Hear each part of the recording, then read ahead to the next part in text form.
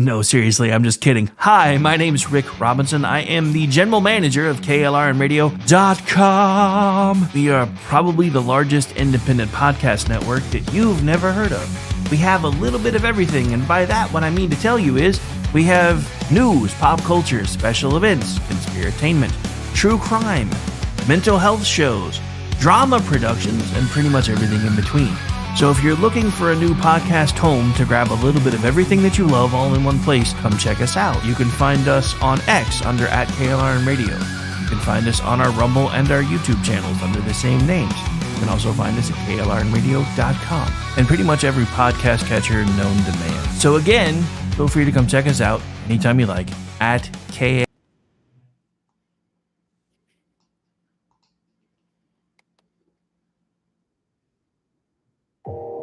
You are listening to KLRN Radio, where liberty and reason still reign. Not to be a backseat driver, but can you say for sure you got the best monthly payment possible on your auto loan? Could it be that you might have gotten a better deal by shopping the loan at a few places and have a lower car payment? Next time, before you go car shopping, visit Communication Federal Credit Union first. Our auto loan experts will find you a perfect loan and get you the lowest monthly payment we can. Communication Federal, your auto loan experts. Restrictions apply. Federally insured by NCUA.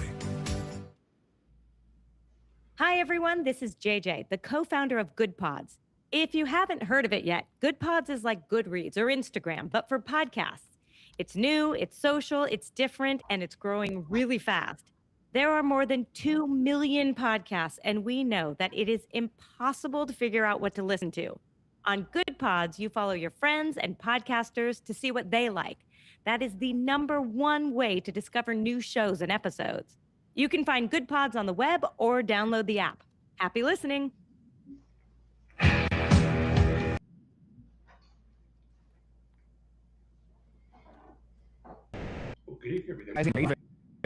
We have rates to fit. Contact us at KLRNRadio.com.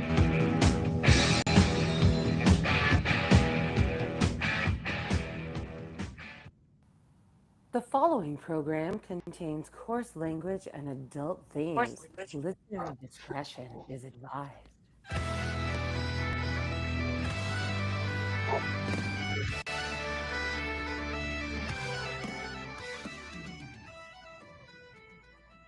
Welcome to Inquiry, a dialogue about a topic to be named later.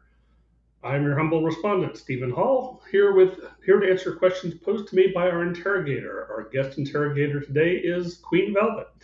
Hello. And our regular interrogator, the Rogue Elf, is currently on sabbatical for a couple more months, I think. I'm not quite sure how long that's going to be. So what topic do we have for today? Today, I would like to talk about the strife between Elizabeth I and Mary, Queen of Scots. Okay. This is one I have to confess that Aggie gave me a heads up on, so I did have a chance to actually look at it. And this one isn't the surprise that it normally is. So contrary to our normal routine, I'm not going this completely blind. Not that it tells me anything I didn't know, but a few things details I didn't quite remember, which are actually quite relevant. So, for those in the audience, would you care to elaborate on this, or do you want me to go into the background?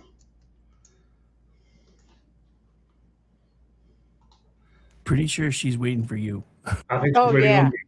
Well, no, I mean, I will say, because I don't know a whole bunch of history stuff. I, of course, had heard of Elizabeth I and Mary, Queen of Scots, and how Henry VIII was involved in all that stuff. But I did not realize that they were first cousins once removed. Mm-hmm.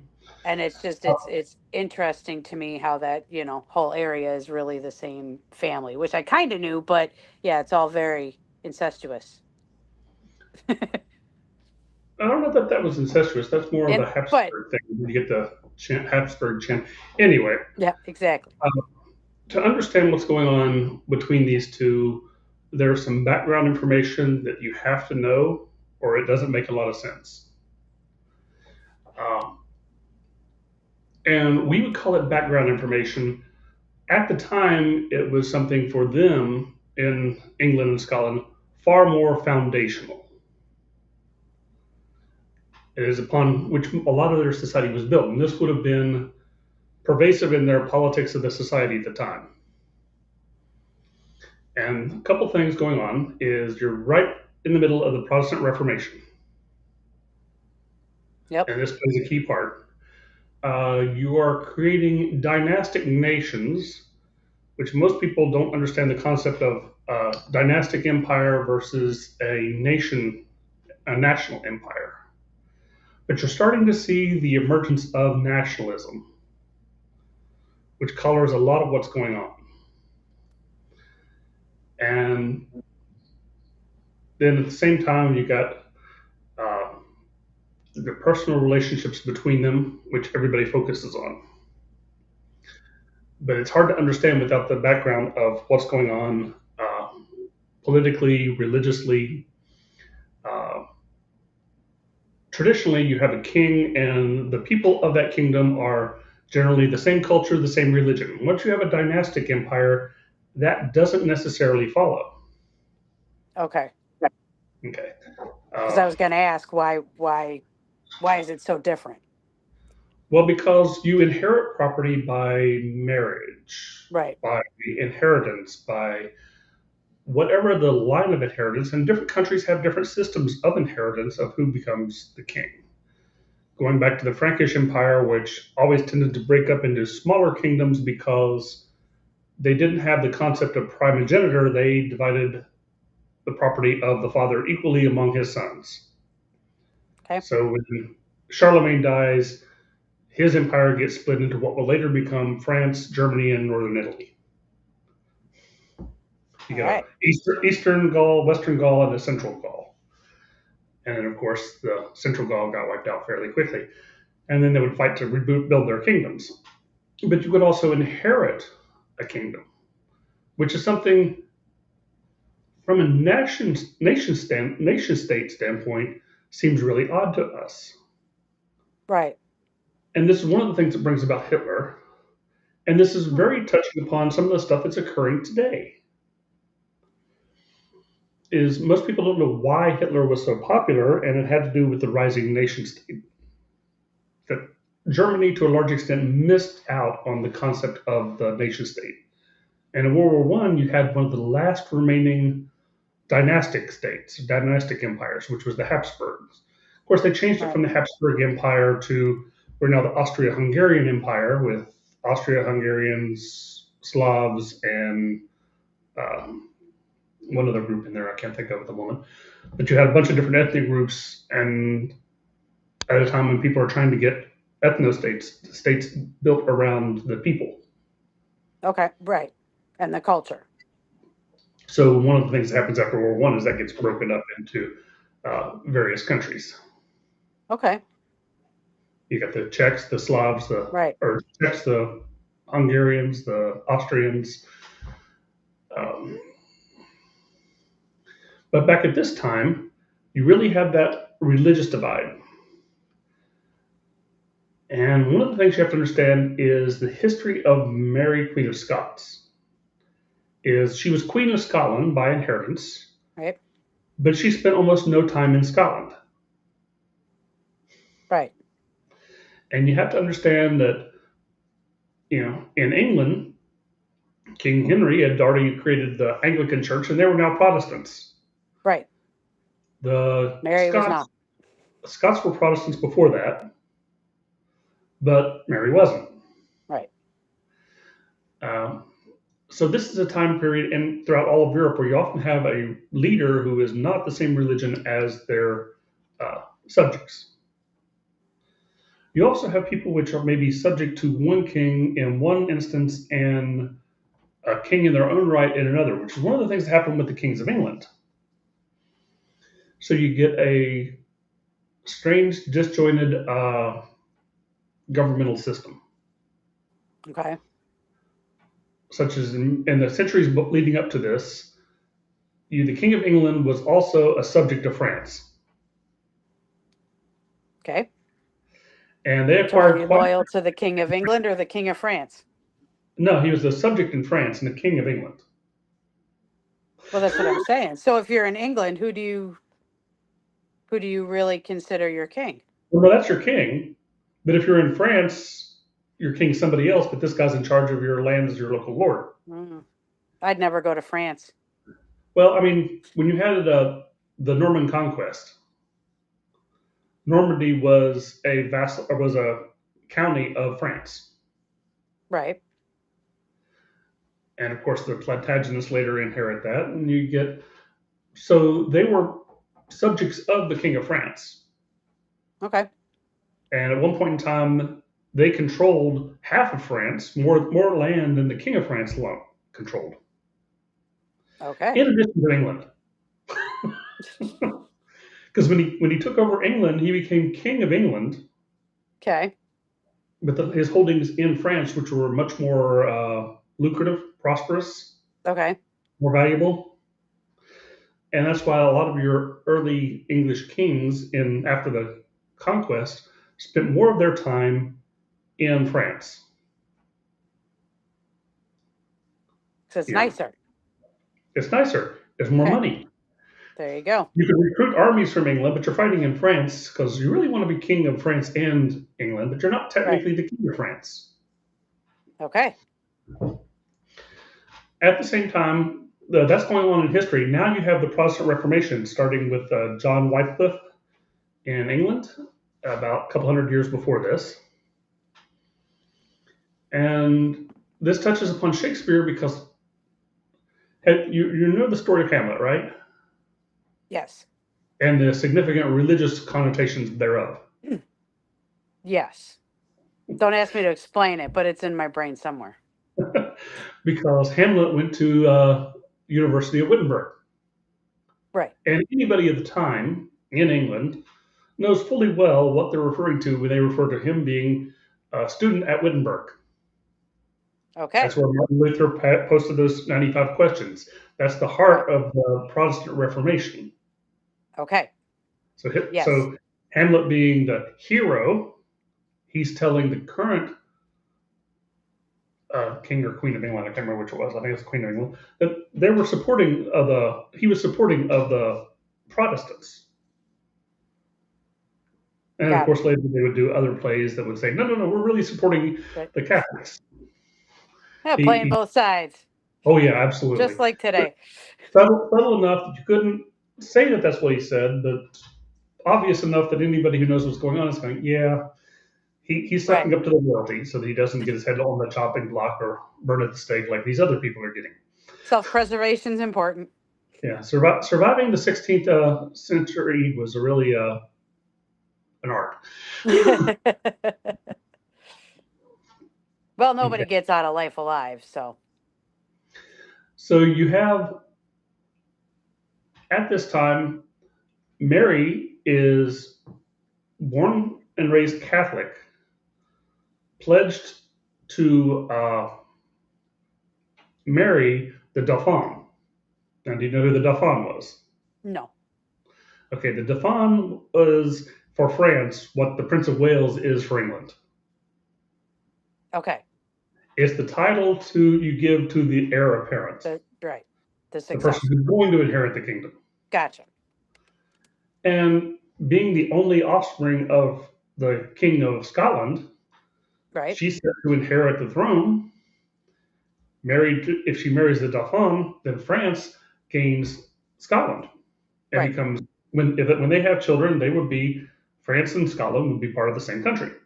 Right. Which is kind of weird. You skip over England and you now have Scotland. You put the squeeze on England then. Yeah. So both England and Dolphin, not quite, but okay, close enough, Indy. And MD points out that it's weird how rapidly, deeply Catholic Scotland switched to Protestantism. Not so much when you realize that back in the 1300s, the entire country had been excommunicated. So they kind of held a grudge. Not that Scottish people would ever hold a grudge or anything. Oh. Mr. Campbell would know no such thing. Yeah, me neither. Remember, on St. Patrick's Day, everybody's Irish except the Scottish. We're still Scottish. Right. Except I'm part Scottish and part Irish, so. Well, whatever you got to do to reconcile that in your own head, I'm sorry, but. And I'm part English and part French too, so. It's a My Scots kids are Irish. Irish thing, which is funny because the Scots Irish are neither Scottish nor Irish. Anyway, so Mary is born Catholic, goes to France to be educated because you have a Protestant Scotland going, maybe this isn't the safest place to keep her. So they Makes send her off sense. to France to be educated. She's going to marry the Dauphin anyway, so why not? Years go by, so she's spending most of her youth, and as a decade goes by, she gets married to the Dauphin, and he dies within a year. So Well, then she's the queen. They're with the whole plan of uniting Scotland and France as a political move. Oh, no kids. No kids, so Right. she's queen. She's not married to the heir of France anymore, so France has no claim on Scotland. Okay. Okay, so she comes back to Scotland, and now she's queen as a Catholic queen with a Protestant nation. Well, what do you do there? Well, it's fine until her personal life gets involved. We'll get into that in a little bit. We'll get to that. Yeah, her personal life kind of screws things up, but that's all right. They're not too unhappy with that. She's generally letting them be Protestant. She's not trying to convert anybody, so. It's all right. I was just watching Mr. Campbell saying his clan motto, never forget, which basically means hold a grudge. There you go. So, in the meantime, what you have going on in England, now that Henry VIII, with a bunch of these kids from a bunch of different wives, trying to claim who has control of England. Right. And understand they still want Scotland. France still wants Scotland because it's a landing for France and territorial expansion for England. Mary is the rightful, well, first it was, never mind, I think it was James, but Mary becomes Queen of England. Mary is Catholic, England is Protestant. Very similar situation to Mary, Queen of Scots. Right. Which is why they say Mary, Queen of Scots, because Mary, Queen of England was almost the same boat, except for the fact that she had bad health. She was in ill health. Well, her younger daughter, Elizabeth, is kind of growing up in the same situation. She's Protestant in a country with a Catholic monarch, and Mary doesn't really know what to do with her, so she kind of imprisons her in, to imprison a noble is basically saying, you're staying on this estate. You have to live in a castle mansion. Right. So it's like real nice house arrest. Yeah, it's a real nice house arrest. Could be worse. Yeah. So you're basically left to your own devices as long as you don't cause any problems. Or as long as your supporters don't cause any problems. Because a king or queen is basically a pawn to a large extent. Right. Because you're now seeing, instead of everybody worried about what the Catholic Church says to become king, you're now worried about what the nobles say, because war technology has changed. Because we now have things like gunpowder. And a king is now dependent on his nobles for his military power. Okay. Yeah. Things like war between France and England with Agincourt and things like that. Your conquest is depending on your army, not so much on the religion of the Pope. So the Catholic Church's power in secular affairs has been waning for a couple centuries. Okay. For about 2.5 to 3 centuries. But they will rally around the person who has a legitimate claim to the throne those nobles will get there to throw off the other nobles who are currently in favor. Okay. So you have these factions. Well, all of the Protestant factions are wanting uh, Elizabeth Right. to be on the throne, Naturally. not Mary. Keeps them from getting burned at the stake and executed by large axe to the neck. Yeah. You know, so they have an Makes incentive. sense. Yeah. There's a reason she was called Bloody Mary. Right. It's to kill a bunch of people who were otherwise Protestant and likely to not want her to be the ruler. But she was also childless, so she's went back and forth between, wanting to execute her sister for not being head of a rebellion against her, but being the symbol of the rebellion against her. Okay. So eventually she dies. Elizabeth takes the throne. Now we get to, she's now Protestant. She reaffirms the Protestantism of the Church of England. And the Spanish are now on the outs because the Spanish and the French are the big Catholic countries. Okay.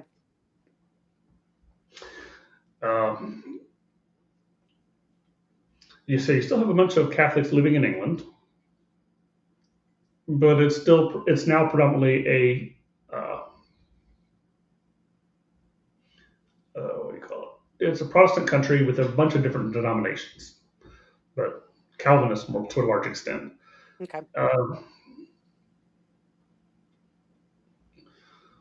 Well, now that she's trying to secure her power, Mary, Queen of Scots, gets into a bunch of personal drama. And the personal drama becomes really strange because when you look back in history, having somebody's friend be murdered by their husband, that's politics in a dynastic country. All right. So when her good friend and advisor is killed by her husband, even though she's the queen, she's married and has a husband that's a Scottish lord. Okay. Mary's husband killed the BFF? No, Mary, Queen of Scots. Right. Mary, Queen of Scots, her husband, don't know that he killed him, but it was suspected that he did. That he killed her best friend? Yeah. Oh, well, he was jealous. Maybe. Were they lesbians? We don't really know. I bet they were. I don't know, but in about a year later, there's an explosion that occurs that kills him. Well, yeah, because he killed her girlfriend. It wasn't a girlfriend, it was a guy. What? It was a guy that he killed, one of her advisors. Oh, okay. I don't know. I assumed it would be her BFF would be a girl. Yeah, that was silly of me. We don't know that he killed him. Right. But we think he did. Might have. And then a year later, he dies in an explosion. Remember, gunpowder is this new thing. Well, maybe Mary killed them both. Possibly, but we don't know that.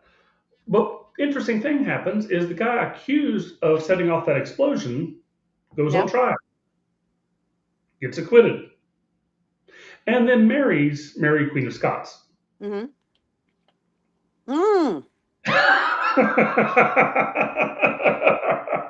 It's funny because when I said it was scandalous, I didn't realize how scandalous. Wow. Interesting. So needless to say, the Lords of Scotland are not real happy with the situation. Yeah, it's kind of weird. A little shady. They were okay with her being Catholic.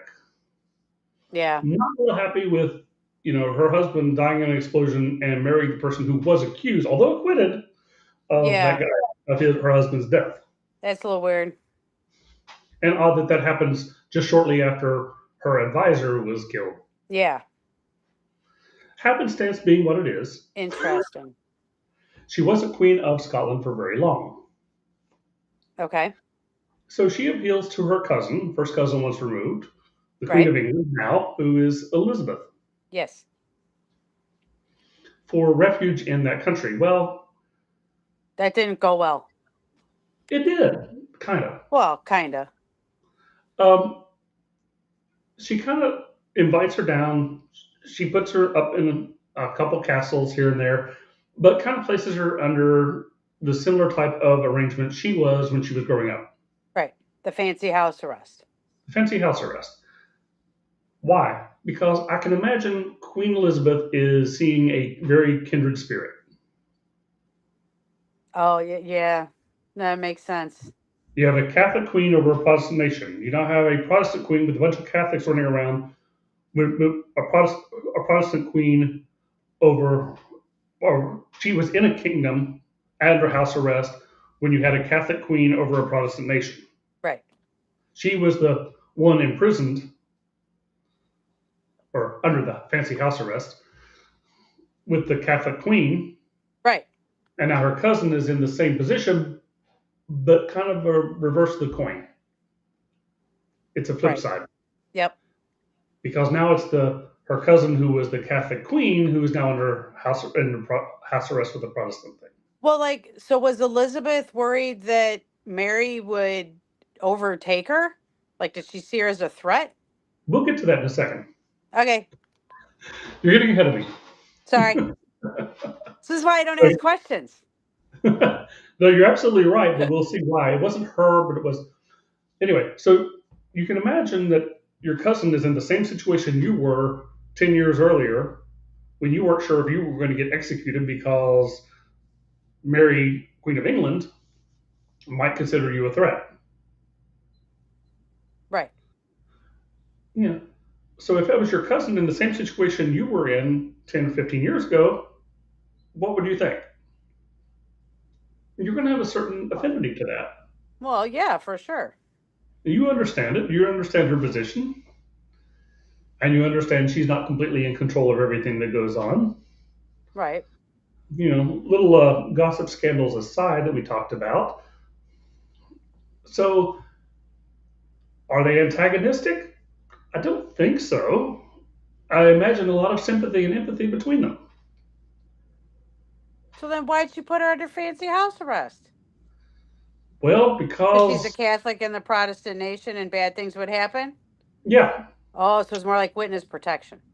It's also because Mary, Queen of Scots, because her first cousin was removed, had a claim upon the throne under Catholic law. Oh. Because Queen Elizabeth was to the Catholics a bastard. Right. I don't mean she was mean to them. I mean she was because the marriage of her parents was annulled. Yeah, the marriage of her parents was illegitimate. It was under a Catholic marriage, and therefore, being a bastard in legal terms means you cannot inherit. That's what the term is for, is the line of succession, the line of inheritance. If you're a bastard, you cannot inherit from your parents, from your father. Right. So the Catholic claim is that Elizabeth was a bastard, therefore Mary, Queen of Scots, was the real rightful Queen of England. But you're still going to have a Protestant nation, so it's a really hard upsell. Yeah. So there's this lingering threat that she has a legitimate claim under Catholic law, right, to be Queen of England. So you can't really let her run free because not that she may do something, but everybody's going to flock around her. Right. And once you got an army surrounding you, you kind of do what they say. Yeah. And you become the de facto head of the army, even though you may not have done anything. There you go. That's where the kings, queens, and princesses become pawns more than independent actors. Right. Makes sense.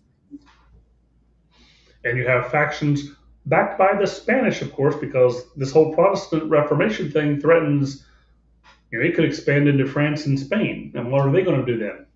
Right. Then they'll be Protestants. Crazy Protestants.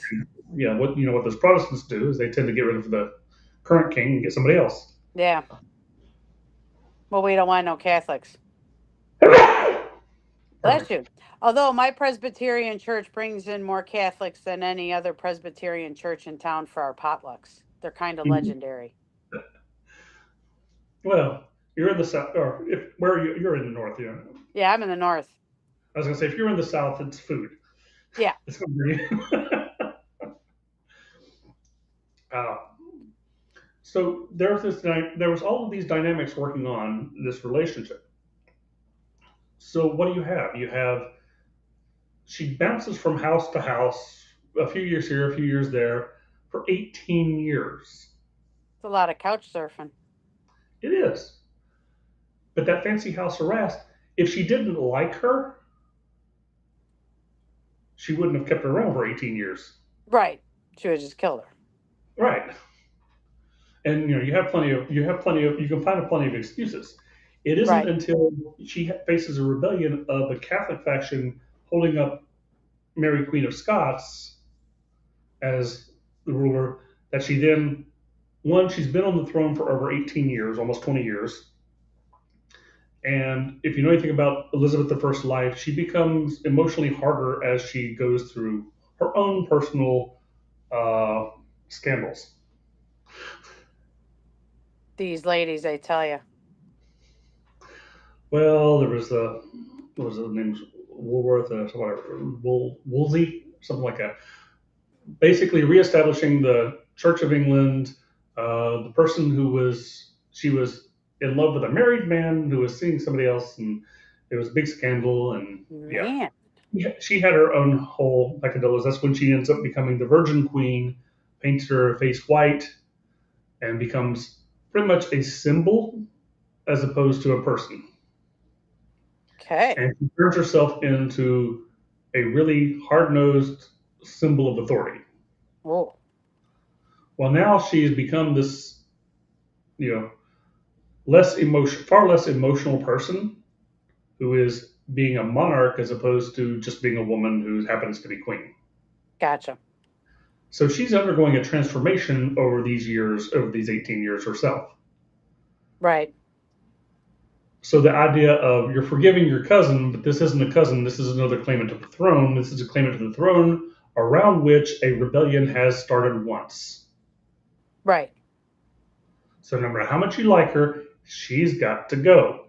Well, and it sounds like personally too, like, she didn't like her as much anymore. Or like her heart was hardened, so she couldn't like her as much anymore. I think that's more the case. Could have been menopause. Could have been. But I think because... Of course, I've also seen theories that said that Queen Elizabeth was actually a guy. But ooh, well, it would have been menopause then. Yeah, those are more outlandish conspiracy theories. That one hasn't been proven. Something to throw out there that it does exist, though. Wow. Which would explain the whole Virgin Queen thing. So why do they, or is that why people think she's a guy because she was the Virgin Queen? Well, yeah, she didn't ever have kids. So was there anything else? Although I suppose that was a big deal. She always wore these big ruffles around her neck. Maybe that's how it is. She had pasty white skin with this lead-based makeup that would white makeup that she covered her face in. No, maybe. There's a lot to unpack here. And that guy that she was enamored with, if it was a guy, then that would be Robert another. Dudley. Yeah, that was it. You looked it up. I don't remember names. You're doing great. Don't worry. Definitely a lot going on in their personal lives and their public lives, and it's meshing. At the same time, you have these religious and political changes going on. So when you're looking at their relationship, I don't think there was any personal animosity. If there was personal animosity, you would have sent her back to Scotland and let them deal with her. Right. You don't go, oh, here's a castle. You can live there for a while. Yeah. Just don't leave that castle because you're Catholic in a Protestant nation. And they'll use you to try to take my throne because you have a claim on my throne. On the other hand, if you didn't like the person, you're saying she's got a claim on my throne, she's got to go. Right. Well, when you lose the emotion and get all professional, And I think that's a large extent of what ended up happening. Was they were just emotionally further and further distanced. She was surrounded by people she didn't trust. Or, according to the conspiracy theory, he was surrounded by people he couldn't trust. Right. And, what do you do with the person that has the Catholic claim to your throne when the Catholics are starting to create rebellions around it? You get It's rid of so the problem. crazy to me how like Catholics and Protestants fight and everything. Well, Like I see it on X, and it's like, it was a why gotta be so combination. mean? Well, it was a combination of you have your politics going in there, and you have your power struggles between factions. Yeah, And particularly when you get to England, Ireland, Scotland, the that's pretty religion, serious in Ireland. So if the who religion faction was? really affects how you perceive the other people. Yeah, it makes sense. So I in mean, Ireland, the people that would blow all this stuff up, the IRA, were they Catholics or Protestants? they were Catholic, but the people who were sent to conquer them by the kings of England were the Scots Irish,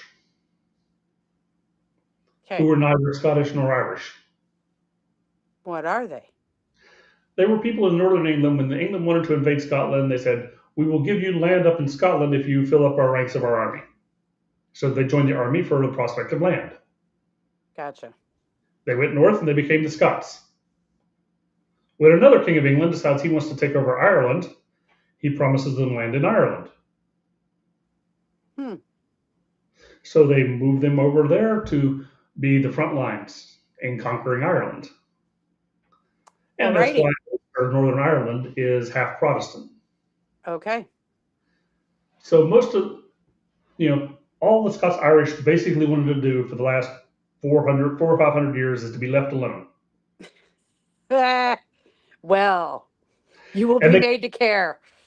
and they have been repeatedly promised, if you go here, you fight this war, you'll be okay, you live on your own, we're not going to really bother you. Yeah. Until we have another war we need to fight. Yeah. Nice. So then when they're being made the front lines in Ireland, a lot of them move to this new colony in America, And here we are. where they fill up Appalachia. Okay.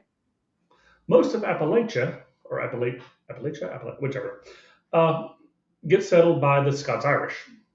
Right. These are my ancestors. And they don't like the king because of the past things with Scotland and with Ireland and having the rug pulled out from under them every time they turn around. Right. And of course, they bring their tradition of making whiskey with them. And so they fight against, in the Revolutionary War, on the promise that they're going to have land and they're going to be left to their own devices and nobody's going to bother them.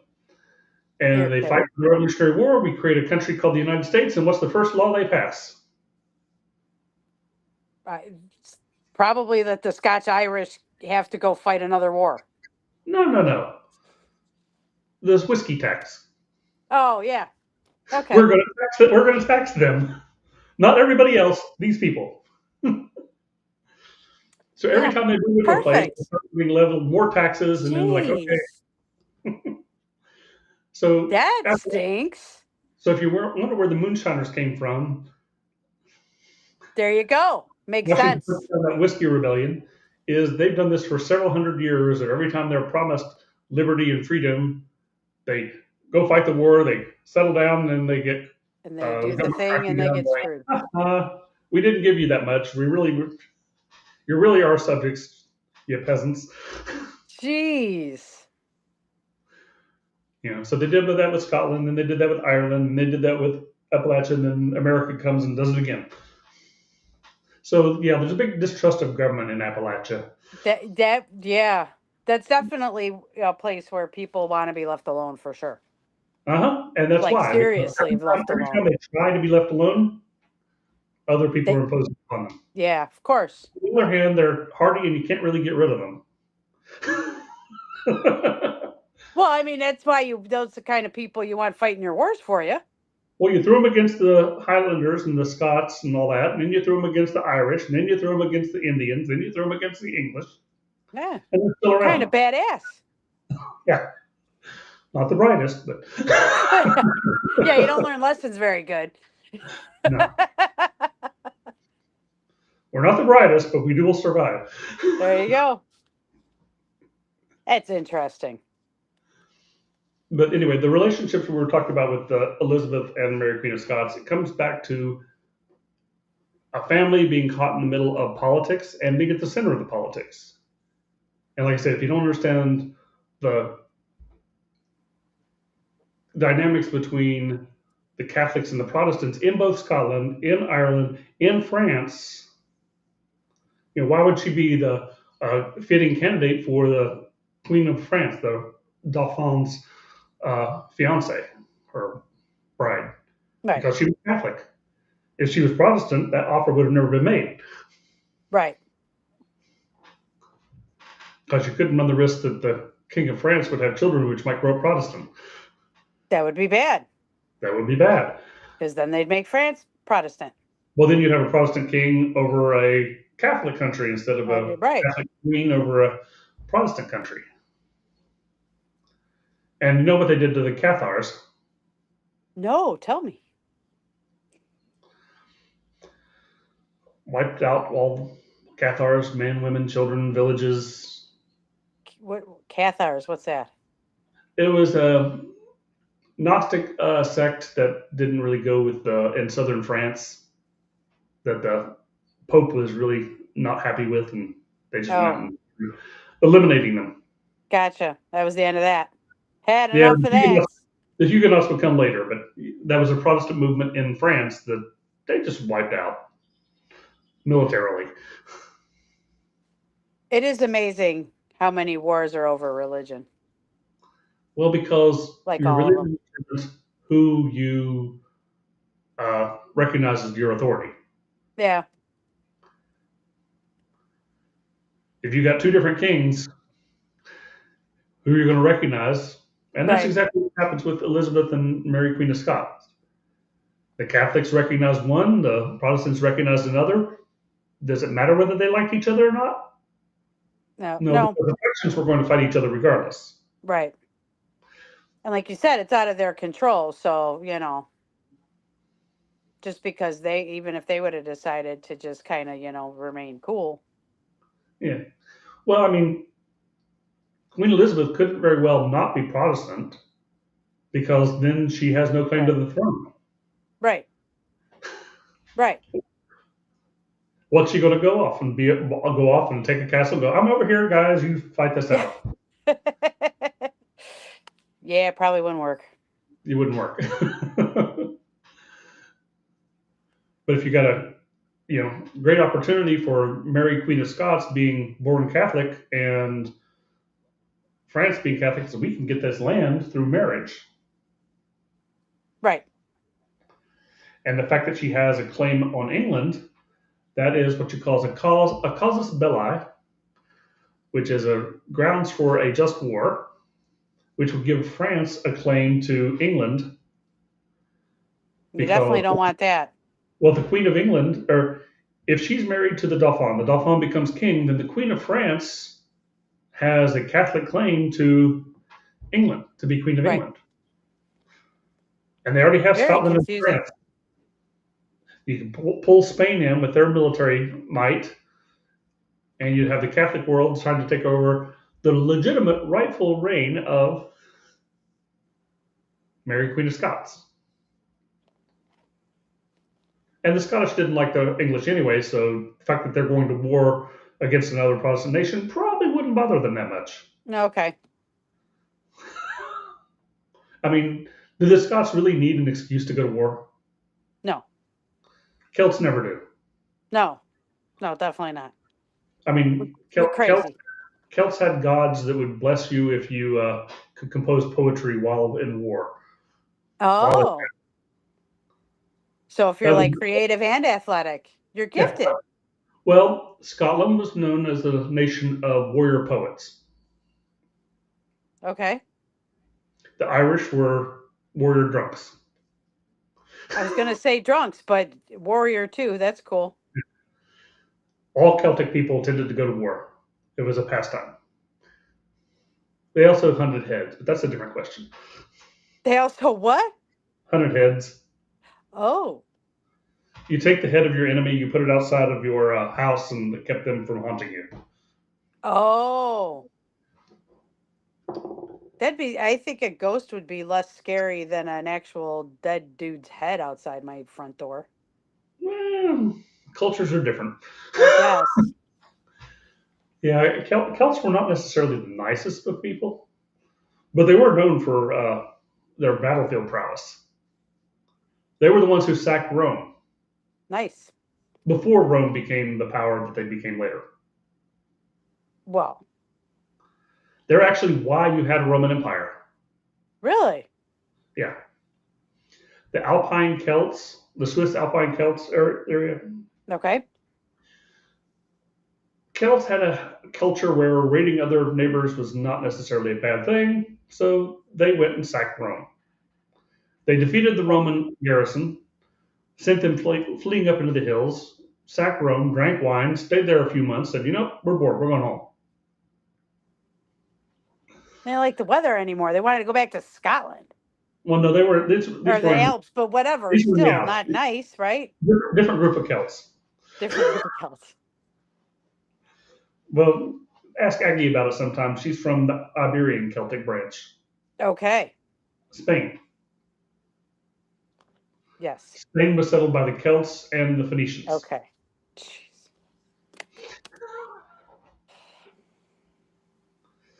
So How do you know all this? How do you not? You know what? Good question. I was a former gifted child. I could have been anything. But I chose this. So often they refer to the Spanish as hot-blooded Celts. Okay. Then you got the Basque in the middle, which is kind of weird. But anyway. So basically, after drinking all the wine, partying in Rome for a while, they went home. Rome decides to build a professional army so that this would never happen again. Ah, okay. But it happened again, I'm betting. Nope, they improved their military technology, and 20 years later, when they fought the Celts again, they won. Okay. And that started the expansion of the Roman Empire. All right. So you wouldn't have had a Roman Empire if the Celts weren't bored one day and wanted to have some wine. Alcohol, the cause of and solution to all of life's problems. Exactly. Homer knew his stuff. That's what I just put in the chat. Why did God allow alcohol to be invented? To keep the Celts from ruling the world. Well, the problem, of course, is that Celts were never a unified people. This was never a country. It was a bunch of little groups that had a similar language. Not necessarily a similar culture, not necessarily a similar genetic background, but it's defined by... So they were like little gangs. Yeah. Which is why they never little created gangs an of empire, mean people. They were just, this clan ruled this area. Okay. So maybe more like an Indian tribe. Yeah. Kind of thing. Okay. Except they hunted heads and set them on pikes and things like that. Well, I mean, And but Indians would scalp you. And they went into battle naked. Well, now, see, I've seen that advice on the internet that if someone's going to fight you, just get naked, and chances are they will just forget all about it and run away. It does seem like good advice. Had to be a Celt that thought of that. Probably. I wonder if he was drunk or sober, though. That's the question. Does it matter? No. See, that's it's a good idea. Their behavior doesn't change being drunk or sober. Yeah, I'm kind of like that. I'm pretty much the same. Okay. So where do we want to go from here? Now that we've pretty much exhausted the topic, what's your thoughts on Elizabeth and Mary? Well, I thought it was Mary that became the heir, right, when she was like young. What was the one where the one that was supposed to get married? That was Mary, right? I read something real quick that she was 10 years old. Yeah, Mary, Queen of Scots, did get married, but she was only married for about a year. But was she really young? Yeah. Or was that? Yes. Yeah. Okay. So I don't remember how old she was when she got married, but the Dauphin died about a year later. So there were no issue. There were no heirs to that. Right. So the whole political intrigue of marrying the Queen of Scotland to the heir to France went up in smoke because their child would be king of both. Right. But Or queen of, it was an arranged marriage, right? of course, all political Yeah. marriages. Okay. Well, I mean, That was yeah. the whole purpose. The whole purpose of having a dynastic marriage was to get a claim on somebody else's property. Right. And since she was the only child, So that was an crazy. automatic claim. Now, would Scotland have accepted that? Legally, they wouldn't have had much choice, but a Protestant Scotland versus having a Catholic queen or king in France? Well, they both hate the English. They had something in common. Here it is. The dolphin was only, did I say that right? Dauphine? How do you say it? Dauphin? Yeah, see, that not French is definitely not my thing. Je ne He was comprends only 3 years old when they were promised to each other. Yeah. That's just so crazy. We're just gonna get our kids married. Well, because it created an ally against England. So help guarantee that. I'm just saying the practice in general. Well, that's a dynastic empire. Right. Before it started turning into a national empire, you didn't identify as an England. You had the kings of England in the early days who didn't speak anything but French. And then people spoke German. Well, I mean, it's just so interesting how language changes and all of that. Later, you had Germans from the Habsburgs who became kings of England who didn't speak English. You get Maximilian when you get to the Cinco de Mayo, who was a Habsburg prince. Really? Yeah. Well, I suppose. I mean, it came here from over there. Yeah, and he had a claim to Mexico through France, which you think was France in the middle of Mexico, but when you is there anywhere like how Canada has where Quebec where everything is French? Is there anything like that? Is there really anything like that anywhere else? Like that there seems unique to me, or am I just? Once you start getting the rise of the nation state, that falls by the wayside. Right, but how do you have like Quebec and Canada that's like super French, or like even New Orleans to a certain extent? Because Quebec and Louisiana Territory were settled by the French. But most of Louisiana Territory didn't have that many people in it. Only down around New Orleans. Yeah. Up in Canada and down in New Orleans, you had the French populations, and then most of the area between was hunting country for furs. Right. I was going to say furs. I remember that. So there weren't a lot of people. There were a few settlers, but not a lot. Okay. Are there any other Vermont was also a French colony. Places like that though? Well, Vermont was a French colony, but they elected to learn English. Okay. Interesting.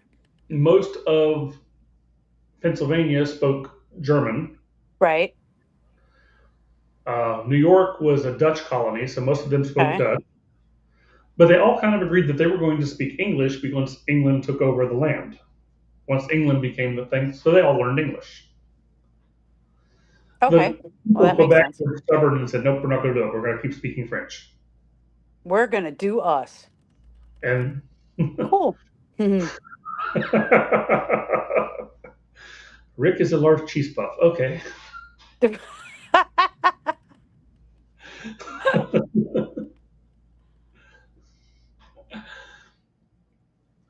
I had a question, and then we started talking about cheese puffs. It was a South Park reference. It had to be done. Well, it's a play on Kennedy. If you speak German, Kennedy, you have a lot of foods which are named after European cities. Okay. Yeah. The hot dog, Frankfurter, named after Frankfurt. Right. Hamburger. Well, this is the Berliner thing, whatever he said. Well, the article, I'm. Yeah. We only used to say I am a, as opposed to I am. So if you wanted to say I'm a citizen of Berlin, which is what he wanted to say. Right. It would be Ich bin Berliner. Okay. But the guy who translated it in the State Department put the ein in there.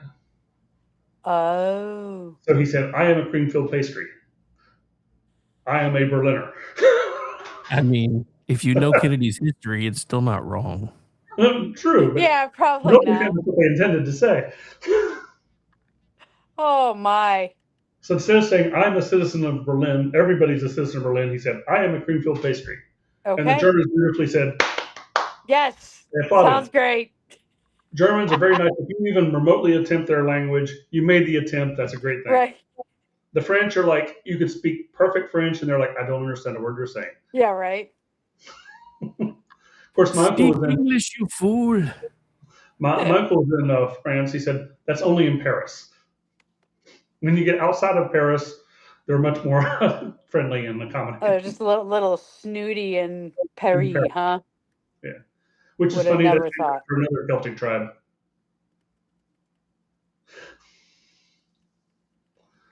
The I'm Paris looking to were see what else I can find here real quick. Do. But yeah, we get back to it. I don't think she was trying to get rid of her cousin for 18 years because you don't keep him around for 18 years if you don't like him. But 20 years on the throne, you become a little hard-hearted and had she, though, expendable.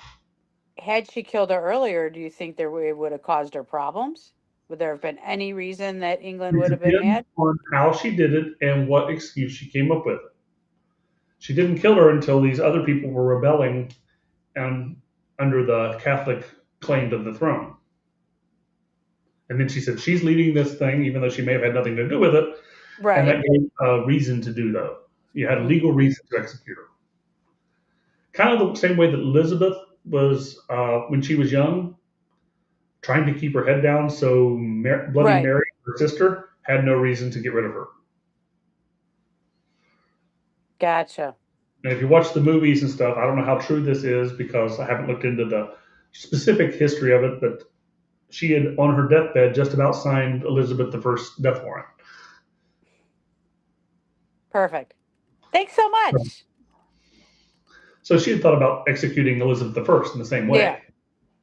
Right. But you have to link them to a rebellion, and that's not that hard to do. Yeah, probably not. You have some plot that wants to bring back the old government.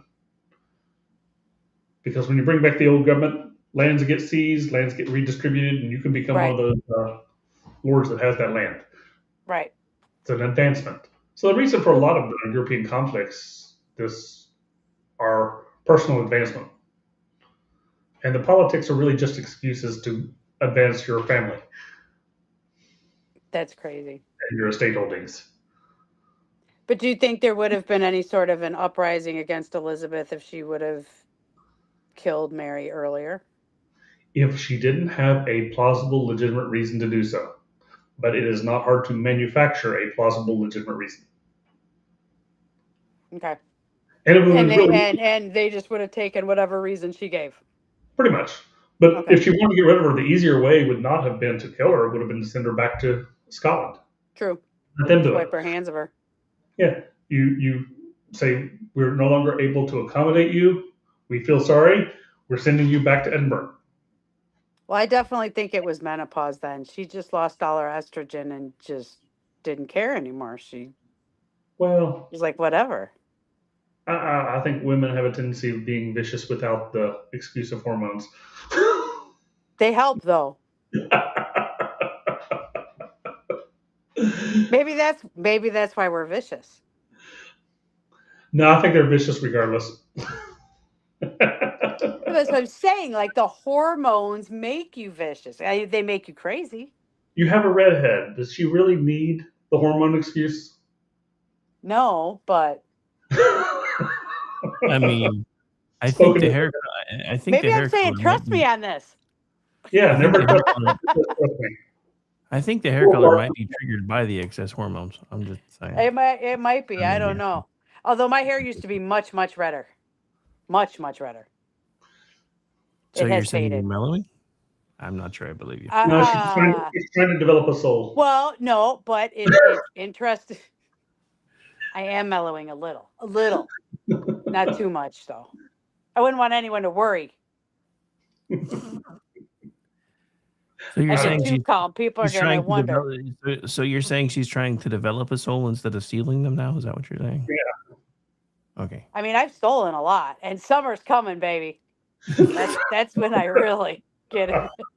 I get a lot of souls in the summer.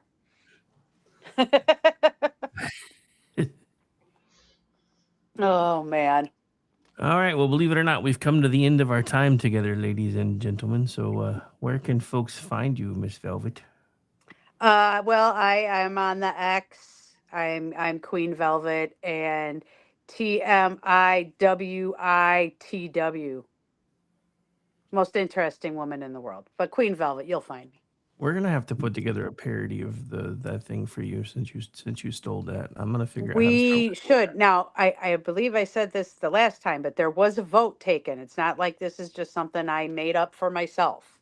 Yeah, except what she's not telling everybody is the vote happened in her head.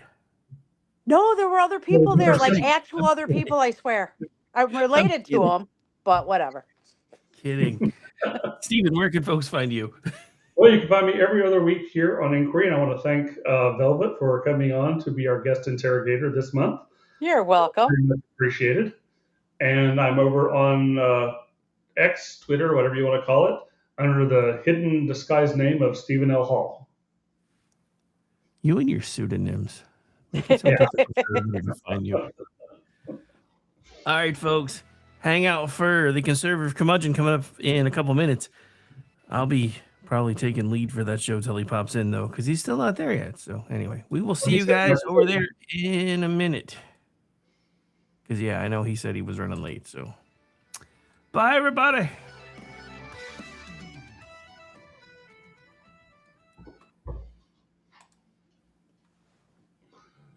Hello, friends. Do you have a moment so that we may discuss our Lord and Savior Minarchy?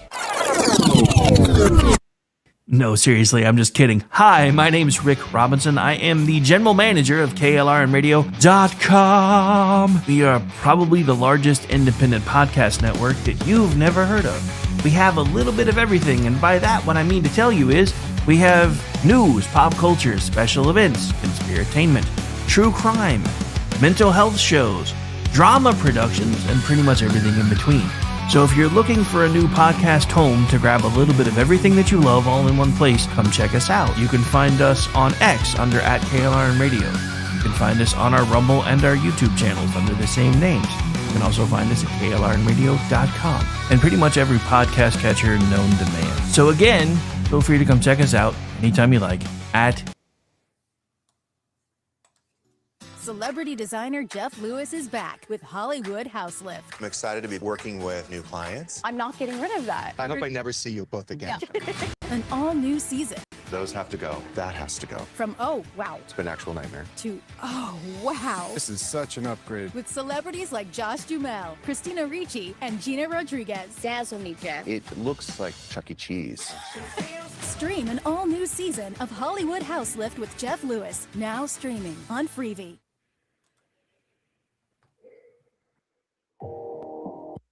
Hi, everyone. This is JJ, the co-founder of Good Pods.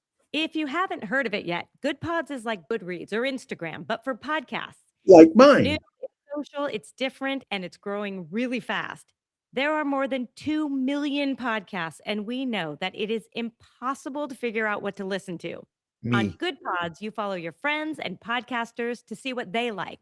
They That like is me. the number one way to discover new shows and episodes. You can find Good Pods on the web or download the app. Happy listening. To me. KLRN Radio has advertising rates available. We have rates to fit almost any budget. Contact us at advertising@klrnradio.com.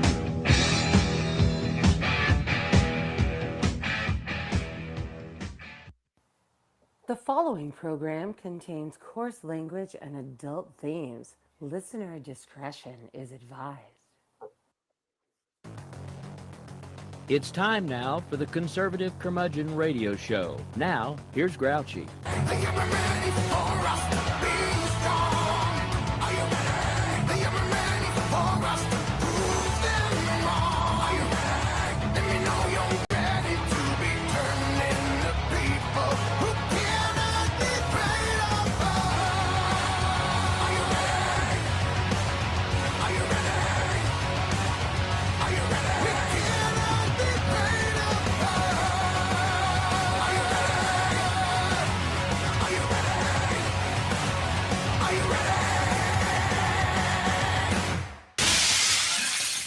And good evening. I made it.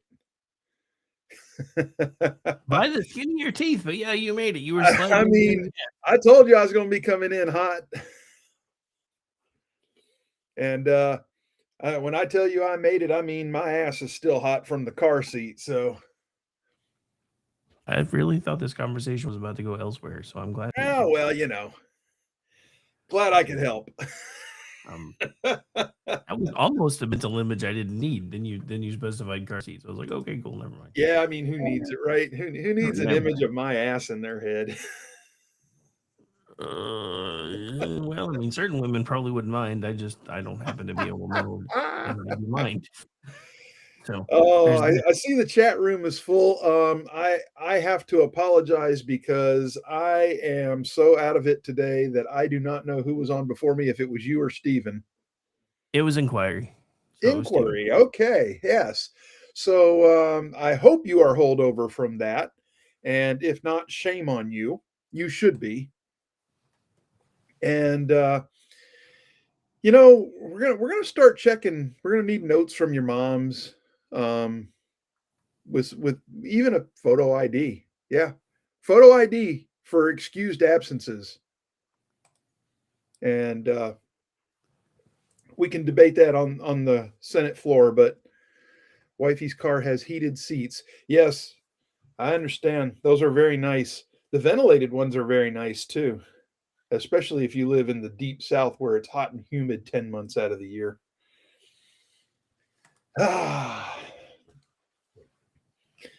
But yeah, I mean, if you have a real winter, heated seats, very nice. Very, very, very nice. Anyway, let's see what's going on out there in the world. Oh yeah, they still got this Iran thing. Yes, we're still bombing the hell out of them, and Israel's bombing them, and bam, bam, bam, bam, bam. Ohio. What am I missing about Ohio? Oh, well, that's where Raptor is. Okay. I'm figuring it out. I'm a little slow. I'm behind, like I said, I'm behind the power curve here. I have been go all day, and I knew that coming home it was going to be close on the time. So yes, it's all good. Well, you're all good. I'm not. I mean, obviously, there will be lapses in accuracy, professionalism, and there will be also profanity, damn it. So anyway, what do you say about Iran? Still going on. We don't know exactly what the end game is yet. A lot of people think they know, but I'm not even sure the people that know actually know.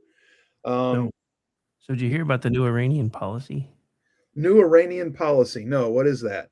They have declared immediately that all new Ayatollahs should be issued red shirts. Oh, okay.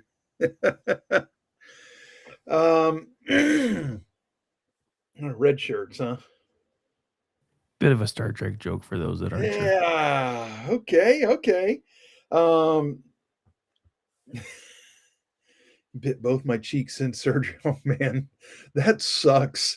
There is nothing worse than biting the inside of your cheek by accident when you're trying to chew food. I mean, that just sucks. Oh, I'm sorry, Raptor. I hope you're healing up well, though. Oh, let's see. Who else is in there? I see Steven's in here. Did I see Ordy? I think I saw Ordy. I'm just trying to figure out how he's so limber he was able to reach his cheeks. Oh wait, wrong cheeks. My bad.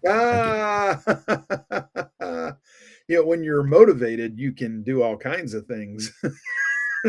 You can do it. Oh man. Anyway, I have let's see. I saw Fetterman's comments earlier about the SAVE Act. talking about wanting a clean bill with just photo ID. Well, I understand where he's trying to go.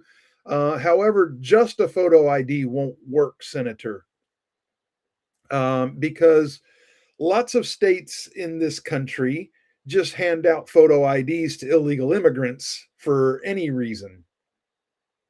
And if they can just show a photo ID to vote, then we've accomplished nothing. So, yeah. But he said if you just put a clean bill forward with photo ID, that he would vote yes. And, Well, that's impossible though, because there's too many states that hand out photo IDs now like candy.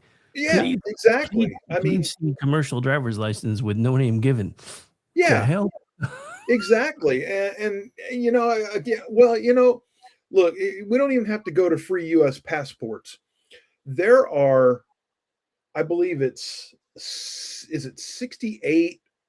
It may even be higher than that. It may be like 82 countries in this world that issue voter ID cards to their citizens. And everybody gets one if you're a citizen.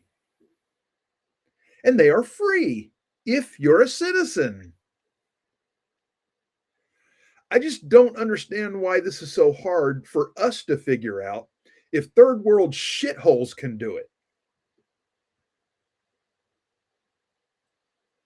I mean, I've said for years, you know, especially with the whole, you know, being women doing the whole we can bring home the bacon fried up in the pan. Just reopen selective service and make everybody that hits 18 register and verify citizenship. Problem solved. You know, it's really not that hard of a problem to solve. The hard part is getting Democrats to agree to it, because the last thing they want are all the illegal voters off the voter rolls. Well, to be fair, there are quite a few Republicans that don't want them really gone either. Because I agree, and I have issues with that too. And it's infuriating. I watched a video clip yesterday of John Thune talking about how the SAVE Act not having the votes doesn't have anything to do with his leadership. It has to do with math. And that video pissed me off. I mean, I ranted on that video the day it came out. I ranted on that video for between three different shows, almost an hour. Because the thing that pissed me off the most about that video wasn't even the I don't have the votes to get us past the 60. It was, well, we don't even really have the votes to start a talking filibuster. Yeah, no. That's not even how that works, fucker. What really pissed me off was it's not about his leadership, and he's absolutely right about that, because he has no leadership abilities. He is the most ineffectual, stumble fuck forward senator in my lifetime. He is absolutely useless. He is dead weight to the party, and they should ditch him at their earliest convenience, if not sooner. I mean, who the hell is actually pulling his strings? That's what I want to know.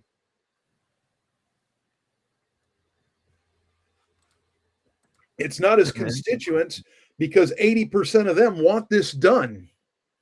And if he gave half a damn about them, he'd have been working to get it done. Right. Yeah, he could withhold funding for anyone voting against it. Oh, yeah, I know. I know he could, but he's not going to. The Republicans don't like playing hardball. They always want to be the one that everybody gets along with. That's part of their problem. Well, you know that, and they always think they're taking a higher moral road, and they're not. Yeah, no, not at all. I mean, good intentions aside, John Thune could fuck up a free lunch. Now you just gave me apple pie vibes from from Yeah. American. Remember, we eat the pie. We don't. I don't know how I feel about the image you just put in my head yet again tonight, sir.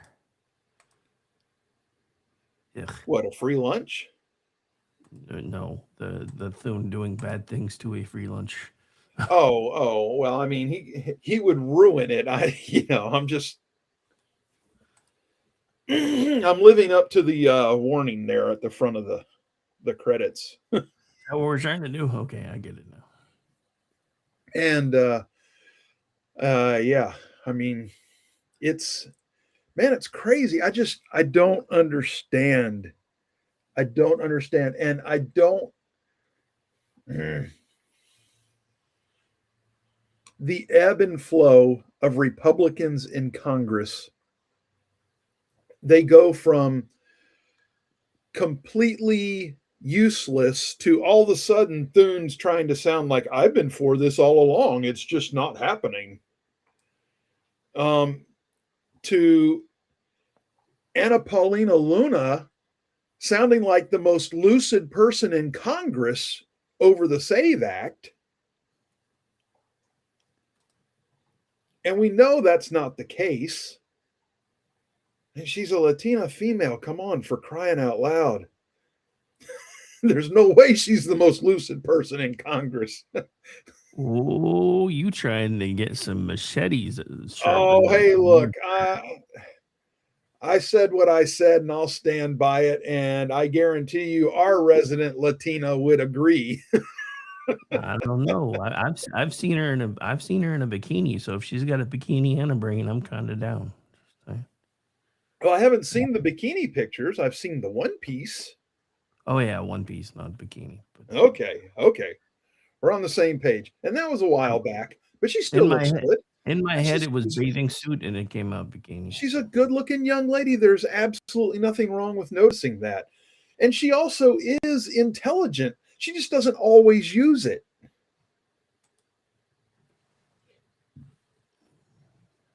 And I don't understand why.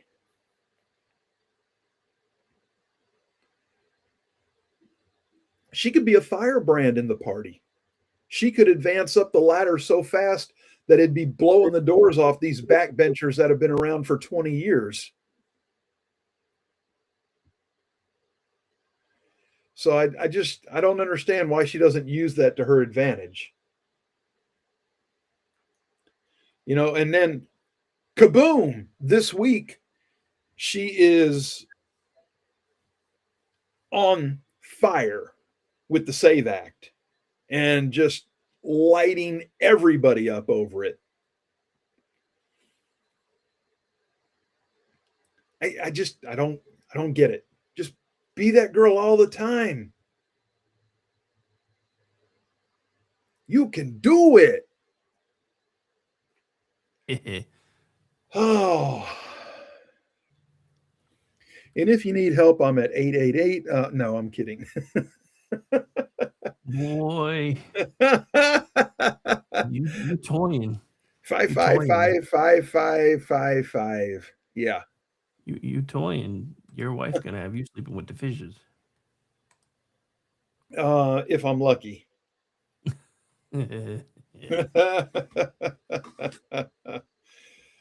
But anyway, that's that SAVE Act. I guess they're still jawing about it on the Senate floor. I don't know. I think it's a very important piece of legislation. I think that it needs to pass. And I think that Trump holding hostage is not the worst idea on it. The only other thing I would like to see passed is TSA getting paid. Like them, hate them, don't care about them one way or the other. They have spent over half of this fiscal year unpaid. And that's bullshit. I don't care what book.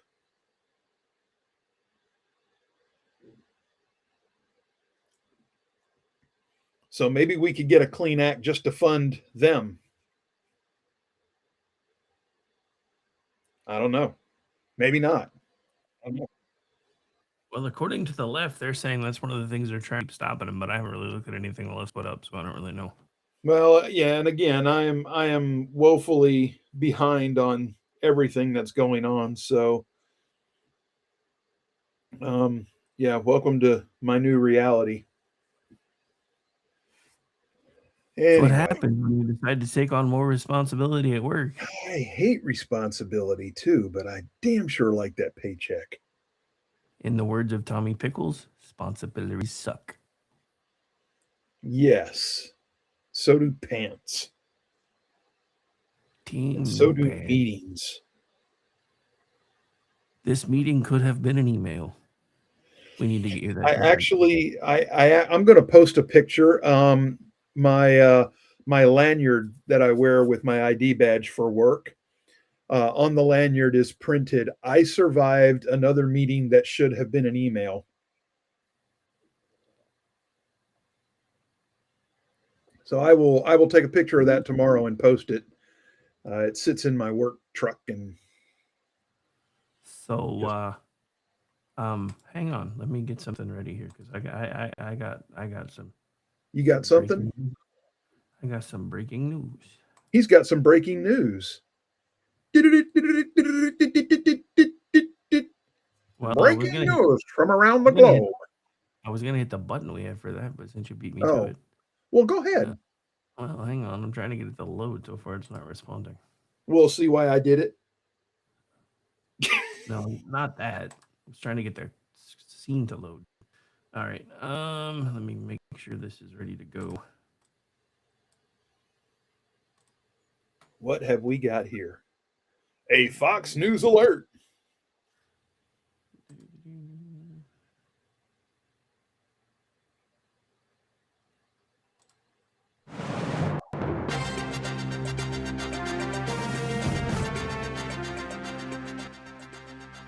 All right, this just in from Fox News, and it'll probably surprise no one, but I found it interesting. Sources are saying that Joe Kent, the former director of the United States National Counterterror Center, this is from Semaphore, he just resigned. He's now under FBI investigation for allegedly leaking classified information. And the investigation predates his departure. Oh, not shocked at all. Not shocked at all. Especially when you see a clip from him like less than a month ago talking about how terrible Iran was, and now he's like, yeah, no, he's always been garbage. I mean, he's just a garbage person, and then to turn around and resign, and then he's on Tucker today. Ugh. Yeah. Ugh. Yeah. Dude, I still don't know what the hell happened to fucking Tucker and Megan, dude. I'm just looking at those two going, because I remember, and I've said this before. I remember in 2016, 2017, when Trump started talking all kinds of smack about Megyn Kelly, and it pissed me off. I'm like, did he know something that we didn't know even back then? Maybe he did. But then at some point they seem to have smoothed everything over, so I was like, okay, maybe not. And then now she's just, completely completely off the reservation. It's terrible. I haven't even. I used to watch her. I used to watch her podcast at least once a week. There was always I didn't watch it all the time, but there was always an episode or something that I'd hear about that I want to go back and just listen to while I was doing something else. And I haven't been able to turn it on now in like 3 months. I just can't do it. Yeah, dude, I get it, man. I do. Whoa. What are you doing to me? Sorry. Forgot I was sharing the screen still. I was pushing Michael's promo. He actually did. I mean, I like Sun Chips. Don't get me wrong, but that was Michael in the green room. He always posts a picture of the green room snacks when he's hanging out on Gutfeld. Well, tell him to share the Sun Chips, bastard.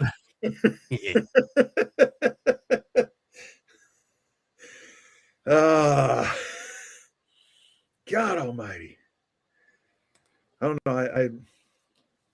I know what's for dinner, so I'm anxiously awaiting it, and I've got garlic chicken parm.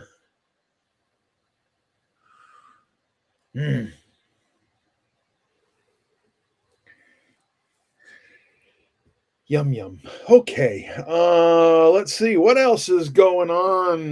What else is going? Hey, did you guys see the? Well, I should save that. That'll be our happy ending. I'm going to save that for right before we sign off.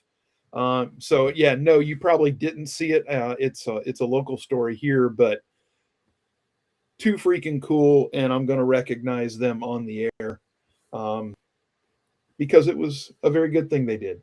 So, and it'll be our happy ending later. So yeah, I don't. It's Wednesday. We had fish. So this is interesting because it looks like there may be some saber rattling going on in Qatar. I don't know if you've seen this earlier today, but earlier today, I did not. The government of Qatar declared the Iranian embassy's military attaché and security attaché persona non grata. They've been ordered to leave in the next 24 hours. So everybody that's talking about it, this doesn't necessarily mean what you think it means. I'm like, dude, when they start expelling embassy personnel, it does mean what you think it means. Just saying. Well, now hasn't Iran hit them with a missile fire already once? Yes, that was actually a diplomatic response to the missiles that struck Roslef, an industrial city. Yeah, they've done them in Bahrain and UAE and yeah, basically anybody they feel has been nicey with Trump.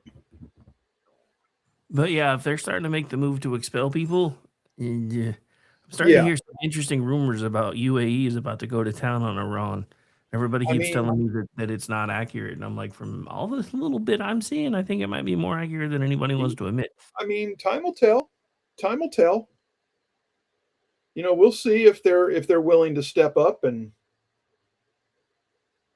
I mean, now that Iran has been weakened greatly, you know, maybe it is time for those smallers to okay, that makes more sense, Raptor. You're Catholic. Wednesday, fish. Got it.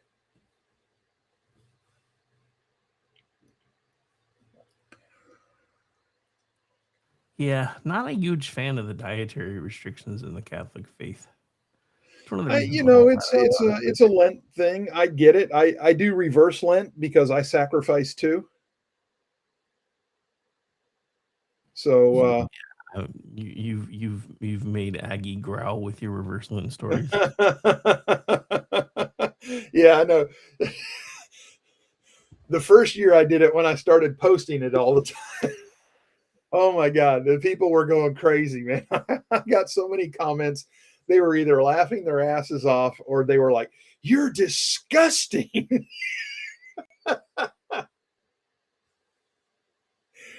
Oh man, too good. And it didn't even have to be anything big. I would post like a picture of a peanut butter cup, and people would lose their mind over it. Anyway, the good days. I hope you had a happy St. Patrick's Day. I got to wear my favorite St. Patrick's Day socks. It's always a plus. The police sketch Crichton Leprechaun. If you don't remember the story, it was viral the year that it happened, and it's still a thing. So yeah, look it up. The Crichton Leprechaun in Mobile, Alabama. Ah, funny stuff. And I saw somebody on yesterday, I should say, not on Tuesday. Tuesday is yesterday. This is the state of my mind, Rick. I mean, at least you still have one in a state of some kind. I have not lost it yet, but it's not in good shape. But yeah, she posted she had the Crichton Leprechaun earrings, and I had not seen those until yesterday, and that was very cool. I think the legend of the Crichton Leprechaun is spreading still and not slowing down. As more and more people discover it, it becomes more and more popular. I have seen the t-shirts. I have now seen the earrings. I have the socks. I don't know what else there is out there, but whatever it is, it's growing. More and more people are catching on. So, yeah, if you're not familiar with the story, a man in Mobile, Alabama, called the police on St. Patrick's Day and told them that he saw a leprechaun in a tree outside of an Irish pub. So they came and he gave a sketch and they took his report and they posted the sketch on TV. And the guy was being interviewed by the local news channel, and he turns around while the microphone's in his face and he goes, "Who all done seen the leprechaun? Say yeah!" And the whole crowd screams behind him. And I'm like, you stupid bastards. But it's so funny. It's just so good. And it they actually made a legitimate news story out of it. Legitimate in the fact that, they presented it as a legitimate news story. So, yeah, do yourself a favor, YouTube it, because it's hilarious. And you'll notice that there's a GIF or two out there that are based off of that news story that still get used on X and other places. So, like Twitter X, Yeah. X Twitter. I don't know. However you want to say it, it doesn't matter. What does matter is we're at the bottom of the hour, and I'm pretty sure that Rick would like to pay the bills and run a little commercial break here. We can do that. You ready? Yeah, I'm ready. Go ahead. Hit the button and play my music, the best bumper music in the business. You are listening to the Conservative Curmudgeon Radio Show live on KLRNRadio.com. Back after these messages. Through some hoops, wanna get my body loose, wanna tell you what to do. I've been running out of bounds like an animal struggling, looking for a diamond. I'm trying, I'm fighting, riding in the rhythm now. You are listening to KLRN Radio, where liberty and reason still reign. Celebrity designer Jeff Lewis is back with Hollywood House Lift. I'm excited to be working with new clients. I'm not getting rid of that. I hope I never see you both again. Yeah. An all-new season. Those have to go. That has to go. From oh, wow. It's been an actual nightmare. To oh, wow. This is such an upgrade. With celebrities like Josh Duhamel, Christina Ricci, and Gina Rodriguez. Dazzle me, Jeff. It looks like Chuck E. Cheese. Stream an all-new season of Hollywood House Lift with Jeff Lewis, now streaming on Freevee.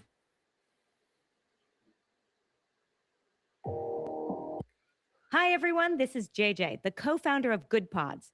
If you haven't heard of it yet, Good Pods is like Goodreads or Instagram, but for podcasts. It's new, it's social, it's different, and it's growing really fast. There are more than 2 million podcasts, and we know that it is impossible to figure out what to listen to. On Good Pods, you follow your friends and podcasters to see what they like. That is the #1 way to discover new shows and episodes. You can find Good Pods on the web or download the app. Happy listening. To me. KLRN Radio has advertising rates available. We have rates to fit almost any budget. Contact us at advertising@klrnradio.com.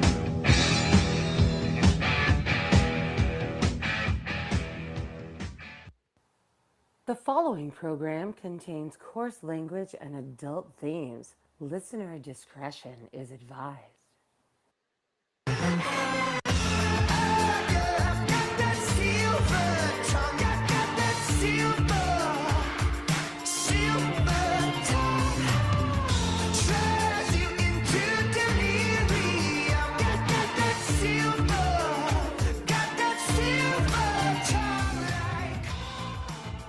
All right, welcome back.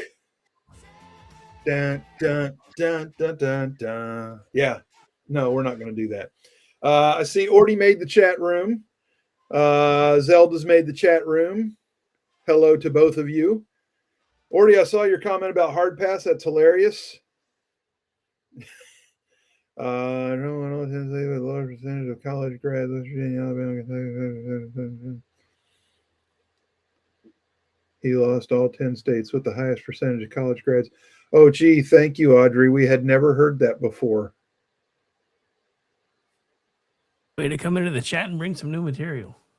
Yeah, I mean, bring it on home. Breaking news. More like breaking snooze.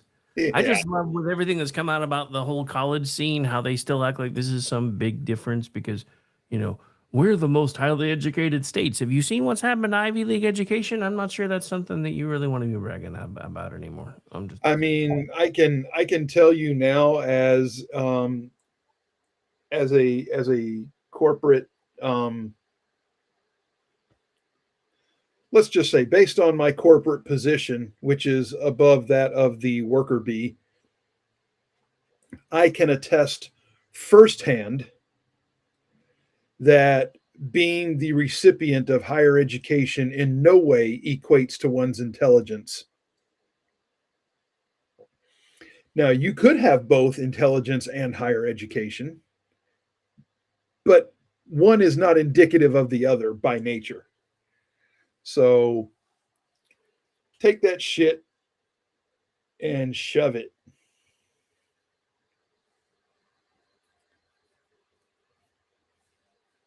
Ooh, a bitter leprechaun. Yeah, the Munchkin's talking trash. So, oh, the Munchkin. Talk about incurring some wrath. Oh man. Wow. Okay, so let's see what else is going on. There's supposed to be some news coming out of the Department of Energy about a nuclear energy launch pad.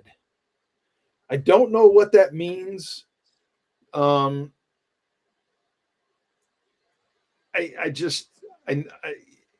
Nuclear energy is like a no-brainer these days. We should be all over nuclear energy to address shortages.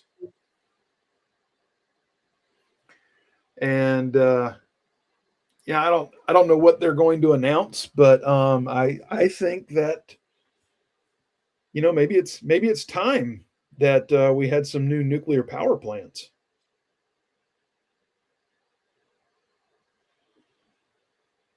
I don't know. We'll see. I think it's been a little while since one has been built. Yes, I know about 3 Mile Island, but the technology has come so far.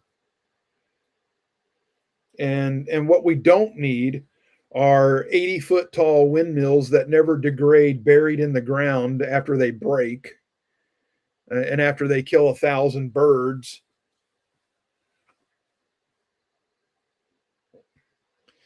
Because those things never biodegrade. Never. And when they knock them down, they just put them in the ground. New coal plant and micronuclear plants. Yes. They say there's no such thing as clean coal. You know what? Maybe that's true, but it's a lot cleaner than it used to be. And it's plentiful. But no, we'd rather be dependent on foreign energy. Fucking politicians. Sick of all of them. All 535 of them. They can roast in a bonfire in hell. What do I care? So, yeah.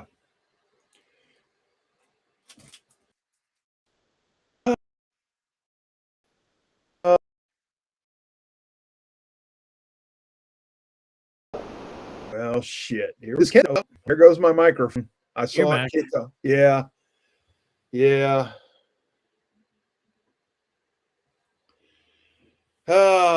It's going to be that. I mean, you're back we now. only got 18 more minutes. You can do it, internet. Yeah. Come on, Mediacom. You suck.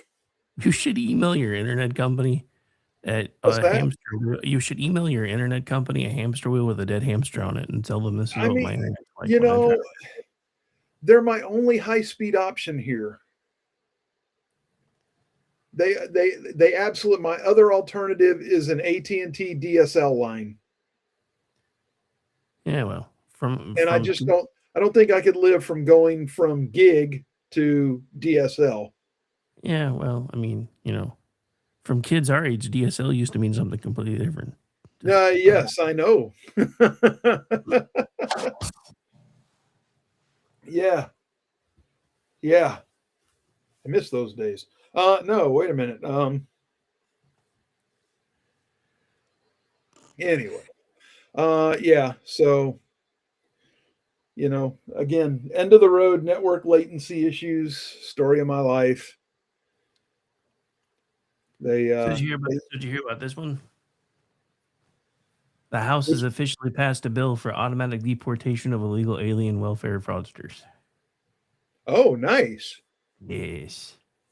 That should be. The Senate isn't fighting as hard as the House. The country I would be in mean, a lot of better shape. well, right here's now. the thing, though. The Senate's not going to take it up. Of course they won't.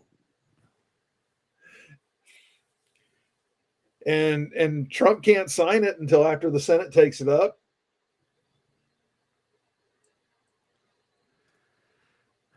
So yeah, until this whole Save Act thing is done.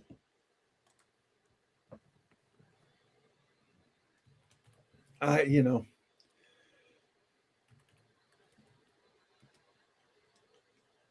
think that the Republicans should just nuke the frickin' filibuster, push Save through, and then turn around and push this through, and let's just ram it right up their ass.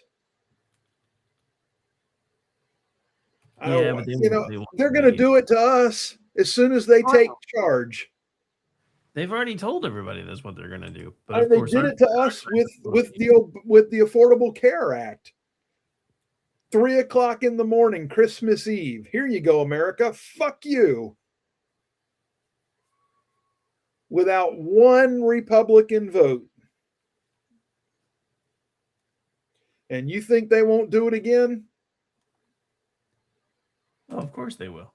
They'll be coming back loaded for bear. They're going to be pissed that Obama and Biden squandered the advantage of having all three branches.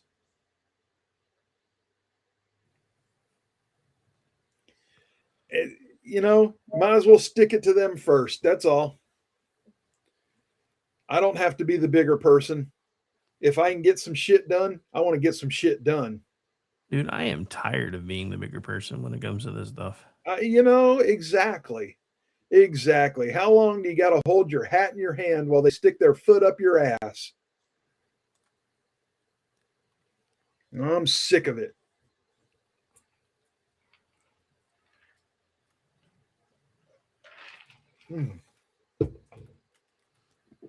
My virgin John Daly, which is an Arnold Palmer without the lemonade. Nice. So it's just tea. I'm drinking a glass of tea. What can I tell you?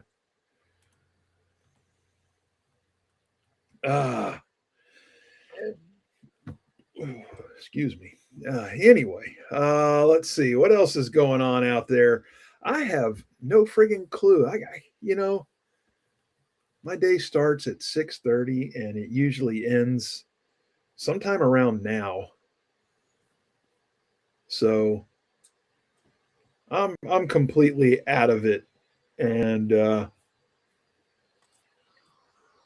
it's amazing that I know you hear me typing. I finally found somebody who types louder than you do, though, which is surprising. Oh no, who is that? Yeah, Paul from Screen Rant, and he was typing the other day, and I thought he was going to blow my damn eardrums out. Really? Yeah. He's like, wait, you can hear that? I'm like, not only can I hear it, I'm pretty sure they heard it in his face. Jesus. Oh, I see that Rand Paul is Being a bringing bitch. up the important issues over in the confirmation hearing for Mark Wayne Mullen, calling him an angry man.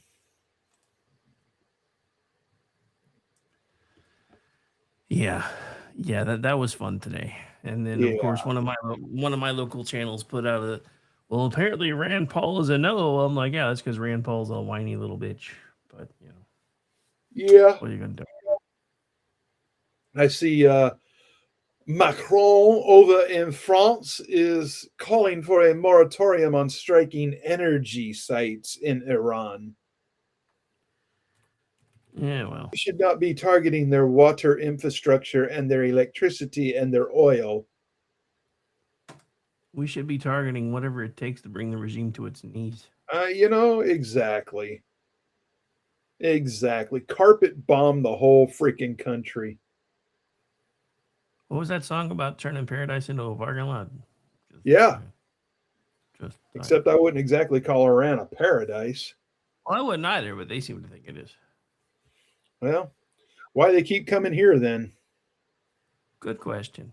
I don't have an answer.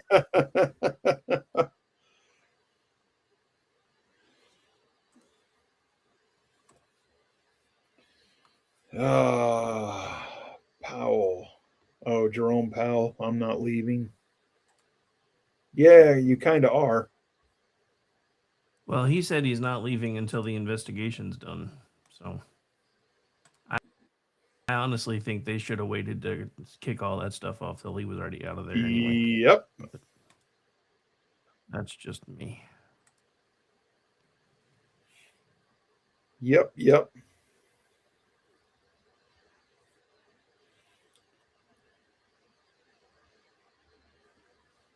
Oh, I see there was the Democrats put a resolution forward to halt U.S. military strikes against Iran. Yeah, they're still trying.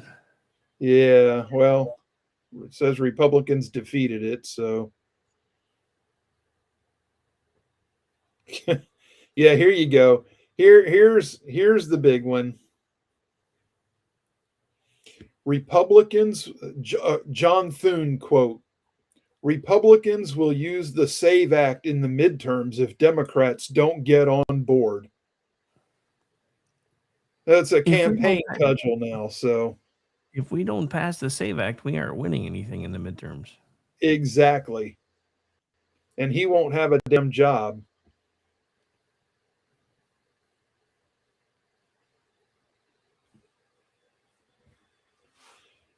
Useless piece of garbage. I stand by my earlier comments on Thune.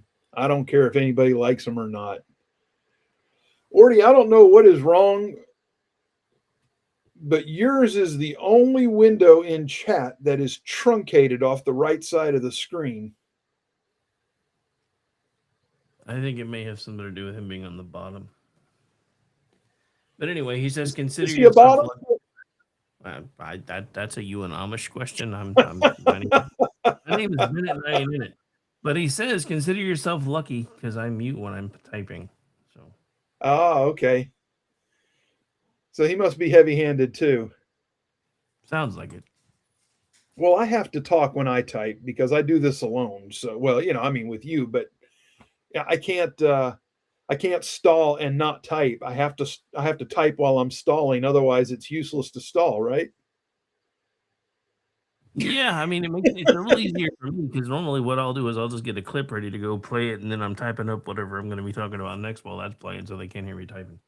So, exactly. It doesn't always work though. So, I mean, I get it. My day starts at 1 or 2, ends by 10, and that's pretty reasonable. I mean, you working third shift there, huh, Raptor? Then I remember those days. That's not fun. Yeah, I'm a little heavy-handed too, Ordy. Rick always rags me about hearing me type all the time. Anyway, it's all good. Hey, Rick, can they hear me on the other end typing?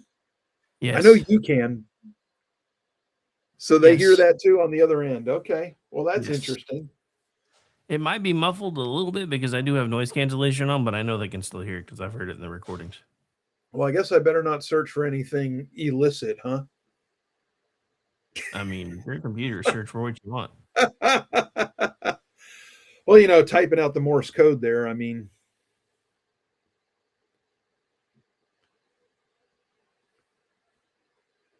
Oh, what?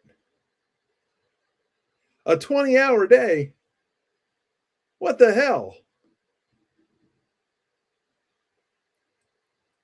You start That's at how 1 my to life 2 used to a.m. and be. end at 10 p.m.?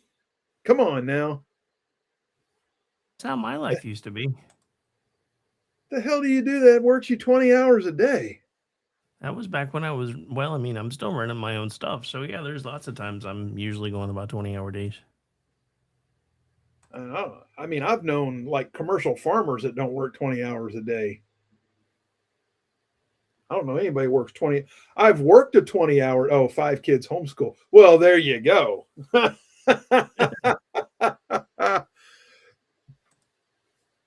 That will do it. Wowzers. Yeah. 8.5 hours. That's it. I wish I could say that, Al. I wish I could say that. Well, you could till you decided to become one of them. Them. I got my 2 new worker bees in. Nice. One of them's going to be just fine. The other one, he'll be just fine eventually, but he is a project.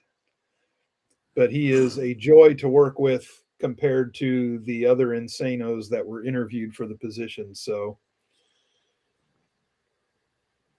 you know, yeah, exactly, Al. But at least now I'm getting a little money for it. So, but imagine, and I hope Ordy's still in the chat room. Ordy, can you just put a first in there if you're still here? Just because I know you'll appreciate this. Imagine going to an interview with a tech company and you are interviewing for an entry-level field technician position. And you sit in the interview room in front of the panel that is interviewing you, and you demand that you have server rights. I'm like, my dude, you're going to be the friggin' cable carrier and plier fetcher.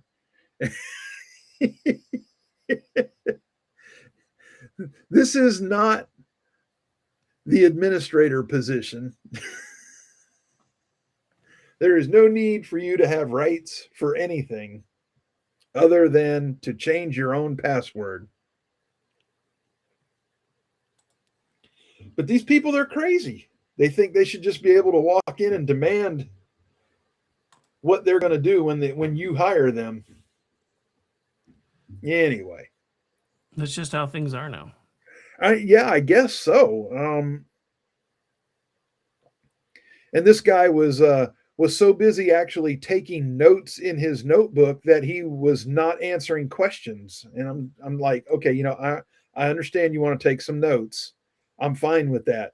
But to the point where you're not answering our questions because you're still writing? Yeah. No, I mean, something got to give. Something got to give. So anyway, two new worker bees in, and like I said, one is a gem. He knew he was overqualified for the position. He just wanted in the door. And I told him that as long as he was fine with that, we were fine to have him. And he was like, yeah, you know, he said, I'm already retired from one job and have a pension coming in, so I don't have to try to get rich here. So I'm like, cool, you're in.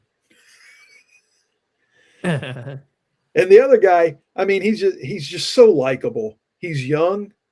He's malleable. He's going to be trainable. We're going to be able to make him into what we want him to be.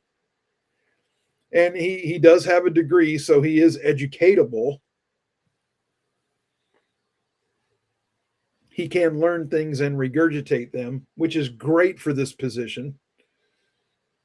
That's what I want him doing, is learning things and then regurgitating those things. So, yeah, it's all fun and games. And look at us, we're bouncing around. It's almost back around to the top of the hour. Hey, what's coming up next, Rick? Behind Enemy Lines with Gene and Ross, followed by myself and the Amish one doing Rick and Ordy. Behind Enemy Lines and Rick and Ordy. Good stuff. You should stay tuned. You might even learn something. Don't put that juju on me, Ricky Bobby. I said might. I qualified that. I said might. And in all honesty, I was kind of referring to Gene when I said they might learn something, because, you know, Gene will give some quality stuff. But okay then. How about that? You want to play the game? I can play the game. Well played, sir. Well played. Anyway, before we get there, the happy ending that I was telling you about earlier, there was a car wreck in Pensacola. A man went off the road, over a bridge, and into the water. And there were 2 Navy personnel walking. They actually didn't see the wreck, but they heard the wreck, turned and saw what happened, and sprung into action, dove in the water, got him out of the car, went back in the water to make sure nobody else was in the car because he was still a little groggy and couldn't answer him. Once they made sure the car was clear, they provided first aid and stayed with him until the ambulance arrived, and all was well in the end, except for the car, of course. But no human loss of life, limb, or anything like that, thanks to 2 alert United States sailors. And that makes them heroes in my book, and that makes a happy ending for this show. So, you know, hey, Night Raptor, Night Owl, Night Steven, Night Ordy, Night John Boy. Night John Boy, Night Mary Ellen. I don't know. What the hell? And good night to you. Hey, that's the show. If you like it, tell your friends. If your friends like it, you need new ones. But they and you are welcome here with me on Wednesday nights, except not next Wednesday. I'm going to be out next Wednesday. Sorry, Rick. Forgot to tell you that earlier. I will be out next Wednesday, but Wednesday nights right here on KLRNRadio, America's podcast network, and the only home of the Conservative Curmudgeon Show. I'm your host, The Grouch. Peace. Such a slacker. Slacker. Thanks, Ordy. Thanks, Al. See you guys later. Hit my music. It's already playing, sir. Oh, I can't hear it. Oh, there.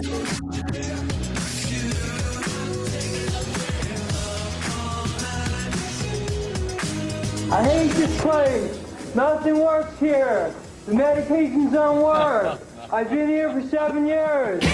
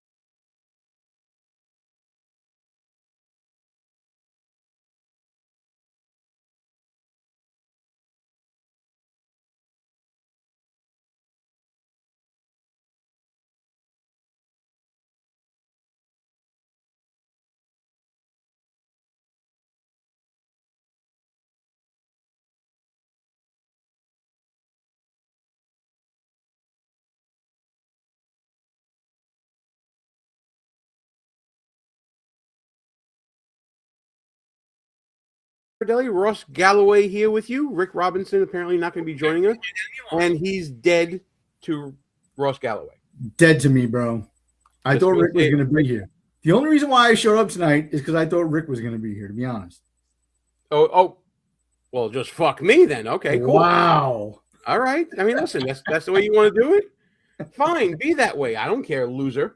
We got a pretty decent show lined up. We're going to be talking about the SAVE Act. We might talk about what happened in Illinois, where every squad-like Democrat that ran in the state of Illinois lost. We got a couple of different topics that we can go to right now. But before we get to all that, going to ask everybody to please subscribe to the channel. Hit that notification bell so you don't miss any other shows. And if you like what you see and hear in this or any other video that you might be seeing on the channel later on, smash the thumbs up button. Like, comment, share the show with your friends, all that good stuff. What are you breaking out? What is that? I was told tonight was a drinking night. You want to do 2 drink minimum radio? We can do that. That's from the old school days. We got in trouble for that once. Let's not do that again. True. Got Matt checking in, saying good evening. Hey, man, how you doing? Glad you're here with us on a day where we're going to be talking about how to save the SAVE Act. We got disgusting Democrats to the left of us and feckless Republicans to the right, pal. You had faith. I can't wait for this show to unfold because I just want to see if that faith was shaken at all over the last few days. Well, whether or not I have faith in the SAVE Act or not. Not the SAVE Act, but the Republicans. Yeah, that's the problem. Okay. That's the main problem, is having faith in freaking Republicans right now. That's what I'm concerned about. Folks, as you're walking in, we're seeing more and more people come in. Please hit that thumbs up button. Subscribe to the channel. That's going to signal other people that the show is on, the show is happening. And, of course, get in the chat with us. Trolls are welcome. You guys who disagree with us, and you do so vehemently, it's all good. So let's get into the topic right now. The Save America Act, which, by the way, for those of you who don't know what SAVE means the Safeguard American Voter Eligibility Act, is before the Senate. It was put to the floor by a vote of 51 to 49.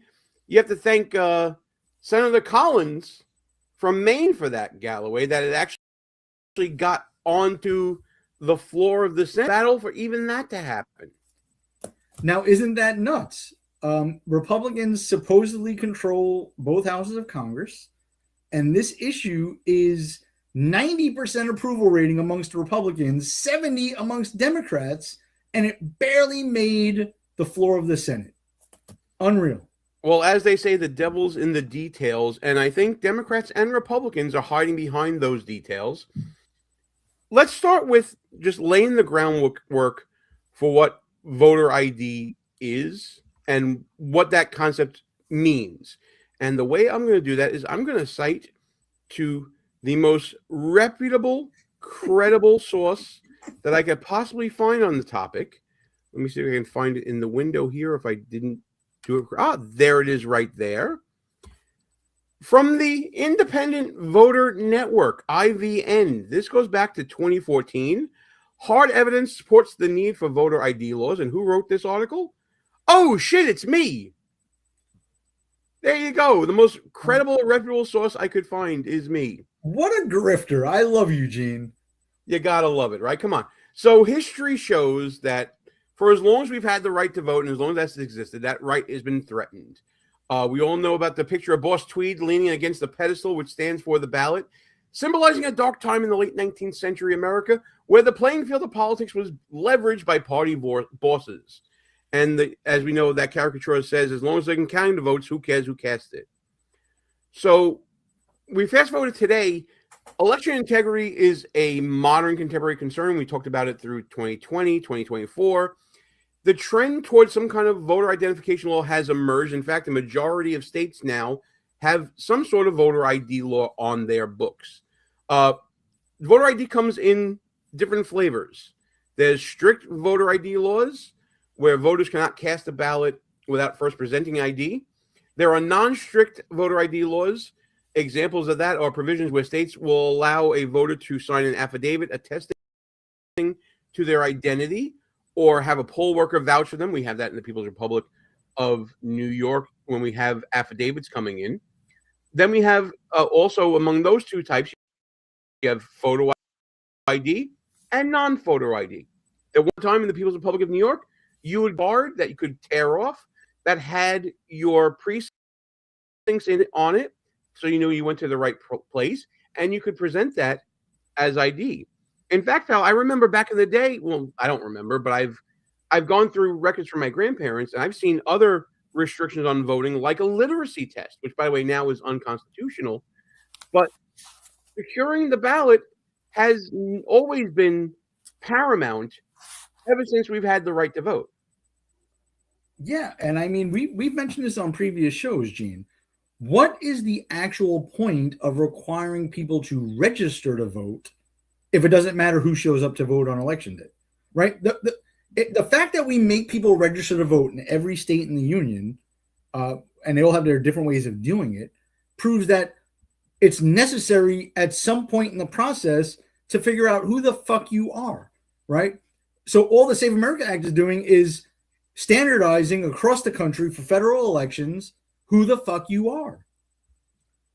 And to be clear, it's for federal elections, not even for state elections. States are in control of their own elections, and they can require you to have ID. Many states do. Excuse me. But while we're on the subject of voter ID and whether or not it's needed or not, you can go back into the day. There was an American University study that was actually chaired by Democrat former President Jimmy Carter and Republican former Secretary of State James Baker. And they both came up with the same conclusion in that report, saying that voter ID is necessary going forward. The Commission on Federal Election Reform, co-chaired by Carter and Baker, actually says this, quote, "The electoral system cannot inspire public confidence if no safeguards exist to deter or detect fraud or to confirm the identity of voters." Basically what Ross Galloway just said. Photo IDs currently are needed to board a plane, enter federal buildings, cash a check. Voting is equally important. Ross, how good does it make you feel to know that you are a late 70s, early 80s Democrat? I was born in the late 70s. And by the way, we've said this numerous times, Gene. The Democratic Party of that era is gone, right? This party currently is anti-ICE, defunding DHS while we're in a war with people that want to kill us on the homeland, while there are numerous terrorist attacks here, and they're against mutilating the Save America Act, right? Mutilating children, presenting voter ID to vote, proving your citizenship to vote, right? Like that Democratic Party of the 70s, 80s, and I would venture to say even 90s with Bill Clinton does not exist anymore. They're gone. But voters still agree with this thinking from back in the 90s and 10, 15 years ago, as evidenced by this polling done by CNN. Is the idea that someone shows a photo ID when they go to vote, when Correct. they go to cast their actual ballot, because there's a separate discussion right now about needing a passport or a birth certificate to register to vote, but the polling is all on voter ID showing an Correct. ID to vote. Showing a photo ID to vote. And the American people are with Nicki Minaj, because what are we talking about here? So take a look here. Favor voter ID to vote. Look, I got all this polling on the screen going back since 2018. You'll notice on all of it, it's all north of 75%, 76%, 76%, 76%, 81%, and then 83% in the last year of Americans agree with Nicki Minaj. They favor photo ID to be able to vote. What about by party? What's the party breakdown? Yeah, normally you might expect, hey, there'd be a big divide by party with Republicans really for it and Democrats really against it. But not really here. I mean, just take a look here. Favor photo ID to vote. You got 95% of Republicans, pretty much all of them, but even 71% of Democrats favor photo ID to vote. So again, Nicki Minaj posting that on X, and what you see is that the American people, actually, it's not really all that controversial. The American people are with Nicki Minaj, whether they are Republican or even if they are Democrats. We're talking about 7 in 10 Democrats agreeing with Nicki Minaj that you, in fact, should show a voter photo ID to vote. What's the racial breakdown? Okay, what's the racial breakdown on this, right? Because I think a lot of people make the argument that people of color, non-white Americans, have a harder time procuring a photo ID to vote. But even here, take a look here. Favor photo ID to vote. 85% of white people favor it. 82% of Latino. 76% of black Americans favor it. So the bottom line is this. Voter ID is not controversial in this country. A photo ID to vote is not controversial in this country. It is not controversial by party, and it is not controversial by race. The vast majority of Americans agree with Nicki Minaj that, in fact, you should have a photo ID to be able to vote. Which is crazy because it's having so much trouble getting through the Senate.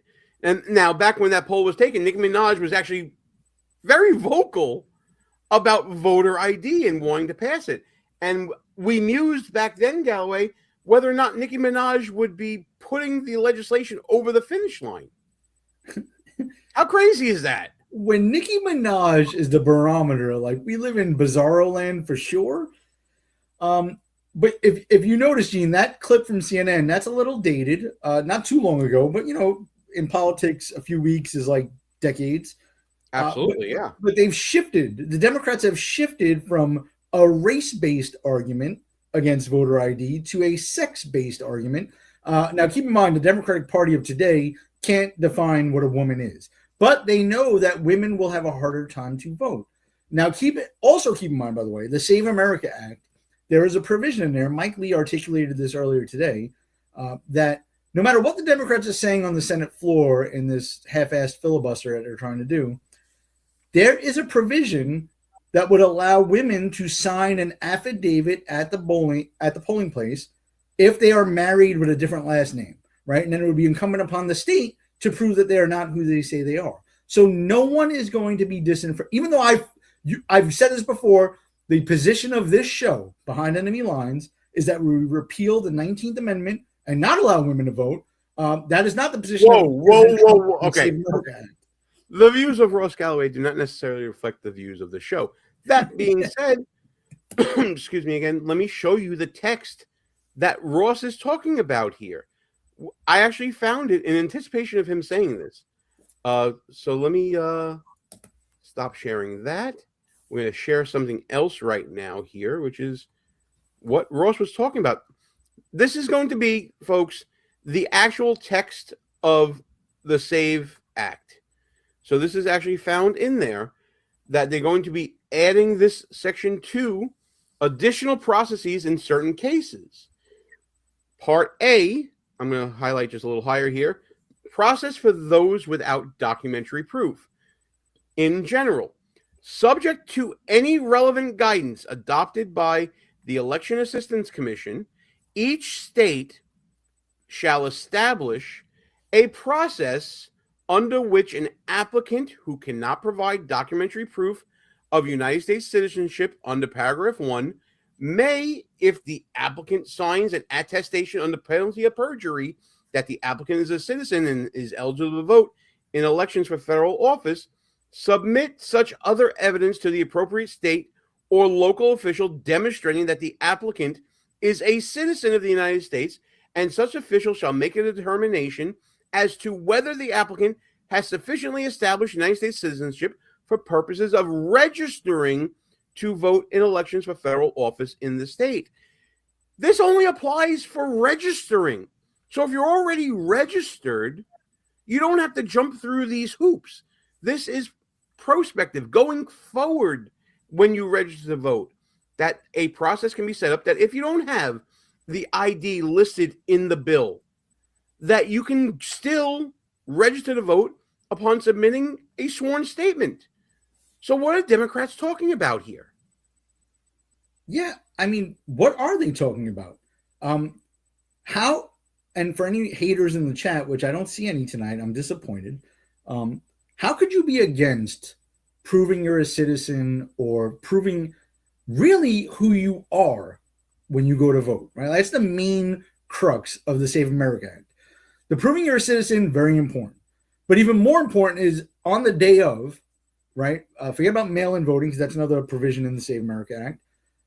When you go to the voting booth to prove who you are. Now, being from New York originally, thank God I escaped, you know, Gene, that on election day, you can literally walk into the poll site 25 times and just claim you are whoever you say you are, name off a name and an address, and you can vote for that person, right? I was tempted to do that a few times. I did not do it but I was tempted a few times because you could just go vote for people, including people who are dead, because they remain on the voter rolls in New York and other places forever, right? There's nothing stopping them. Now, you can make the argument, which the left does quite often, that it's so rare that it would never affect the outcome of an election. Okay, first of all, we know that's not true in local elections because we've seen it happen in real life, both you and I. And second of all, if it's so rare and would never affect an election, then who the fuck cares? Let's pass the law and give 90% of the fucking Republicans and 70 some odd percent of the Democrats, 80 something percent overall of the people what they fucking want and pass this bill. Well, I think you're going a little too far because Ross, it's Jim Crow 2.0, don't you know? Percent of the American people, including a majority of Democrats, support voter ID laws. Well, yeah, the voter ID laws that first, each state can have its own voter ID laws, and some do and some don't. But secondly, what they are proposing in this so-called SAVE Act is like Jim Crow 2.0. They make it so hard to get any kind of voter ID that more than 20 million legitimate people, mainly poorer people and people of color, will not be able to vote under this law. We will not let it pass in the Senate. We are fighting it tooth and nail. It's an outrageous proposal that is, that shows the sort of political bias of the MAGA right. They don't want poor people to vote. They don't want people of color to vote because they often don't vote for them. But wait, I thought that if you're unregistered to vote and you don't have the ID required to register, you can do an affidavit and you can attest to who you are, and then the states can go about their business to confirm it. How is that disenfranchising anyone? To me, it's just ridiculous. But what about the racist assumption there of that people of color would not have ID? Right? He's saying Republicans don't want people of color to vote. Think about this, Gene. If we pass something that said you have to show your ID to vote, right? And the Democrats are arguing that it would disenfranchise more people on their side than on our side, what are they saying about their own voters, right? They're the party of the people of color and women and people who are confused about their gender and people with fucking nose rings and green hair. Are you saying that those people can't get ID? Also, by the way, and I love when Chuck Schumer says this, the old Jew from New York, the old Jewish Democrat from New York, Jim Crow 2.0. Well, 2.0 implies there was a 1.0. So what was Jim Crow 1.0 and who implemented that? Oh, that was the fucking Democrats. The Democratic Party had Jim Crow laws to stop blacks. Are you listening, black people? The Democratic Party had Jim Crow 1.0 to stop blacks from voting. So when he says it's going to be Jim Crow 2.0, fucking do some research. He's talking about his own fucking party. Right. And that also included literacy tests back in the 40s in the People's Republic of New York that stopped people from voting. I want to go to some of the chats right now because chat's starting to pop off a little bit here. So going down, thanks for commenting, says that, I got to pull it back up. You have to have an ID that is only currently available in 5 states called an enhanced ID or real ID, I think is what it's called, or a passport. It is, according to going down, a monetary barrier. But we just went through that you can do it also with a combination of state-issued ID and birth certificate, other IDs and an attestation, and then the state gets to decide whether or not to put that person on the roll or not. So if you are from a state like New York or California, or if you're from Michigan or another state that seems to be so far against this, you can show up with this attestation and some additional forms of ID, and the state will probably let you on anyway. So I think we need to debunk that you need to have this real ID because as we just showed, and you know what? Let's show it again for everybody who was not here when we showed it. Section 2AI says that there's a process for those without documentary proof that is established by the state. You sign an attestation under penalty of perjury. that you are a U.S. citizen and eligible to vote in elections for federal office, and you submit other evidence to the appropriate state or local official demonstrating that you are a citizen, and then that official makes a determination as to whether or not you have sufficiently established citizenship for purposes of voting in federal elections. It's literally right there in this case, green and black, for everybody to see. The bill, the text of the bill is online for everybody to look at. You don't have to take my word for it. It's right there for you. Matt Lofton, well, go ahead.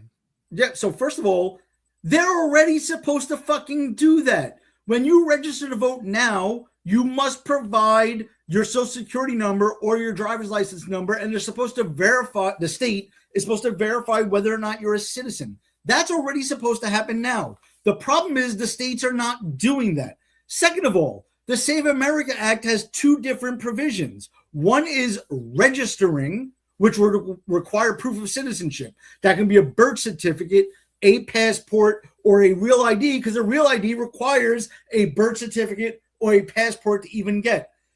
Once you get registered, because they know you're a citizen under the new law, then you can just show a regular ID proving you are, in fact, that person. A regular driver's license to go vote would be fine. One last thing, Gene. Who's stopping people from getting ID? It's not the federal government. The federal government, out of all those IDs we just talked about, only issues, which one? A passport, right? All of the rest of them are birth certificates, driver's licenses, real IDs. They can issue voter IDs if they verify you're a citizen. If you want to complain this is a poll tax, that's your own fucking state doing that. Right. And as I'm going through the list of IDs, because people are saying that it's not a real ID, I'll just direct everybody's attention. I'm going to pull this up on the screen. It's under the section called Documentary Proof of United States Citizenship. And oh, wouldn't you know it, Real ID is on the list. I have to share the screen again here. Just give me one moment. Well, would you look at that? A form of identification issued consistent with the requirements of the Real ID Act of 2005. And that ID has to indicate that the applicant is a citizen of the United States. You know who controls what ID you create? The state. So a real ID that has the citizenship of that person on there, or if you have that real ID, you can also do it with a combination of a certified birth certificate, as subsection 5 says, that you have a valid government issued identification card and present a certified birth certificate, for example, then you're fine. What is the problem here? I ask again.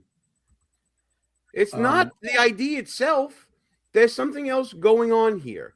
And what's going on here is a couple of different front war. Go ahead, Galloway. Well, birth certificates are a touchy subject for our Democratic friends. Barack Obama never really had a legitimate birth certificate. And to be president, you not only need to be a citizen, you need to be a natural born citizen, born on American soil or born to, parents in the military overseas. There's some other, little leeway there. So I know it's a touchy subject for them. I heard a Democrat today, and for the life of me, I don't remember his name, but he said something as dumb as, I don't even know where my birth certificate is. You don't? Well, then what are you doing in the fucking Senate, dude? Like, I went to go buy a gun, and I had to prove who I was down to my birth certificate, where I live, my last 3 fucking electric bills, right? And that's to exercise my Second Amendment. To vote, you damn sure have to prove, 1, you're a citizen, eligible to vote, and 2, who the fuck you are. Hey, pal, do you remember when you first got your driver's license many years ago? Very long. Do you remember? Yes. Do you remember 6 points of identification? Yes, it was 6 points of identification just to get a non-driver ID or a learner permit or a driver's license way back in the day. And that was in New York, by the way. Yeah, in the People's Republic of New York City. How did we ever survive? How do illegal immigrants in New York get commercial driver's licenses with no first name given when they require 6 points of identification? How is that possible, Gene? Good question. I don't know how did we ever survive in the time before the information age and the internet and all this other nonsense. And by the way, Gene, which party controls any locality in this country? Which party controls any locality in this country that has advocated for non-citizens to be able to vote in local elections? That would be democratically controlled urban areas mostly. Correct. So why in the world would we trust them with federal elections when that is their stated purpose already at the local level? So now going down says, but it's discriminatory towards women.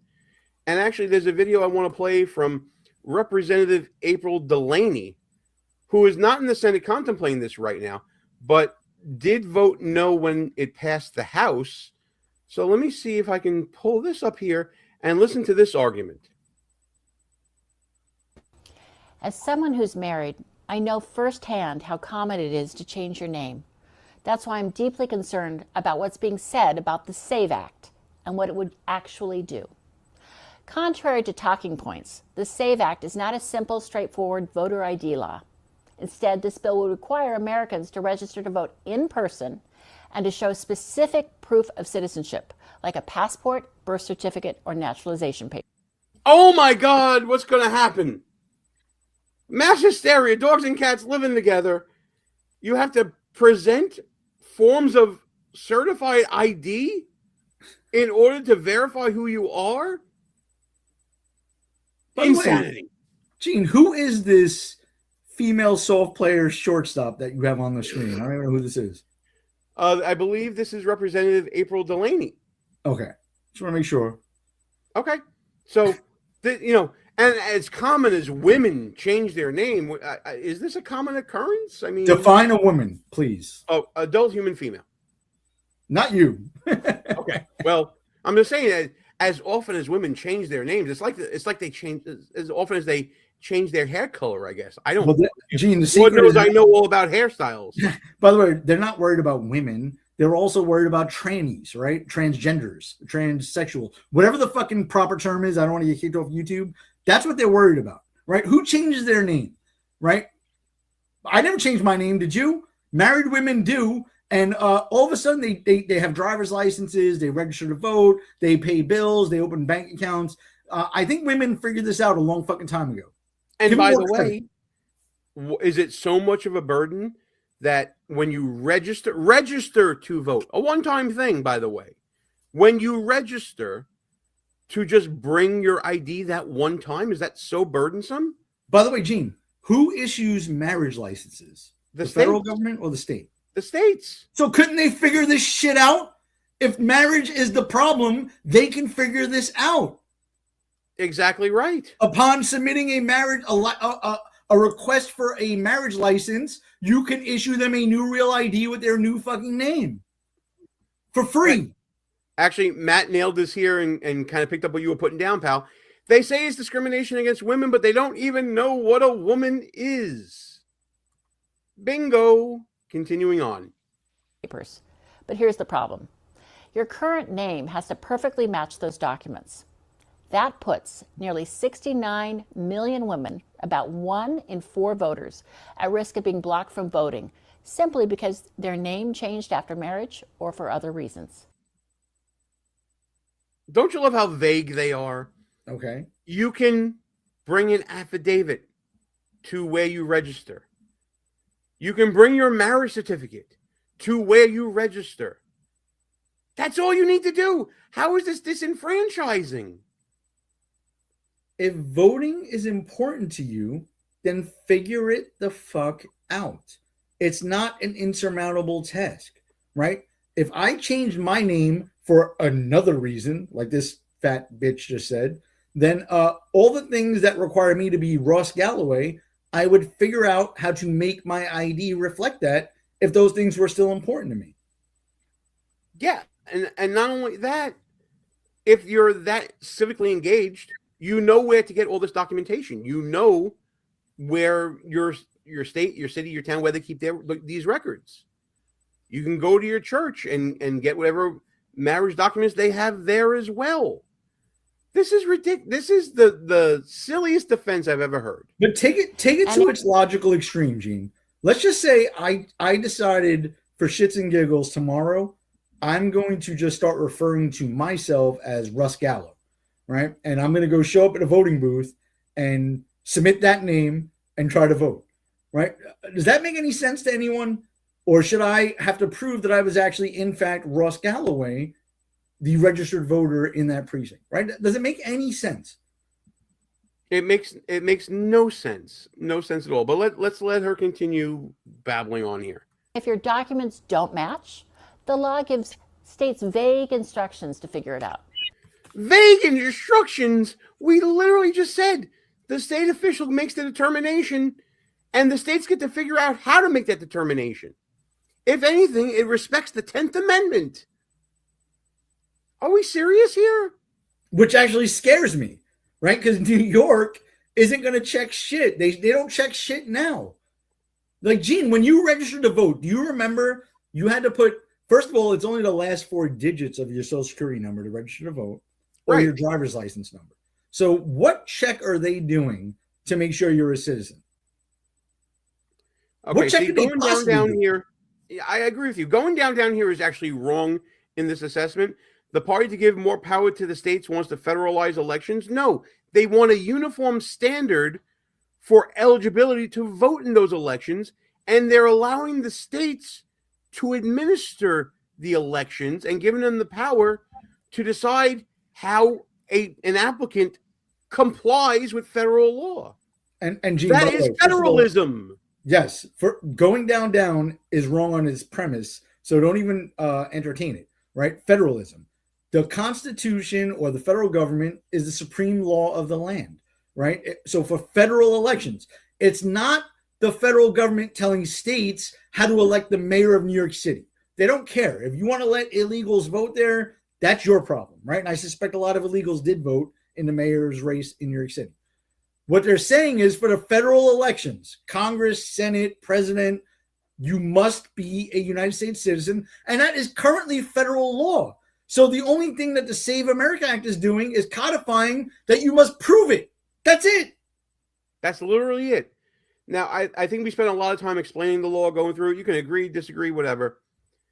We know Democrats are against it for various reasons. It's the soft bigotry of low expectations when it comes to women, when it comes to minorities. Also, they think that it's Doge again coming back at us, or as Chuck Schumer likes to call it, Moj. Is handing the voter rolls over to DHS, putting them through an algorithm designed by Moj and Musk. Moj. That supposedly knocks out illegal immigrants from voting.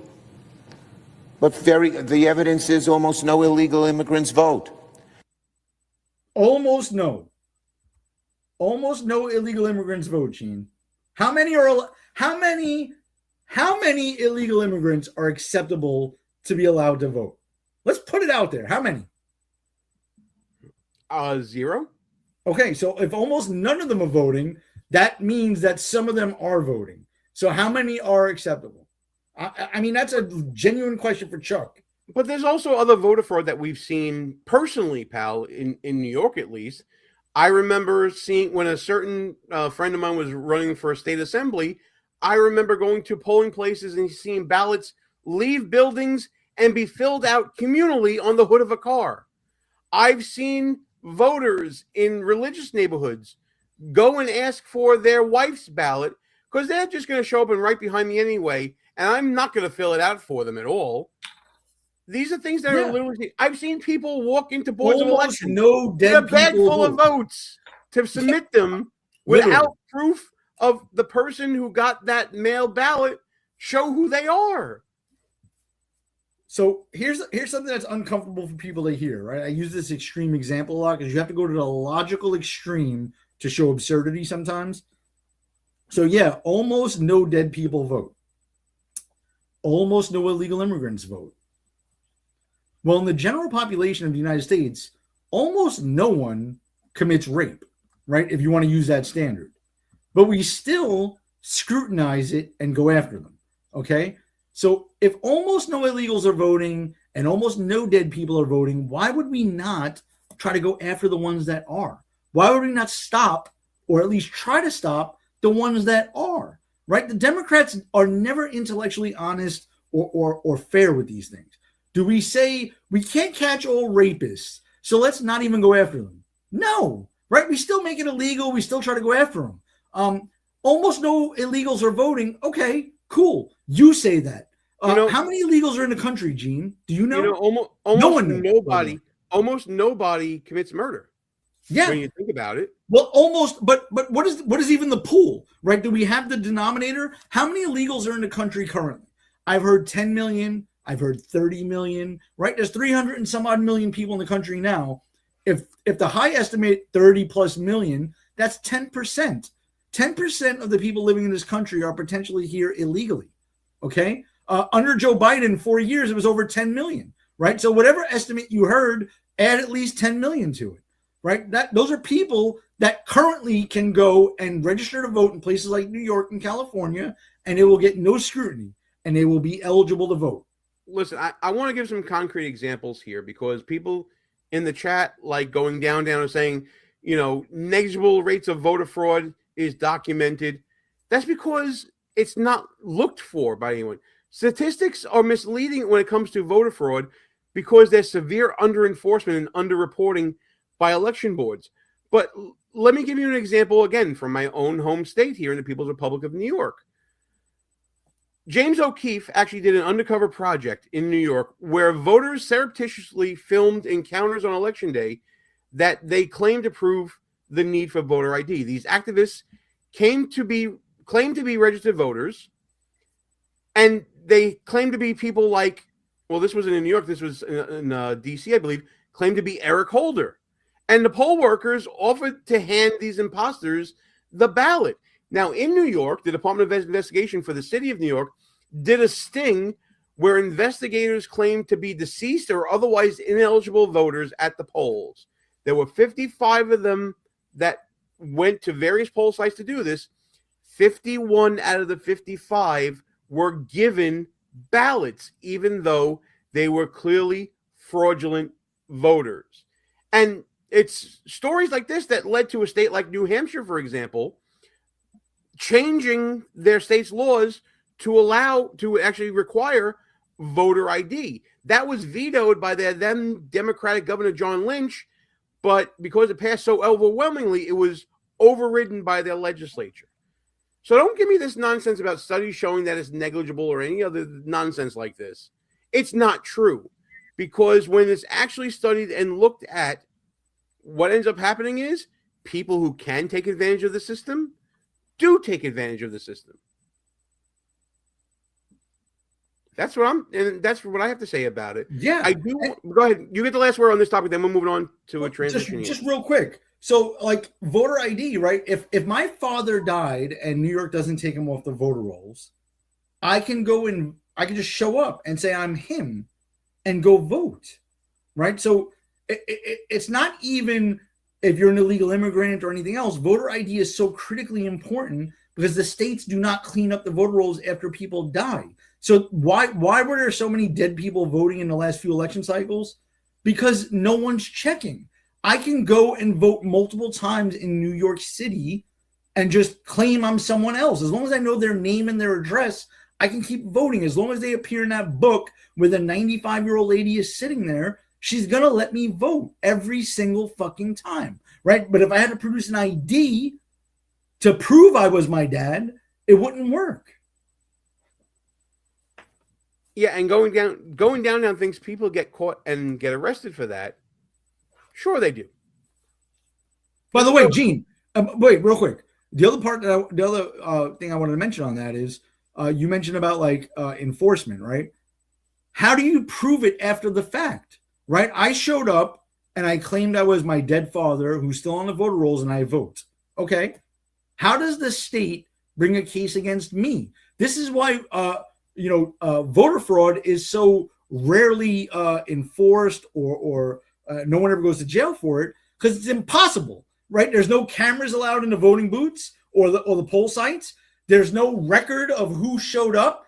I didn't have to show an ID. I didn't have to do anything but say a name, and they handed me a ballot. So it's impossible to figure out who's voting and if they're lying currently. Yeah, and by the way, if this is laughable to me. Spoken by someone who doesn't know a thing about how elections are administered. If you think that school gyms and school cafeterias and places like that have cameras, if you think that your local YMCA has cameras in the room to check to see if you're voting or not, you're bugging. It's just not true. One last thing, Gene. Don't jump off yet. And I'll end it here. For those of you who believe that showing an ID to exercise your constitutional right to vote is somehow unconstitutional, then I challenge you to be intellectually honest and consistent, and then say, if you go to buy a gun anywhere in this country, you should not have to show an ID, right? There should be no ID requirements to buy a gun, period. If that's your stance. And go another step further and say, you know what? That requirement to show your vaccination card when you were out in public, just living your life. Go there. I will burn this whole house. That's probably unconstitutional too. Quite possible. So now, this is the part of the show where I need to bash Republicans, because Republicans are not doing, and specifically John Thune, are not doing what they have to do to get this over the finish line, to get the SAVE Act over the finish line. Listen to this interview he gave today as we are recording this show on Fox News. Says he's got to get them and that you have to be a leader. And in the second one, he says he hopes that it will happen. Is the president, do you think he's coming around to a point where he thinks that this may not actually pass the Senate? Well, I think what obviously he wants to see it pass, and we all do, Martha. The question is, are the votes there? And we won't know that until we get to a final vote. But it's going to assume that there are some Democrats who will vote with us. And it's possible that they will be persuaded over the course of the debate. It's a very indefensible position, in my view, to say that non-citizens ought to be able to vote in American elections. But that seems to be the position that they've adopted at the moment. But we've got an opportunity over the course of the next few days and perhaps into next week to litigate the issue, to have the debate on the floor, and to put Democrats on defense and on the record on whether or not they think it ought to be just American citizens who vote in American elections. This is a very straightforward issue, and we intend to make sure that the choice is clear. I know a lot of this is very complicated in terms of terminating the discussion of the vote and how it all works in terms of the Senate rules. But for just Americans who are watching this right now and they say to themselves, wait, aren't there 53 senators? Why can't they pass this if there's so much unanimous support? We see 84% of independent voters are on board with this. What would you say to people watching this process who want to know why the Senate has a majority of Republicans and they can't pass it? Right. Well, that's obviously, that would be the rules of the Senate, which means it requires 60. That's the supermajority requirement that we have in the Senate to pass most consequential legislation.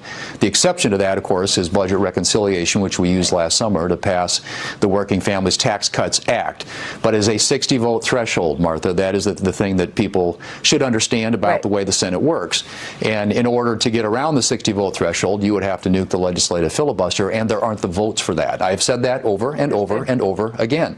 And so it's a math issue. It isn't whether. It's not a math issue. It's a bullshit issue. It's the filibuster, and I've come around to Ross Galloway's position on this. Thank you, Gene. I was waiting for this.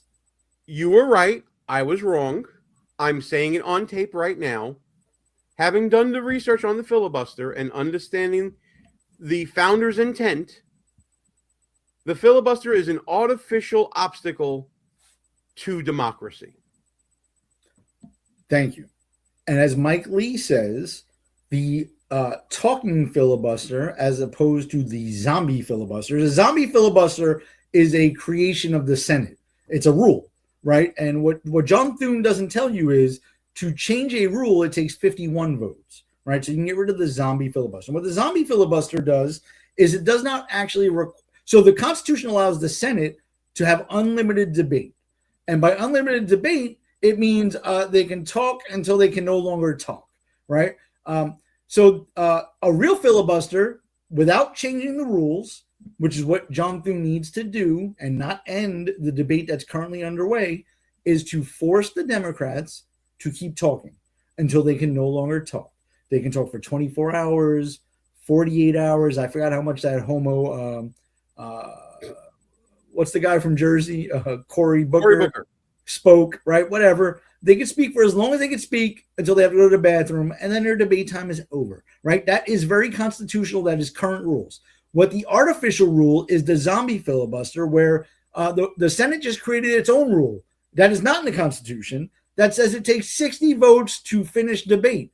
Nowhere will you find that in the United States Constitution. The Senate created that out of whole cloth. The original intent was for senators to speak for as long as they could physically do it. They can talk for as long as possible, propose as many amendments as possible. Who cares? And then take a vote when the speaking is done. And that's all that not only the Republicans, by the way, that is all that the people of the United States is asking for right now. Let the Senate debate the bill, get everybody on record where they stand, and then hold a constitutional vote, which takes 51 votes or a majority of the Senate to pass. Absolutely. Now, here's the thing. A reporter earlier today, as we are recording this video, actually asked Thune about the filibuster.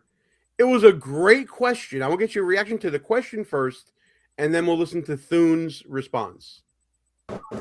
Why is the filibuster more important than stopping illegals from voting? That's a great question, Gene. I can't wait. I did not see this clip. I can't wait to hear Thune's answer. First of all, I'll ask, before you play the rest of this, I'll ask a hypothetical question. Is this artificial rule in the Senate, the filibuster rule that requires 60 votes to end debate, more important than the Constitution itself, right? Forget about illegals voting. Think of every time we've had an election where we've given a party a majority in the House and Senate and in the White House, and we could not pass legislation. We gave them a mandate, but they could not pass legislation because of a fake unconstitutional rule that the Senate itself created, right? Is that more important than the Constitution? But I can't wait to hear his answer. Why is the filibuster more important than stopping illegals from voting?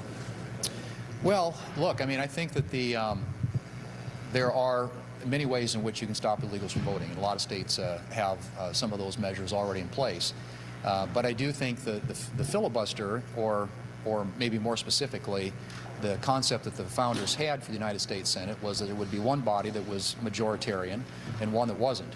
And so they divided power in a way that enabled the United States Senate, in which we have 6-year terms, staggered terms, more of a methodical way about going about solving the country's problems, and generally in ways that ensure that there are bipartisan majorities in which to accomplish that.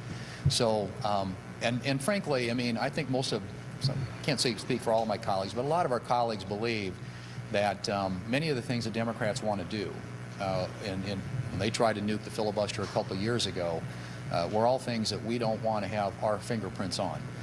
Whether that's adding D.C. and Puerto Rico as states or expanding the Supreme Court. You can go right down the laundry list of nationalizing elections. You can go right down the laundry list of things that I think there are a lot of myself and my colleagues have grave concerns about if the Democrats ever had that power handed to them. I'm looking at your reaction right now. I want it. Give it to me. Gene, first of all, to change a rule in the Senate, the majority party is the only one that can change it. So when the Democrats get power, if they ever control the White House, the House, and the Senate, they will nuke the filibuster to allow D.C., Puerto Rico, and pack the Supreme Court. They will. The minority party has no say whether or not to change that rule. Second of all, hang on one second, because I feel this coming on. I got something for you to read right here. Let's just be copper. What's Second of all, and even more important, Gene, he said that the founders intended for one house to be majority rule and the other house to not be majoritarian?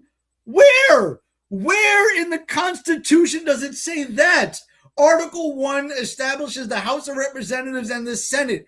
Nowhere in Article 1 does it say anything about a 60-vote threshold in the United States Senate. It is a strict majority, a simple majority to pass any legislation in both houses of Congress. John Thune is incompetent, and he should not be not only the leader of the Republican Party in the Senate, he should not even be in the United States fucking Senate. He has no idea what the Constitution says.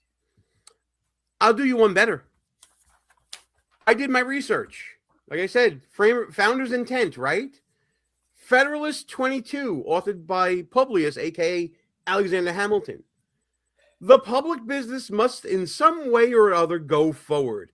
If a pertinacious minority can control the opinion of a majority respecting the best mode of conducting it, the majority, in order that something may be done, must conform to the views of the minority, and thus the sense of the smaller number will overrule that of the greater and give a tone to the national proceedings.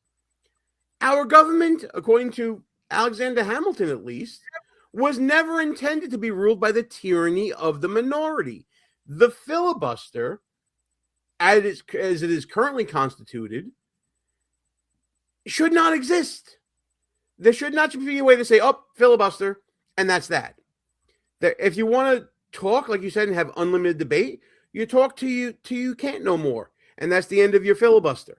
But then the work of the majority gets done. Bottom line. Thune and his colleagues are absolutely off base, and your point is very well taken, pal, in that the Democrats have shown no compunction whatsoever to restrain themselves if the opportunity arises. So why are Republicans once again playing with a rule book that the other side does not play with? Yes. And if you wanted to go to the founders or framers' intent, the original, before it was amended, the senators were not popularly elected. They were appointed by the state legislatures of the states, right? So one house was popularly elected, the House of Representatives, and the other house, the Senate, was appointed by their states. Nowhere did it ever say that a majority didn't rule, right? That was it. If the majority of states who appointed those senators wanted something done, it would get done. If the House of Representatives, who were popularly elected, also wanted it done, and the president would sign it. That is literally the process in Article 1 of the Constitution. If anyone doesn't believe me, go fucking Google it. The whole Constitution, if you printed it out in PDF format, is like 10 pages long, right? Read it and understand it. It's not a hard read. Pretty much. But this is the game that Thune's playing. Oh, it's not my fault. It's the rules of the Senate that are preventing me from bringing this legislation that a majority of senators would vote for across the finish line. It's completely ridiculous. And that's why I kind of agree with OWIS 9212.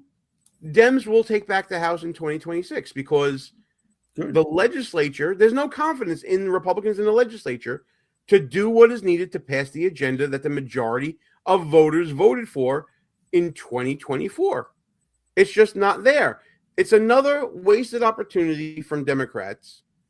And how many more of these will actual good faith Republicans in the electorate stand for anymore? They just won't show up to vote. Exactly. If the weather is kind of cold this November, why am I going out to vote? Why? Right? What do I get by casting a vote for a Republican? I just don't even see the point anymore, right? And I'm being a little bit facetious. Obviously, if Democrats control everything, my memory's not that short. I do remember under Joe Biden how horrible life was in this country, right? So living under Republican incompetent rule is slightly better than living under Democrat corrupt, incompetent, and evil rule, right? So I get that argument. But at the end of the day, you can't tell us we have to elect you and have to have majorities in the House and Senate, and then you can't pass any legislation and you won't change a rule that you yourself created to actually pass the mandate that the American people gave you. I just don't get it. I don't get it either. I think we'll leave the conversation there. I did want to talk about one other thing, because you did bring up elections and people talking about Democrats will take back the House coming up in 2026. Did you pay attention at all to the election results that occurred in Illinois last night, pal? No, truth be told, Gene texted me that the squad took a beating, and I did not know what you were referencing. So I'm just as excited to see this as the people on the line here. Well, I'm not familiar with who was running on the Democratic side for various races for federal office in Illinois. But according to Angela Vanderplume here on this post on X, every squad-like far-left Democrat candidate lost in Illinois. Is this a tide turning? I don't know. One name I did recognize is the first one you see on this list here, Kat Abu-Ghazaleh, who I can't listen. Beradelli is a hard name to pronounce, but man, is that one even harder. She was someone, you may remember this, pal. I'm going to play this one clip to see if you remember who this woman is. She ended up running for Congress in a primary. And let me see if I can find the right clip here. I believe this one is it here. Take a look.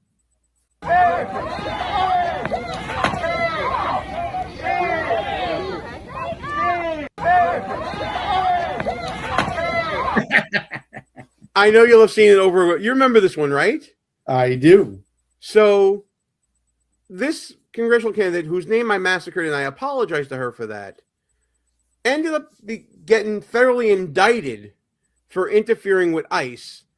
And she kind of parlayed that into her claim to fame for running for Congress in Illinois.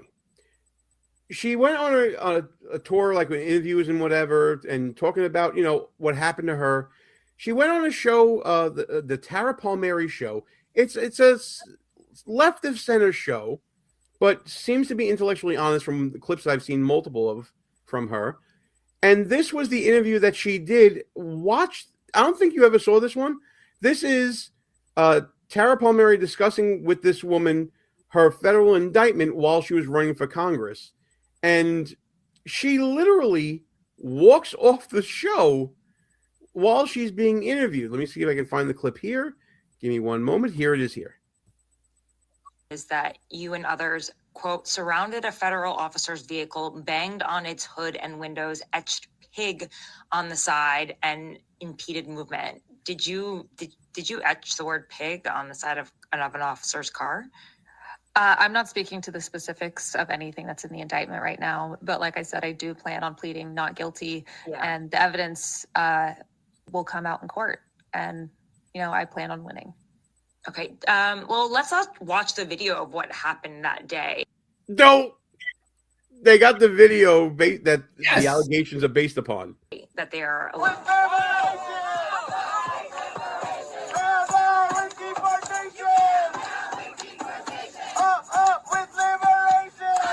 Hey, look, there she is right there, obstructing an ICE vehicle. Huh. Kind of seems open and shut to me, doesn't it?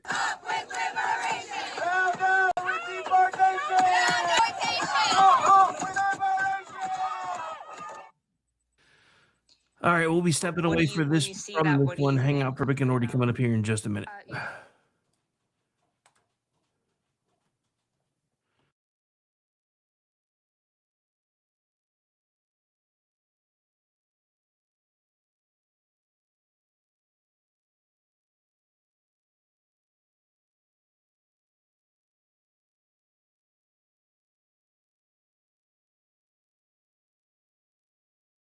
Hello, friends. Do you have a moment so that we may discuss our Lord and Savior Minarchy? No, seriously, I'm just kidding. Hi, my name's Rick Robinson. I am the general manager of KLRNRadio.com. We are probably the largest independent podcast network that you've never heard of. We have a little bit of everything, and by that, what I mean to tell you is we have news, pop culture, special events, conspiratainment, true crime, mental health shows, drama productions, and pretty much everything in between. So if you're looking for a new podcast home to grab a little bit of everything that you love all in one place, come check us out. You can find us on X under @KLRNRadio. You can find us on our Rumble and our YouTube channels under the same names. You can also find us at KLRNRadio.com and pretty much every podcast catcher known to man. So again, feel free to come check us out anytime you like at KLRNRadio. Celebrity designer Jeff Lewis is back with Hollywood House Lift. I'm excited to be working with new clients. I'm not getting rid of that. I hope I never see you both again. An all-new season. Those have to go. That has to go. From oh, wow, It's been an actual nightmare. to oh, wow. Great. With celebrities like Josh Duhamel, Christina Ricci, and Gina Rodriguez. Dazzle me, Jeff. It looks like Chuck E. Cheese. Stream an all-new season of Hollywood House Lift with Jeff streaming on Freevee.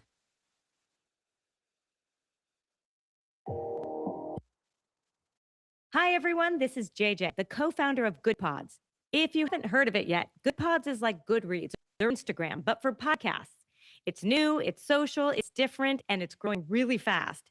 There are more than 2 million podcasts, and we know that it's impossible to figure out what to listen to.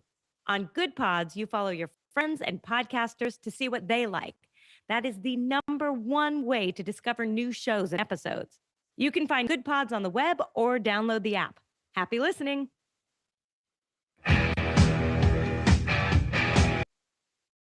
KLRN Radio has advertising rates available. We have rates to fit almost any budget. Contact us at advertising@klrnradio.com.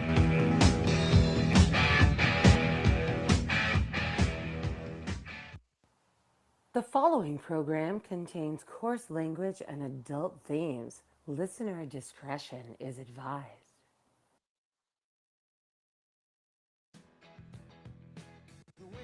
Always do. How was I to know she was with the Russians too?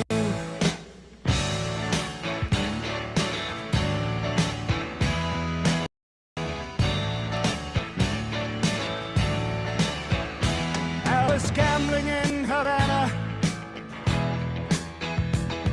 I took a little risk.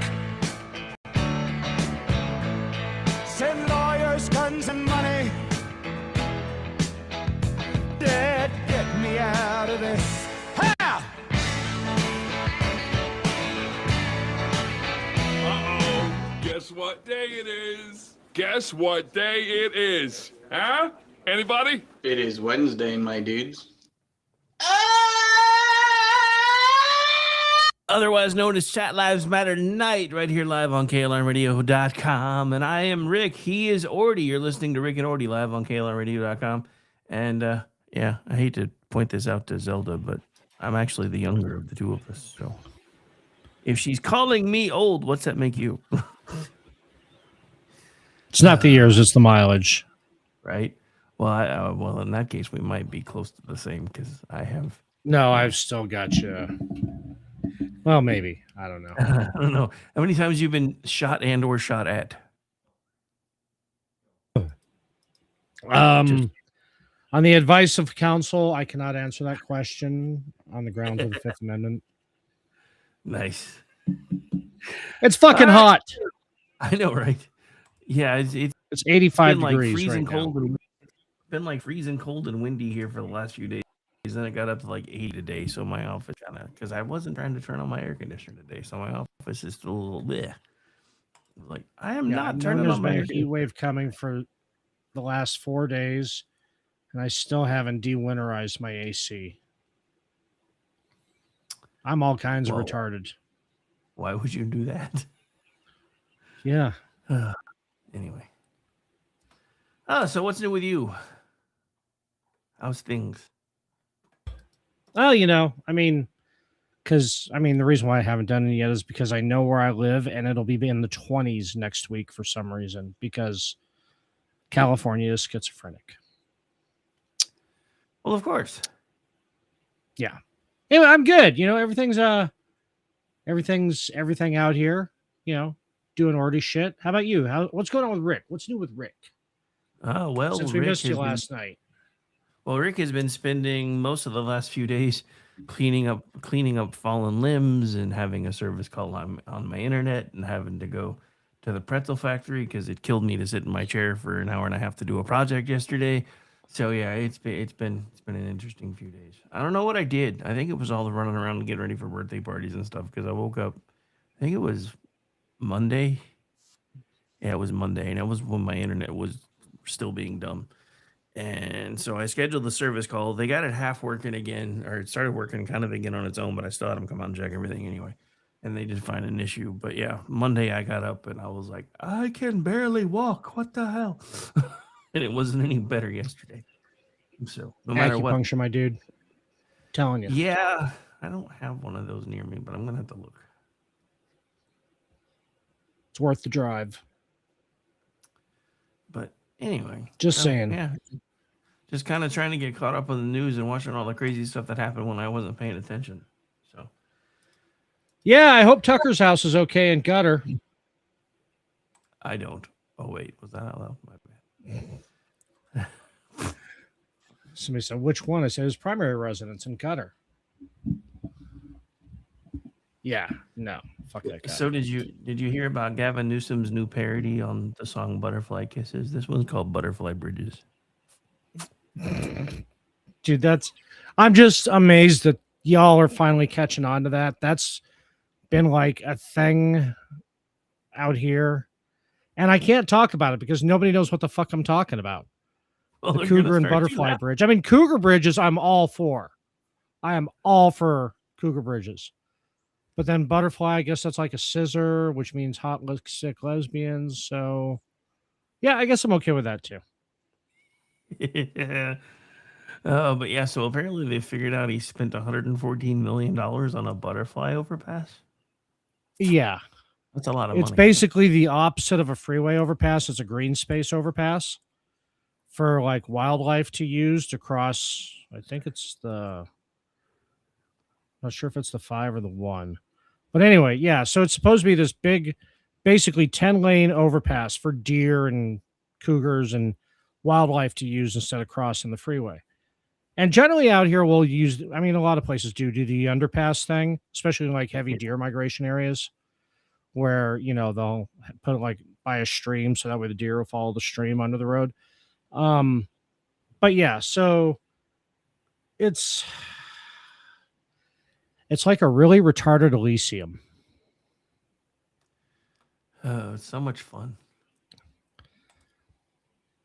And keep an eye on it. If you think the Minnesota child care fraud was bad, it's just starting to percolate up, and that's why Gavin's little guy Izzy was trying to get ahead of it. But hospice care and yeah, that's going to be California's thing. They found 197 agencies registered to one address in Van Nuys. Yeah, I was reading a story about that the other day. They were like finding like 10 or 15 hospice care, so-called, administrative facilities in the same building. Mm-hmm. No, the one building in Van Nuys had almost 200 in it. And it wasn't it's like a dilapidated house. Not even a Leering center.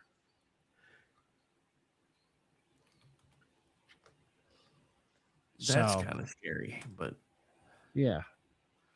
Yeah, so I mean, like I said, if you think Minnesota was bad, this is blowing up. And that's why Izzy's been talking about it for like 4 days of how far Newsom has come to crack down on it. And Medicaid fraud, that's a federal thing.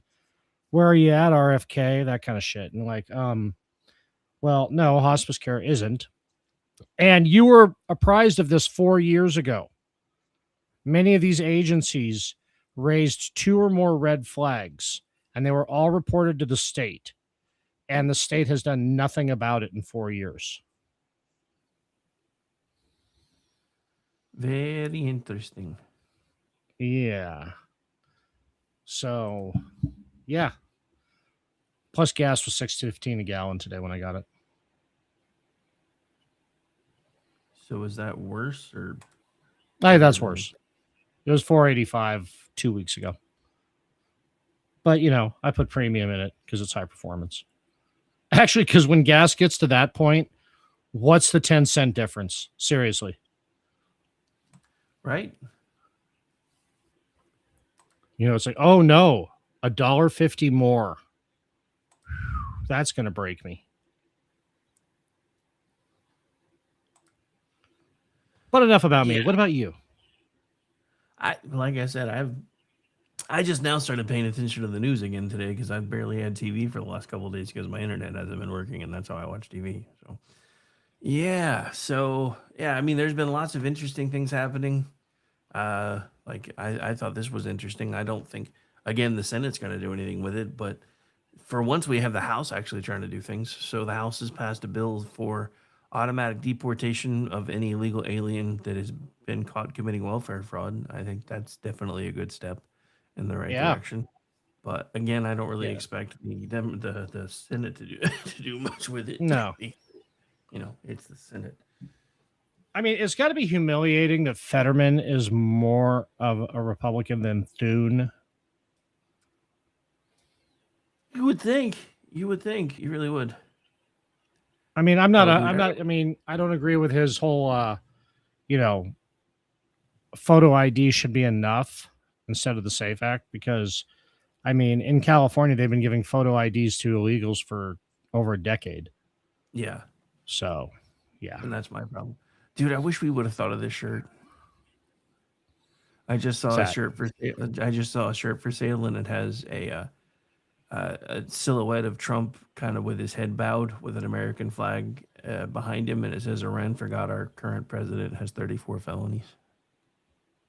Nice. Really wish I would have thought to make that shirt. Oh, it's a violation of international law? Well, you know what? We'll just stack that on the pile. How about that? I got 34 felonies. Well, I mean, and again, this isn't me trying to sound like a dick or nothing, but everybody seems to forget that we're pretty much the only ones who actually try to enforce international law 99.9% of the time.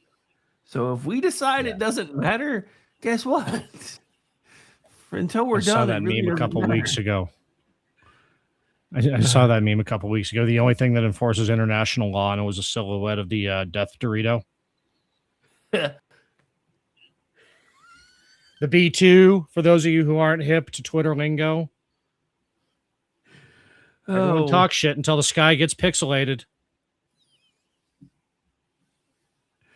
Everyone talks shit until your favorite snack chip is raining death upon you. Right? Oh, man. So, yeah. So I figured out that 2,500 Marines being deployed to Iran. I keep wanting to say Iraq. That's 20 years of programming. It's a pocket carrier group. One of them was actually, I was watching this thing. I think it was it wasn't Max Afterburn, but it was one of the channels like that on YouTube, where like everybody hated this ship because it was a Marine Expeditionary Unit ship, the kind that launches the the hovercraft and shit out of the back of it and the landing craft, but they took the well deck out and they made it an additional aircraft storage for F-35s. And so now it's like, oh my God, this is the best ship ever just for this reason, because it can get really into the Straits of Rubio and do air support for tankers coming through. So, but anyway, the 2,500 Marines are attached to that unit too, and they're high speed from Japan right now. And they just trained for this very thing with Taiwan and Japan. So, weird that, right? So yeah, interesting. I do. So the the Straits of Rubio, was that a slip, or is that what you're calling it these days? No, that's what I'm calling it. Okay. Because the guy needs some credit. Trump posted on Truth Social the other day the Strait of America instead of the Strait of Hormuz. So I'm calling it the Strait of Rubio because dude we've got the Gulf of America. Throw Rubio something. I mean, he's president of Cuba, emperor of Greenland, and protector of Mexico. Yeah. So. No, I was like, wait, that must be something I missed because I haven't heard you call it that before. That's pretty cool. Yeah, I just came up with that the other day. I'm sticking with it. Yeah. Yeah, I just love the fact that Iran is like, yeah, we're gonna close that bitch, and I'm like, dude, half the waters belong to another country. What exactly is it you think you're gonna do? Yeah. I mean, yeah. I mean, we sunk a sub with a surface to air missile with a HIMARS. So, I mean, right now we're just doing trick shots. It's like, let's see if we can do this. We haven't tried this before. Oh, it actually worked. Oh, but. And there was video we're using lasers too. Oh yeah, yeah. Everybody thought we were only using lasers as designators, but yeah, there's an actual functional laser. It's kind of scary. Yeah, they got 3 different kinds over there right now. One of them will cook a drone or a missile. One of them just blinds it. And then there was a third one. I can't remember what it does. But yeah, so y'all in 2025, we're in 2555. Right. So speaking of places you didn't really ever think you would find fraud, or at least this much fraud, did you hear about the doctor in Anchorage? No, lay it on me. Yeah, so he got sentenced to 6.5 years in prison for committing $12.5 million in healthcare fraud. Yikes. How do you pull that off? I don't know. I mean, at one point, I'm like, I wish somebody would teach me this stuff, but then I realized they all eventually get caught, and then I'd probably just be crying and trying not to go to jail. So be like, I put some of these people in here. You can't put me in here with them. Well, you're screwed up now, boy. So I guess it don't matter. But yeah, no. But yeah, it's funny because this stuff is popping up all over. It's like once everybody started talking about fucking Minneapolis and Minnesota, everybody, it's like it's all coming out. Like in Anchorage. Are there even 12.5 million people in Alaska? No, I don't think so. I don't think there's 12.5 people in Alaska. I don't think there's 12.5 million at least.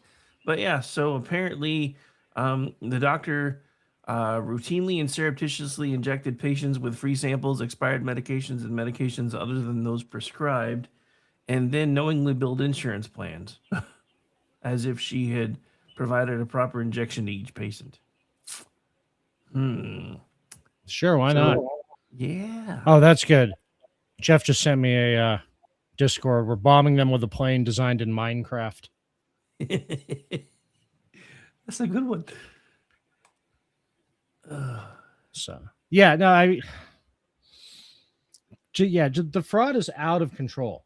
And you know what? Here's the thing. It's not that it's always been out of control. Just it's getting exposed now.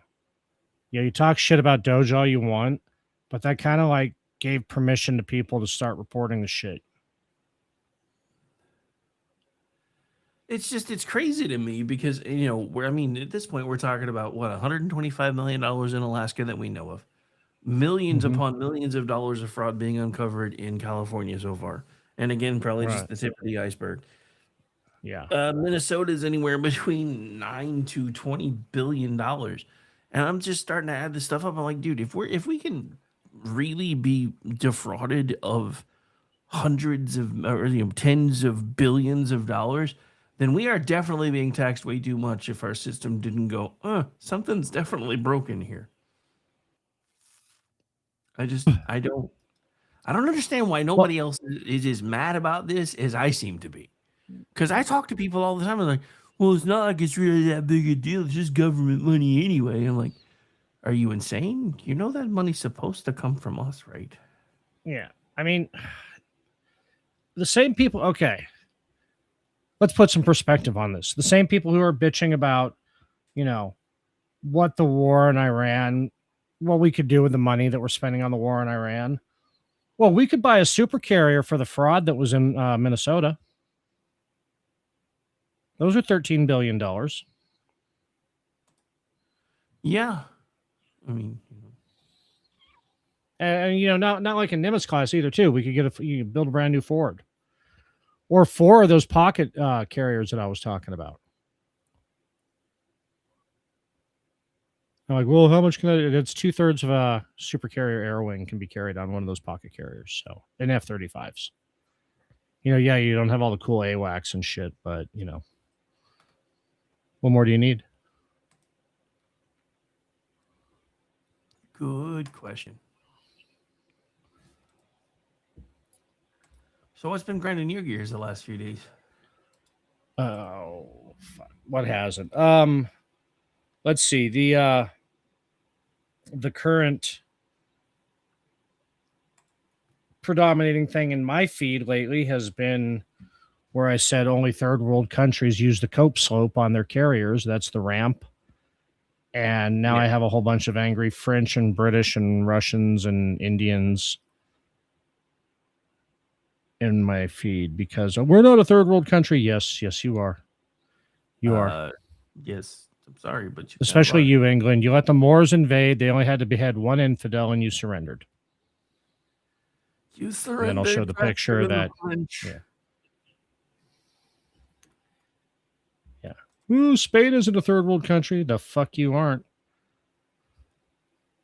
England can't even get its carrier over to Iran because it needs an escort. And since France said that they're not going to be sending any ships over there, and Britain was kind of hoping on France to escort them. I mean, that gives you the absolute state that NATO is in right now. The entirety of the flagship of the British Navy, the escort unit for it is all being refitted simultaneously. So I think Miss Spammy Burger might have overcalculated and started trying to do things way too early because none of this makes any sense to me because from a logical perspective, she and the commie in New York City should have acted normal until after the midterms, and they didn't.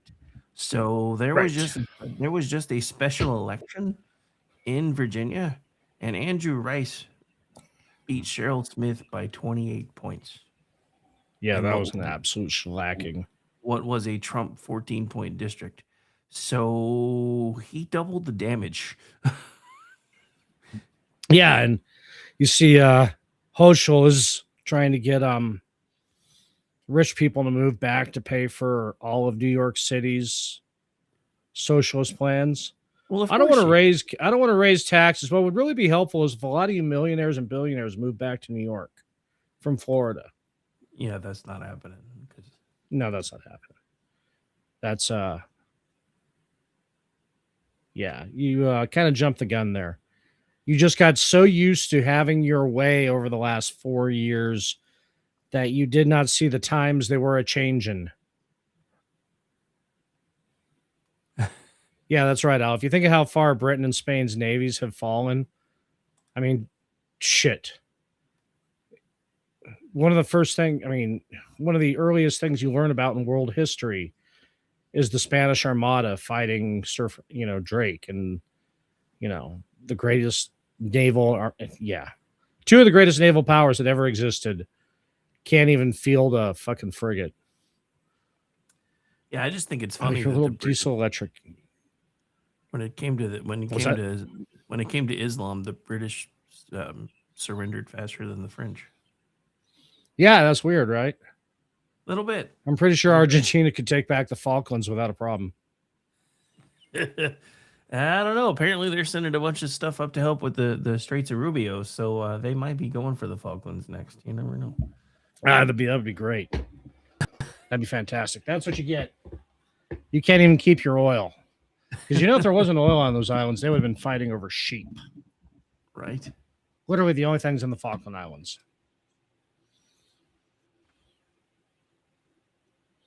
There, I said it. Somebody has to say it. Probably better that it's you, though.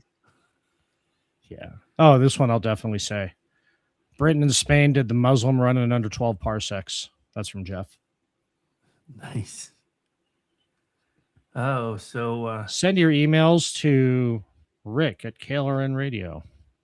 Oh no, he has his own email. You can send those to him. Okay, well, yeah. So this is interesting. This was apparently looks like a podcast of some sort from the Middle East. And I quote from the clip: "There are not enough Muslims in America right now that demand full Sharia law and replace its secular system. We need to gain political power and implement it little by little." So, yeah. That's only because we haven't played Cowboys and Muslims yet. We need to start. Yeah. Yes, I'm sorry. You know what? Islam is just not compatible with Western culture.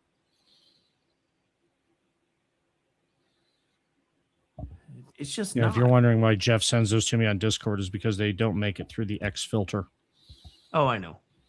He's told me before.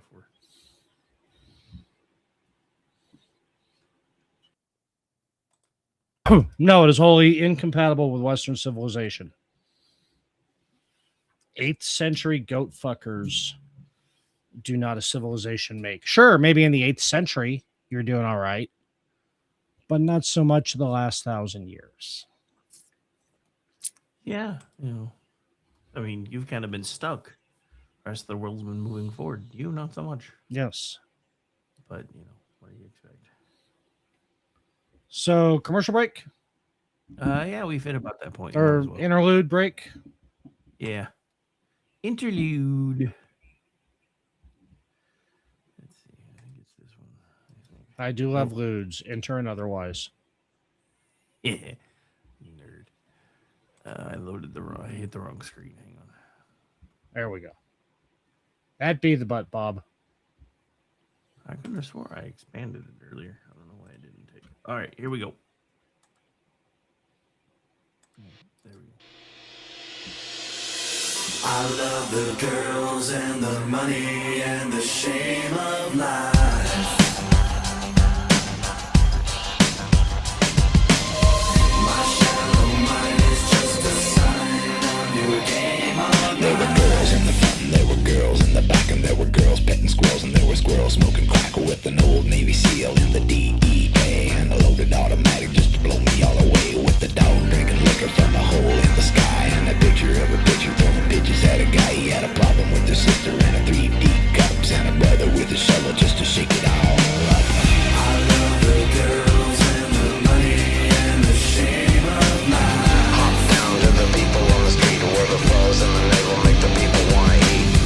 My shallow mind is just a sign of your game of life. Get down to the level of the rest where the people on the street put the metal to the test.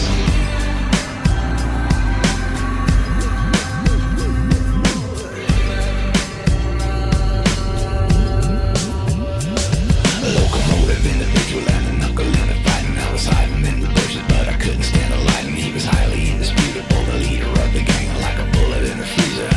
Bang, bang. I love the girls and the money and the shame of life. Hop down to the people on the street where the flaws and the navel make the people want to eat. My shallow mind is just a sign of your game of life. Get down to the level of the rest where the people on the street put the metal to the test. Get down. Get down. Get down. Invisibility is a relative thing.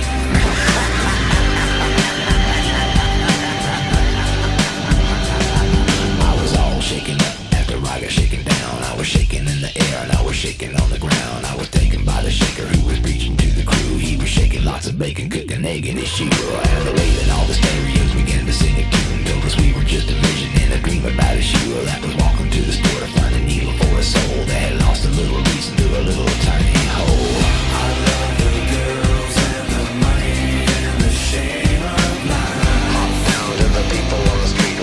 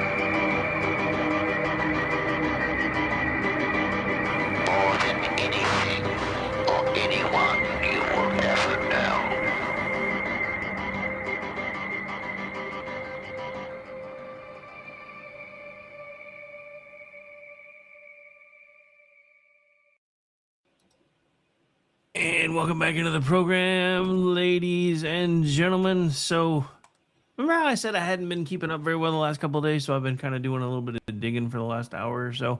I just found something else that I missed, and this one's kind of a big deal too.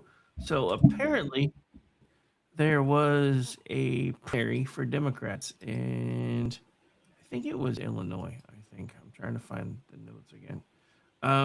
Anyway, so the guy who was running on, the whole affordability thing was charging people at his campaign rally, for the watch party, and was charging them rather exorbitant amounts of money. So for domestic beer, it was $15.34 a bottle. Premium beer was $18.03 a bottle. Wine was $21.87 a glass. Spirits were $21.87, most likely per glass per shot. And for water or Most soda, likely well. was still $12.85 for water. So he spent more than $20 million and still lost, but was charging people out the ass at his campaign watch party to be there. Oh, that's fantastic. That's like Elizabeth Warren, who goes on and on and on about rich bankers. One time she held a campaign fundraiser in a bank vault. Yeah. Well, she had to have somewhere to stash all the money. Yeah. Well, I mean, couldn't put it all in her teepee. Well, that's a lot of wampum. That's a lot of wampum. Oh, dude, but still, seriously, for a Congress level election, dude spent $20 million. So apparently he hired 3 pollsters that we know of and was still charging $13 for water. And this is from their X account. Thanks, volunteers, for working for me. Now pay $13 for water, Republican strategist Colin Corbett wrote on social media. I guess based on how Rojo treats his staff, this shouldn't be surprising. That's worse than some stadium prices, according to Politico Playbook. Which, if you're pissing off Politico, just saying. Yeah, I mean that's worse than ski area prices. That's nuts. But yeah, so, and apparently he lost anyway, so I don't know who won because I can't seem to find it here. But yeah, so apparently the dude running on affordability and then trying to bilk everybody at his campaign watch party lost. So yeah, I mean that's just normal. That tracks. I guess it was. It was in the Senate primary in Illinois, Democratic Rep Raja Kirishmuthi, Illinois District 8, has been in the House for 5 terms, so you would have thought he might have had the upper hand, especially since he talked about the Democrats' new favorite words, affordability. But apparently not. So yeah, I liked that. Every person that Ro Khanna endorsed in all of the Illinois races, all except for one of them, lost, and the one who won was running unopposed. Well, I guess that's one safe endorsement. I'm going to endorse the guy that's running unopposed. At least that way I get one. It's like that one. I can't remember which Illinois district it is, but there's one token sacrificial GOP that runs every year in it. And he's a total he's one of those damn Illinois Nazis. I hate Illinois Nazis. But I mean, literally, Illinois Nazi. He runs GOP every year just to lose and keep his name in the forefront. I mean, it's like one of the most safest Dem districts you could ever imagine. And he does it on purpose because he knows he's not going to win. So he doesn't have the responsibility of, oh shit, I fucking won. Pardon me. Yeah, so couldn't get to the mute button in time. Sorry about that. No, because it's so hot, and I haven't hooked my AC up yet. I got one of those little Camp Mr. fans running in my room, which is, normally not too bad, but it is currently at my desk, 87 degrees with 66% humidity. I see. This is what Texas must feel like. Yeah, probably. I see what you're talking about now. I guess there was a story about it at Red State. I didn't notice it till now, but apparently the hospice fraud being exposed in California has collapsed a total of 197 agencies registered to one address. Yeah. That's doesn't- insane, right? You would think, there should be some government oversight to be like, hey, why do we have so many of these places registered to the same address? You would think that would be a thing, but I guess not really, because I mean, I'm no database whiz. I basically, everything I know about databases is using, being an asshole using Access and Microsoft, right? Aside from some web stuff. But anyway, even I can figure out how to build a cross-reference in a database to find duplicates. Run the address. Oh, shit, 197 of them, huh? Maybe we should send somebody by there. Just yeah, you would think that would have gotten some door knocks, but I guess I shouldn't really be surprised since a lot of these people are patterning things after the same stuff. So there's another Biden thing in the news. I don't know if you've heard about this yet. So, have you heard of Which the one's that? National Parents and Families Engagement Council? I vaguely remember it. I think that was his kind of answer to angry moms at PTAs. Kind of, sort of. So apparently there have been some internal emails obtained through a Freedom of Information Act request to the U.S. Department of Education. And those tell a completely different story than the mission statement for the group, because the mission statement for the group was as follows: the National Parents and Families Engagement Council will help ensure recovery efforts meet student needs. They show, however, officials working with outside organizations to shape the council's membership, prioritizing groups already aligned with the administration's agenda, not a broad Shocking cross-section of parents, but instead a curated list. So, yeah. Yeah. So surprising pretty much nobody. You seen all the shit going down about the memory of Cesar Chavez? I have not. No, what did I miss? So it's come out that he was quite the sexual abuser of women and young girls. And so even the UFW is distancing themselves from him. It's like they're not sending any representatives or anybody to acknowledge Cesar Chavez Day in any of the major where the major celebrations are. And so yeah, if you don't remember, Biden had a bust of Cesar Chavez in the Oval Office. Yeah, I remember, because I remember everybody talking about it. Yeah, so even the UFW has come out saying, if you were abused by Cesar Chavez, come forward. We need to know. So, yeah. Fun times. Maybe we should have all eaten grapes in the 80s when we wanted to. That's an old joke for you young kids. There was a boycott on grapes to raise awareness for migrant farm workers. I remember. So nationwide, you remember that? Okay, good. That wasn't just yeah.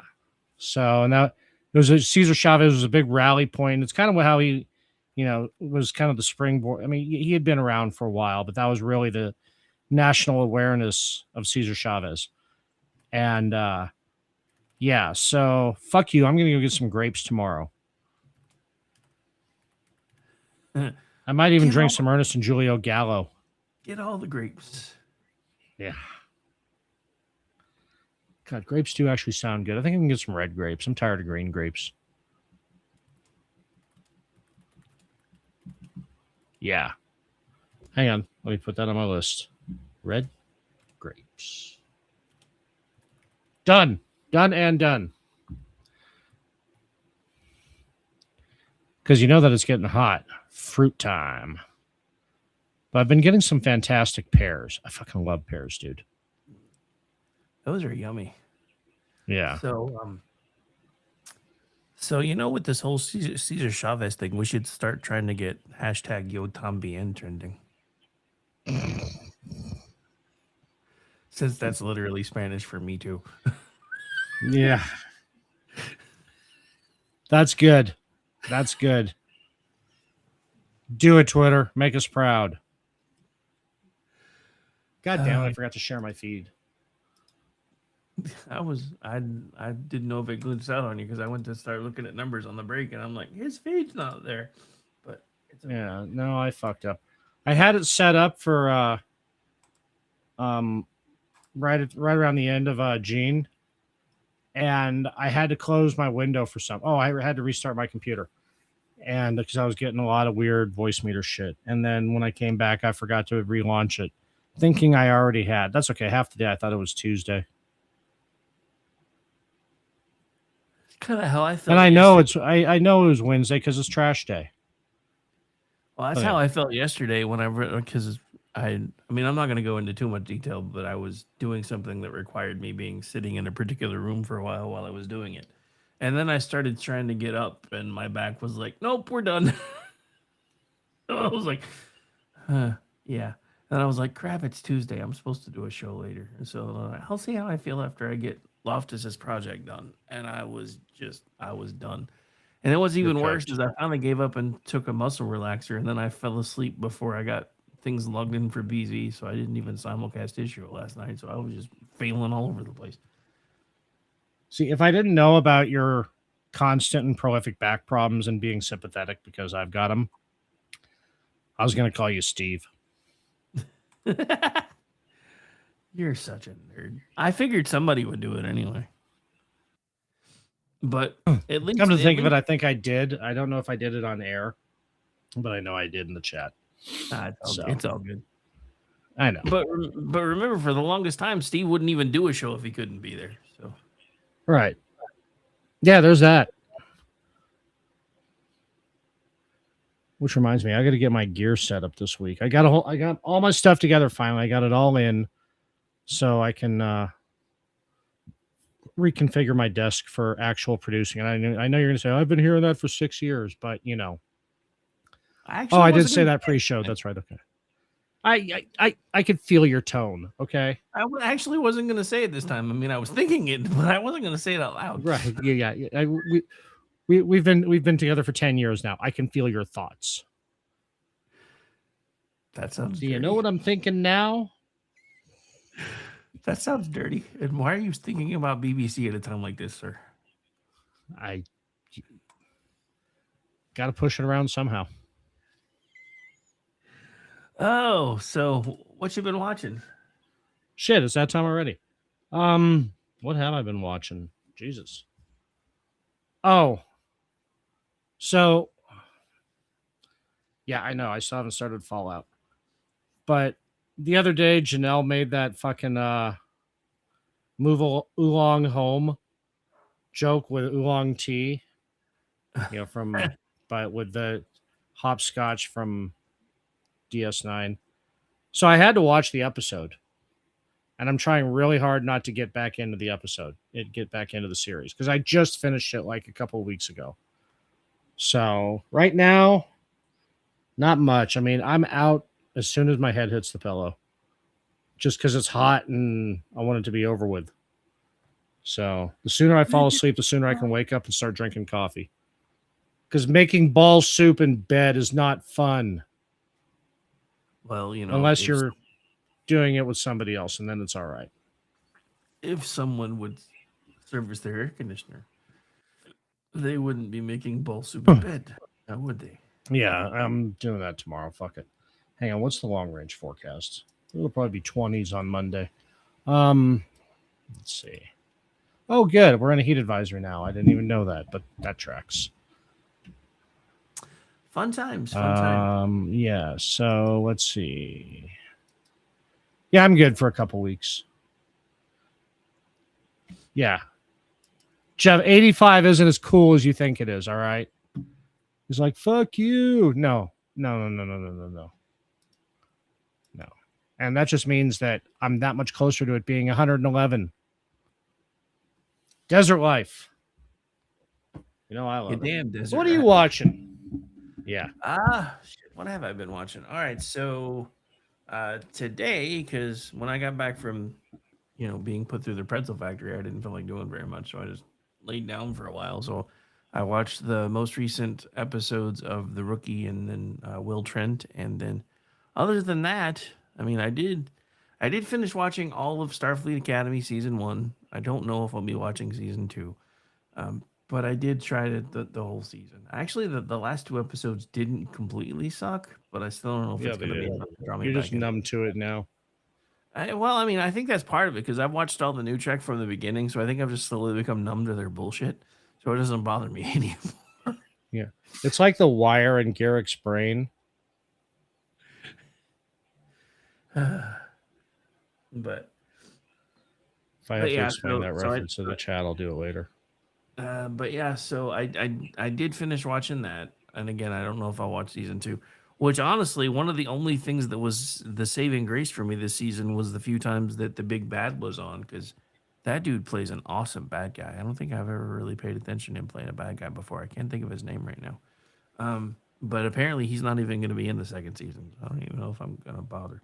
Yeah, why would they have the good character that people relate to come back a second season? But yeah, I'm a little bummed because I completely forgot about Janelle doing the whole Elite Force run through today. Yeah. And I may actually turn that on when I go to sleep earlier or later. Yeah, that was yesterday. I was looking for you in the chat. That was yesterday, wasn't it? Yeah, see, happened to you too. Well, see, that's the thing though. I barely had it in there yesterday, so I wouldn't have been able to be on very long anyway, because it kept coming in and out. So. Yeah. So, yeah, the I think we got our new corn in that already. Yeah, you're what? The annoying crew member, and yeah. Oh. Yeah, not Nemec. Nemec we like. Well, no, I thought you said corn. I was like, what? And then I realized you were saying corn, and then I realized sweet space corn. But yeah, yeah, I'm still bummed, dude. Every time I was in that chat, she's like, "Is today gonna be the day we space corn?" Like, I don't know. Is it? Can we do it? Can we do it? And then she never did. Never. Yeah, well, I mean, I don't think it was an option, but still being able to call Corn a loser, that was good. You're a loser, Corn. That was pretty cool. So, yeah. Oh, that's right. Jeff just caught up with that. So if you haven't been listening to the Curse of Stephaneros, when you said, "Why are you thinking about BBC?" Because Janie's hot. She's got the big black cock, and yeah. Nice. So yeah. I mean, Janie is hot. She is hot. And fun. So, but that's it. That's all you're watching. Usually you got a list. Oh, that's right. You didn't have TV for. Really, like I said, my TV just really started working again today, so I hadn't really been able to watch too much. But I know what I was going to say. We're kind of getting to the point where a lot of the stuff I normally watch is starting to go off. Well, that's not entirely true. I'm still watching Fire Country, Sheriff's Country, and Boston Blue. Boston Blue still just kind of so I don't know if I'm gonna stick around much after the first season. But they're trying though. The last episode wasn't completely terrible, but I don't know. So I know what I wanted to talk about. I'm sure I'm going to talk about it tomorrow too. What's that? I am not as disappointed as everybody else about the announcement that it's going to be an animated series. I think that's the only way they could have done it, actually. It is. And still have Tudyk in it. With as old as they've all gotten, about the only thing they can really do is basically set this between, the end of the TV show and between that time in the movie, so everybody can still be in it. And with it being animated, I mean, about the only one I guess who might not be in it would be Shepard Book, but they may just wind up bringing in somebody else to do the voice, or hell, they may do AI. Like I saw this weird thing, like Val Kilmer was cast in a role back in 2020, and they couldn't ever get it done because of his throat cancer. So they're bringing him back in, and the part's being done with him in AI. I'm like, this could get very weird. Well, I mean, that's what I said. Even if they do the TV show, yeah, they can just AI Ron Glass in, providing, and this is where they have the permission of the estate. That's where, that's where I draw the line. If you're gonna do it with permission of the estate. Don't fucking just do it because you can. Like they did with Fred Astaire in that Pepsi commercial, the Super Bowl commercial years ago.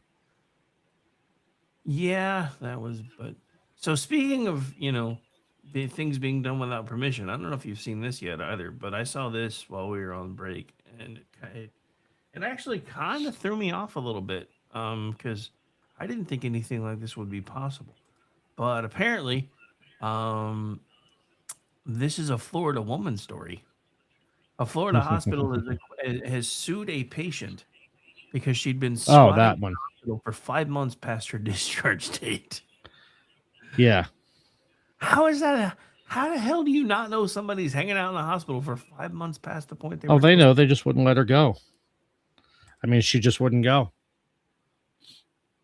I mean, I don't know. That's what I'm guessing. I didn't dig too deep. I thought you were talking about the Florida woman who was arrested for breaking into the penguin enclosure and teaching him to tap dance using an alligator as a partner while she was in a pineapple suit. Because my answer to that is the perfect woman does exist. Yeah, that was actually going to be the next one I brought up. And my answer to that was the same as somebody else who I'm in a group with. I thought this was America. Yeah, no, seriously. I mean, if you can't teach penguins to tap dance, because when I tweeted that, somebody said, wait, hold up. She had an alligator as a partner. Alligators are fantastic tap dancers. I don't know where they got this rep that they can't tap dance. They can, okay? And with their little claws, it's natural. So, fuck you, doubters. Never doubt us again.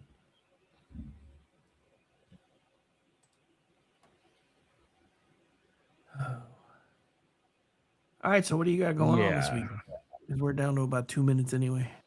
Oh, hold that thought. I got a cough.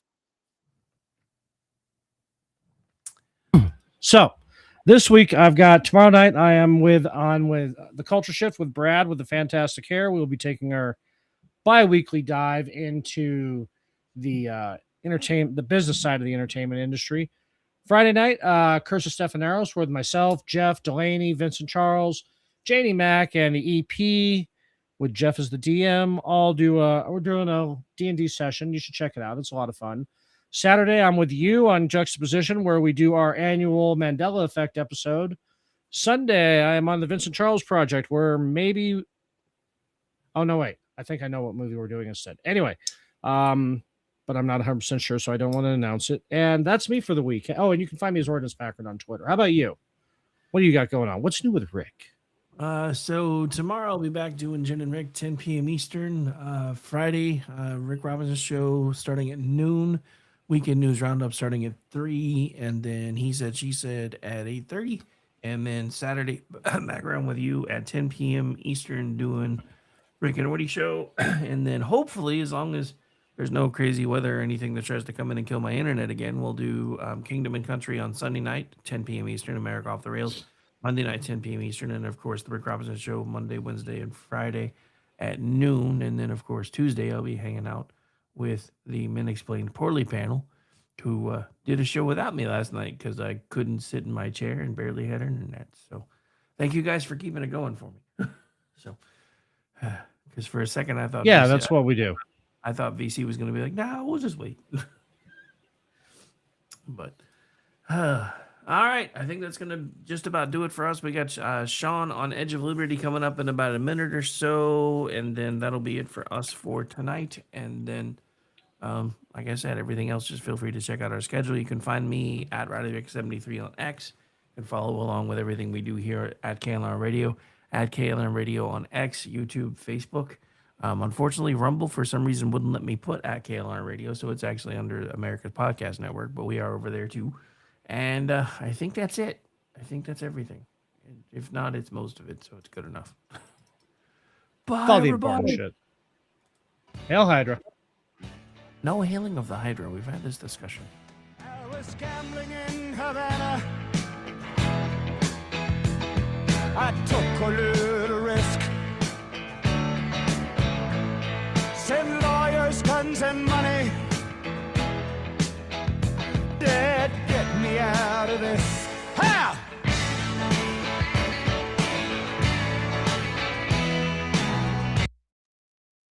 Hello, friends. Do you have a moment so that we may discuss our Lord and Savior Minarchy?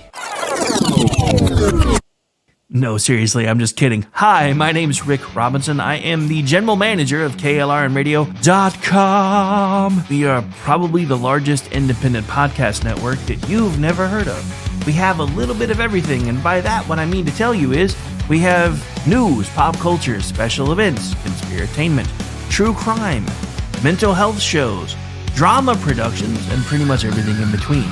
So if you're looking for a new podcast home to grab a little bit of everything that you love all in one place, come check us out. You can find us on X under @KLRNRadio. You can find us on our Rumble and our YouTube channels under the same names.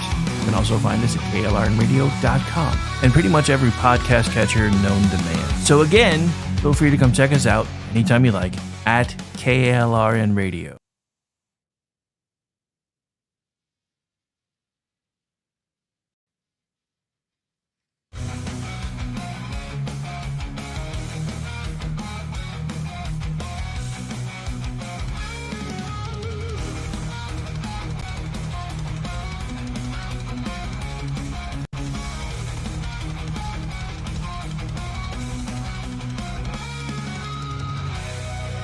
Get ready for true.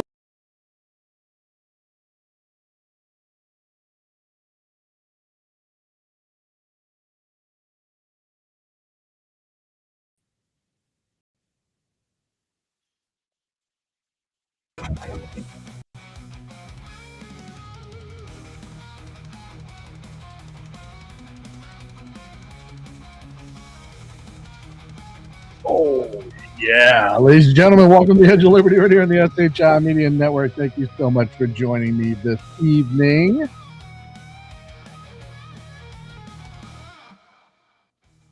It is the 18th of March, 2026. Here in California, it was hot as balls, 90 degrees. This happens, especially when we start rolling into spring. You get some weird weather patterns. We'll probably cool off, get some more rain again, get some more snow up in the mountains. But, man, I am not ready for summer yet. I'm not a son, no. Oh, your gain is hot on your mic. Hopefully that's a little bit better, Ricky. Thank you for that. See, I like positive feedback from the chat. I'll even bring it off there a little bit. Hopefully that's better for everybody. But if he is, I am definitely not a warm weather person. I haven't been for years. The older I get, the less I like the heat. So to get stuck with the 90 today, oh, brutal. I know it could be worse. I know there are people in Oklahoma that's dealing with the fires, and our thoughts are with you guys as well. Obviously, there are people deployed to a war zone right now. I know people have a much harder life than I.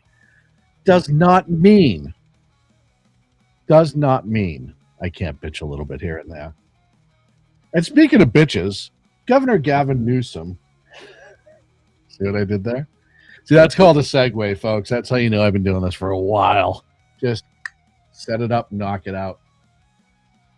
Governor Gavin Newsom has been...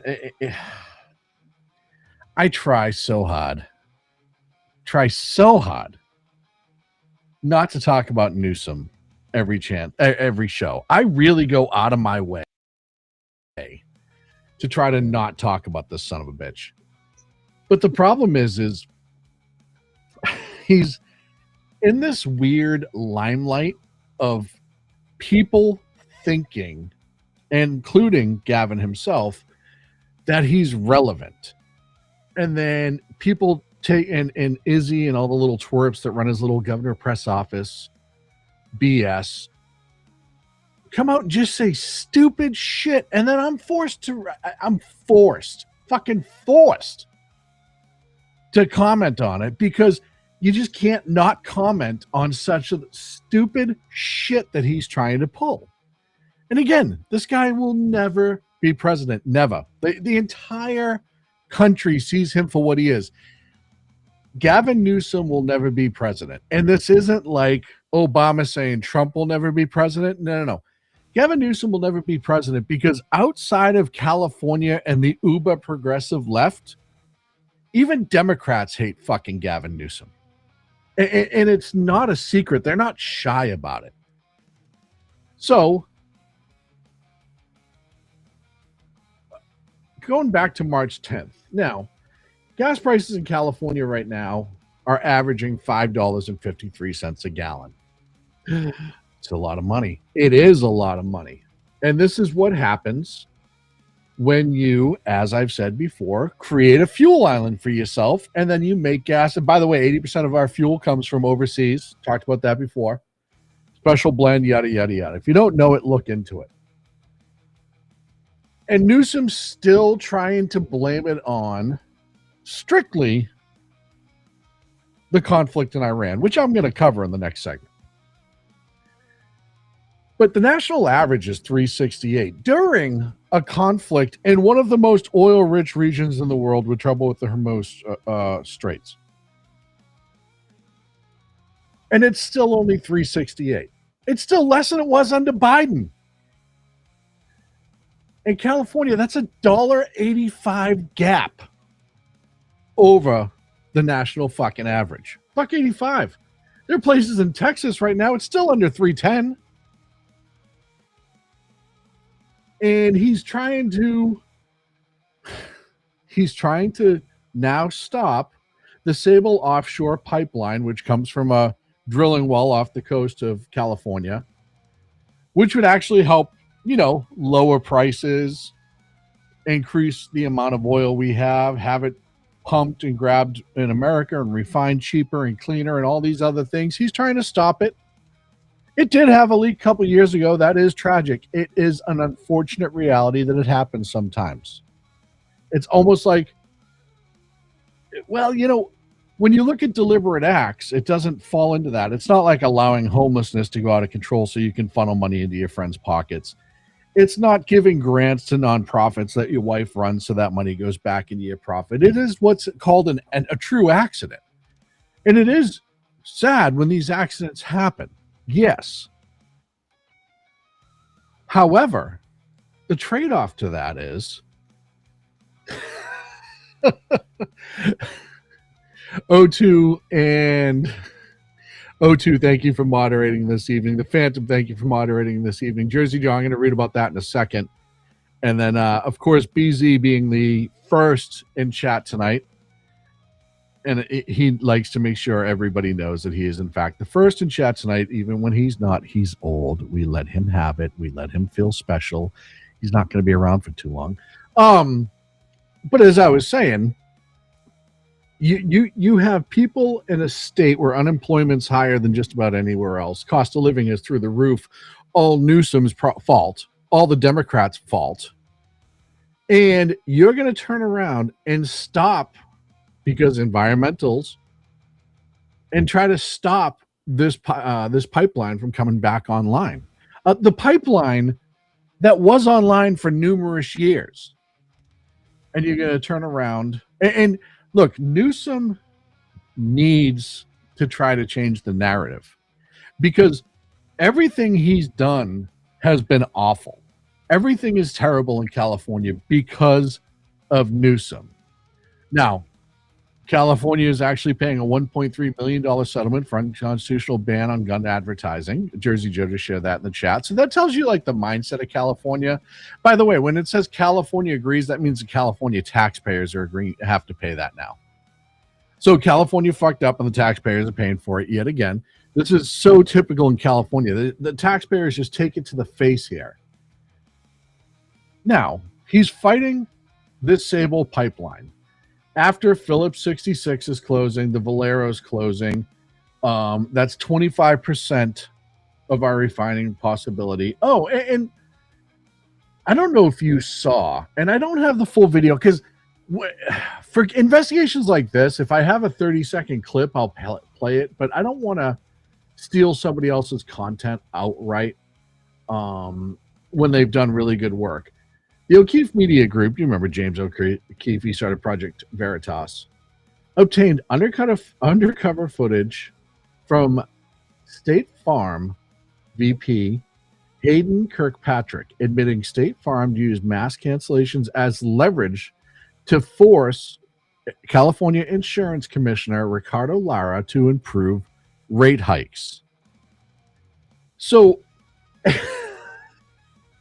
and this, of course, you add that into the fires, and let's see, Grim Reaper said, I saw a proposed tax per mile. Yeah, I will talk about that in a second, Grim Reaper, because I mentioned that the other night, and there's more to it, because the person in charge of that for the state of California, I'll touch on this right now, was on the news like 2 or 3 weeks ago saying, oh, we're just trying to, we're just floating ideas around, and we're going to try to check things out.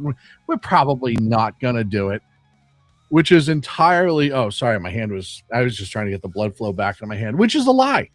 They are going to fucking do it. They're going to try the tax per mile thing, and it's going to be a shit show. Now, if you don't know, California has the highest registration rates in the country. I have an 11-year-old pickup truck, and my registration is still $400 a year.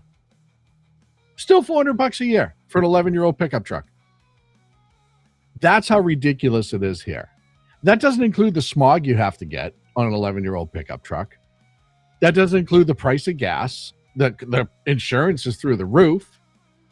And this is all Newsom. This is the guy who is trying to run for president. And I'm not even talking about all the lies, all the laws that went against parents and put kids at risk and all the other stuff that Newsom signed up. This is just the top of the iceberg, so to speak, the tip of the iceberg. And then it comes to find out, you know all about everything in the LA fires. We know how ridiculous it is. We know the LA Fire Department, that Mayor Bass essentially set them up to fail, and the leadership of that department did not help themselves. Not the folks on the ground, but the leadership.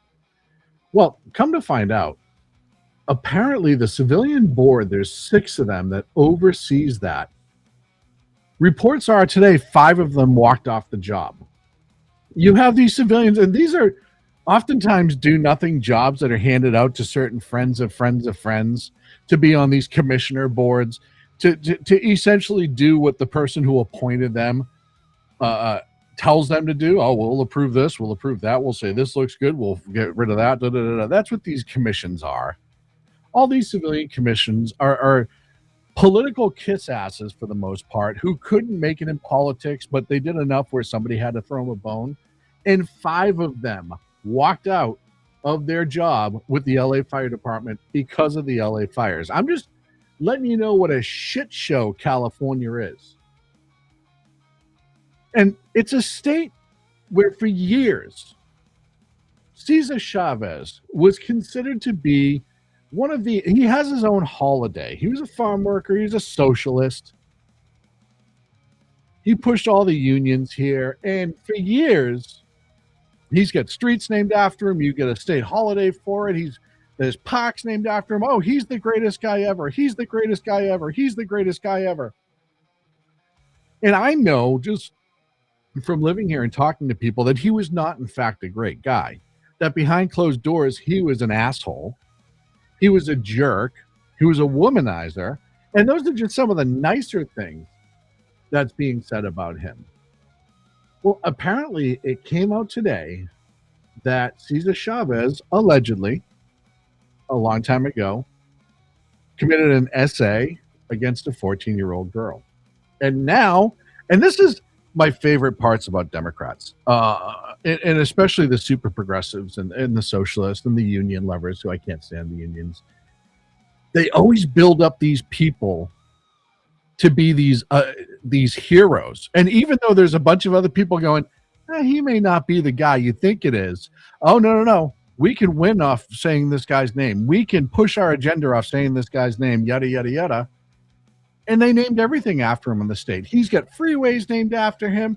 And I know over at Katie Grimes, who originally was on the SAC Citizen, now she writes for California Globe.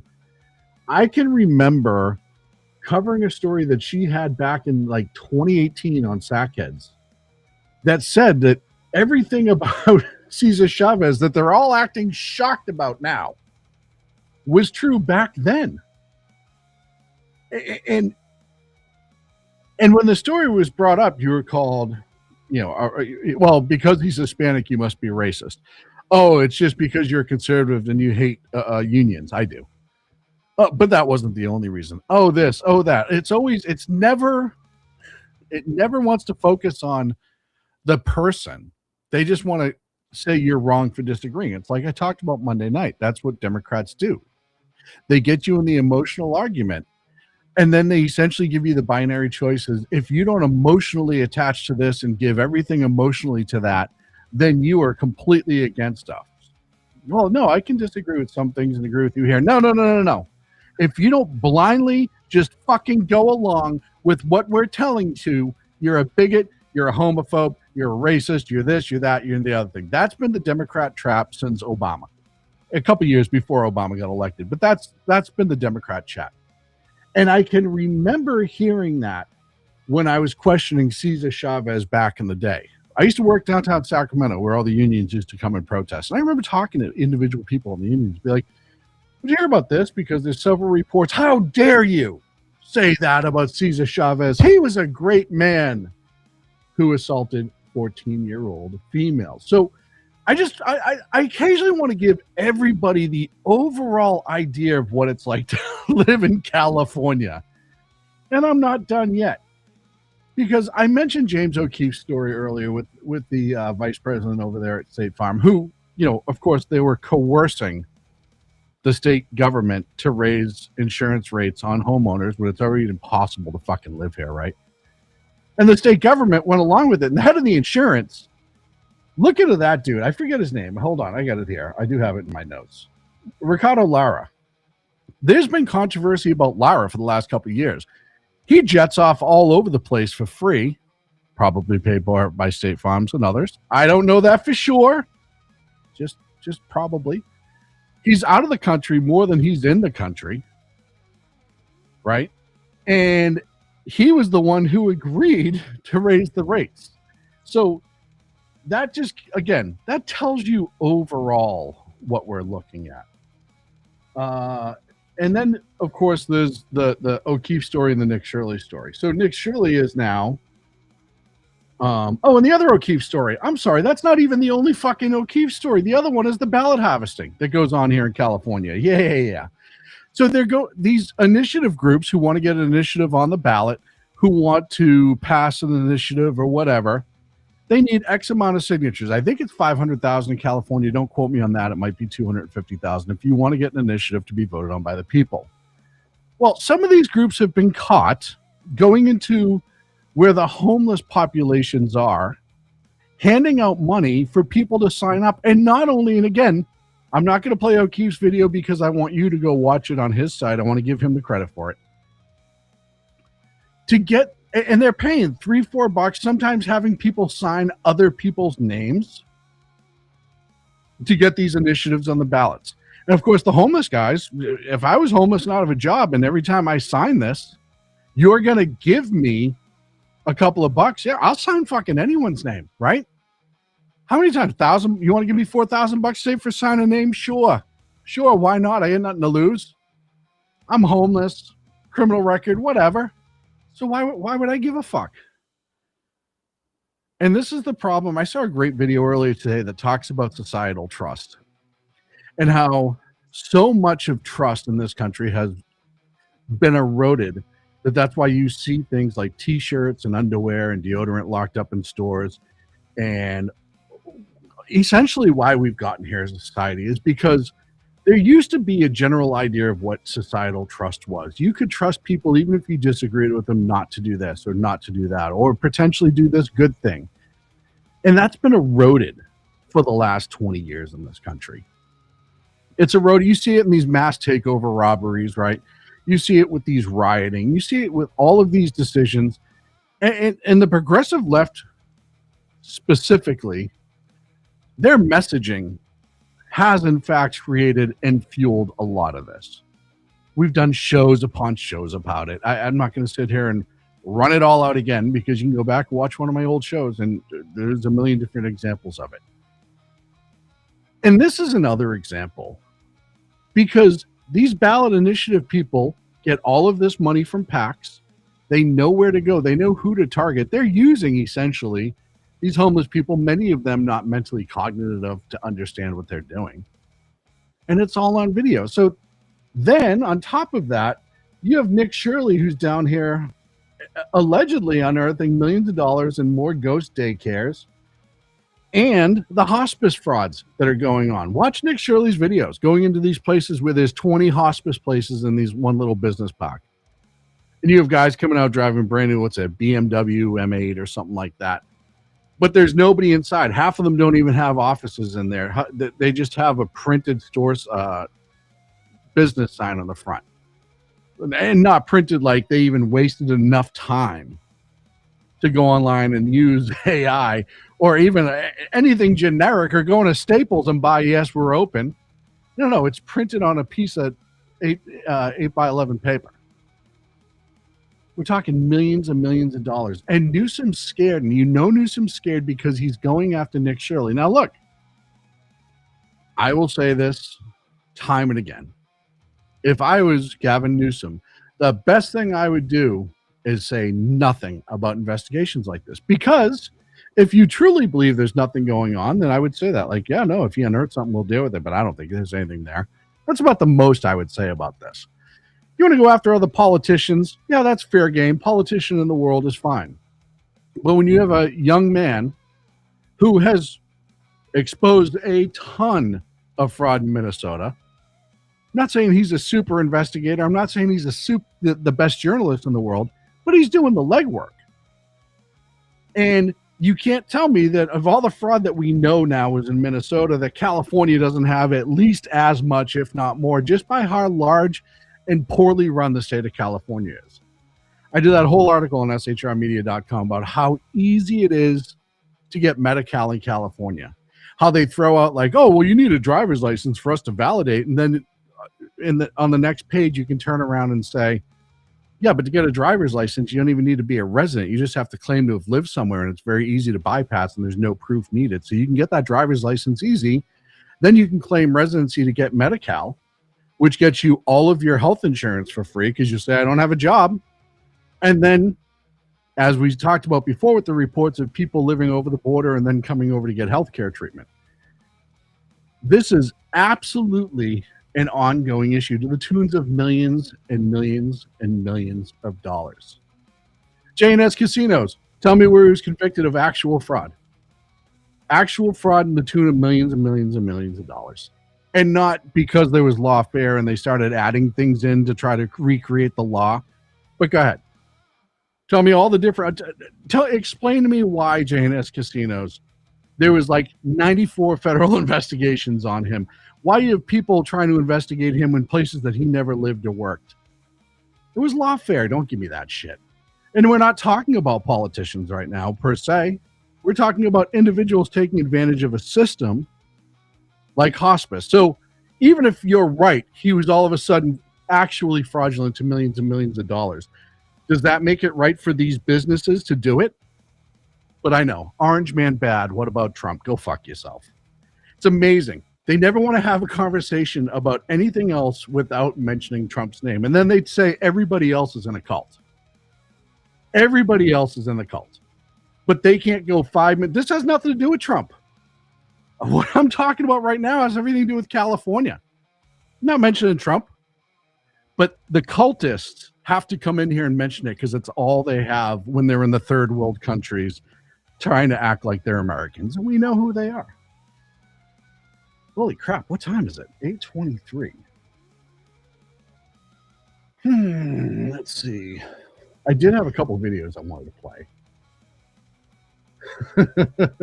By the way, speaking of politicians in Texas, this is James Tellerico, and I was just talking about Cesar Chavez. Leaders like Cesar Chavez build strong nations and a strong middle class. And this was when? March 31st, 2023. Yeah, James Tellerico is no centrist either, friends, contrary to what everyone's trying to tell you. Oh, before I go to break, let's talk a little bit about Mark Wayne Mullen's confirmation on the Hill today. And there's a story of two different interactions. One of them, I'm going to play afterwards because it shows you, like, and I've admitted I was wrong about him in the past, but how certain politicians can actually disagree but still do so in a way that you can agree. And then there are other ones who just can't even stop themselves. And Rand Paul is one of those other ones. And here's the interaction between Mark Wayne Mullen and Rand Paul. And they don't even like each other. Everybody in this room knows that I'm very blunt and direct to the point. And if I have something to say, I'll say it directly to your face. If you recall, back in my House days, we actually did have this conversation because of the remarks that I've made. You were in a room. I simply addressed that I said I could understand because of the behavior you were having, that I could understand why the neighbor did what he did. As far as my terms of the snake in the grass, sir, I work around this room to try to fix problems. I've worked with many people in this room. Seems like you fight Republicans more than you work with us. I did address those remarks. I did explain your gimmicks by the amendment you put forth. And as far as me saying that I invoke violence, I don't. I don't think anybody should be hit by surprise. I don't like that. But if I do have something to say, everybody in this room knows I'll come straight to you. I'll say it publicly and I'll say it privately, but I'll never say it behind your back. So for you to say, I'm a liar, sir, that's not accurate. And I got proof to say that because you have spent millions of dollars in my campaigns against me because we just don't get along. However, sir, that doesn't keep me at all from doing my job. I can have different opinions with everybody in this room, but as Secretary of Homeland, I'll be protecting everybody, including Kentucky, as much as I will my own backyard in Oklahoma. So, and Rand Paul was mad because at one point Mark Wayne Mullen said, I kind of understood why the guy punched you in the face. And was it unclassy? Sure, but it was behind closed doors. It was a private conversation that got back. It was not a classy, but who cares? I mean, at the end of the day, it's a conversation between two people to be had, right? Jane Escasinos, his dad Ron Paul would have been great as president. I think Ron Paul absolutely has his place. I don't know how great of a president Ron Paul would have been. And that's not anything against Ron Paul. I just think that he was I don't know. I don't necessarily disagree with that answer, but I'm not as convinced as others would be. And no, Bernie wouldn't. If you say Bernie would have been a great president, you're no centrist, my friend. If you think Bernie, who's all but a devout communist, self-admitted, who vacationed in the Soviet Union, who's all about socialism, then no, you are not a centrist, dude. You just think you are. You that's like me calling myself a centrist. I don't claim to be a centrist. I'm a conservative. I have no problem admitting it, but that is absolutely not a true statement from a centrist. Anywho, that was Jane Escasinos. I appreciate you being in chat, but I disagree with you there. But like I said earlier, that was a little back and forth between Rand Paul and Mark Wayne Mullen because Rand Paul's a petulant child, like Mission Ready Men said in the chat room a minute ago. He's a giant baby. He is so emotional. He's playing off this libertarian grift, and I know I've said this. Massey does the same thing, where the libertarians don't have anywhere else really to give their money. And I'm not against libertarians per se. Some of their ideas are absolutely go against my my beliefs or ideals. So I'm not libertarian. I have some small libertarian agreements, absolutely. But Rand Paul and Massey play themselves off as these ginormous libertarians. And it's only to farm money from libertarians and libertarian PACs that have nowhere else to really put it. And it's been going on for years, and it's shocking to me that the libertarians haven't figured it out yet. And they're both emotional and petulant. And look, there are sometimes I have agreed with Rand Paul. I was talking about Ron earlier. And there's sometimes I've agreed with Thomas Massey. I've interviewed Thomas Massey one-on-one. Yeah, he's a nice guy. But there's some things that he does that I just absolutely don't agree with, and I think it's counterproductive. And I think he does it just so he can say, oh, this is what the libertarians would want. Give me more money so I can get reelected. I don't think that's truly who he is. Another guy, and I'm about to play him now before I go into the break, who was I've been incredibly harsh on John Fetterman in the past. I was harsh during the election. I've been harsh with him recently, but I've also said that he's one of the few Democrats that seemingly wants to have a conversation with the other side of the aisle, where it's not all about insults. It's not all about arguments. And it's more of a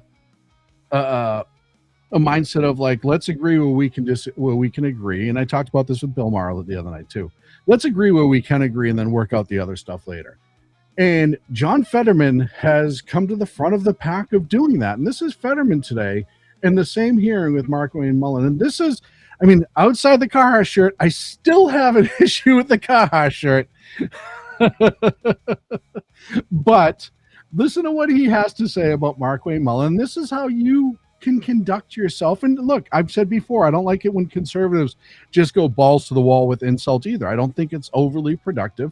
There are ways you can say you're an idiot nicely without having to, and sometimes people have to get blasted, verbally, and then other times it doesn't have to be 24/7, which is what our government, strictly Congress more than anyone else, has become for the last 16 years. But here is Fetterman. For me, I came here and I committed to come here with an open mind, and I'm going to continue to do that.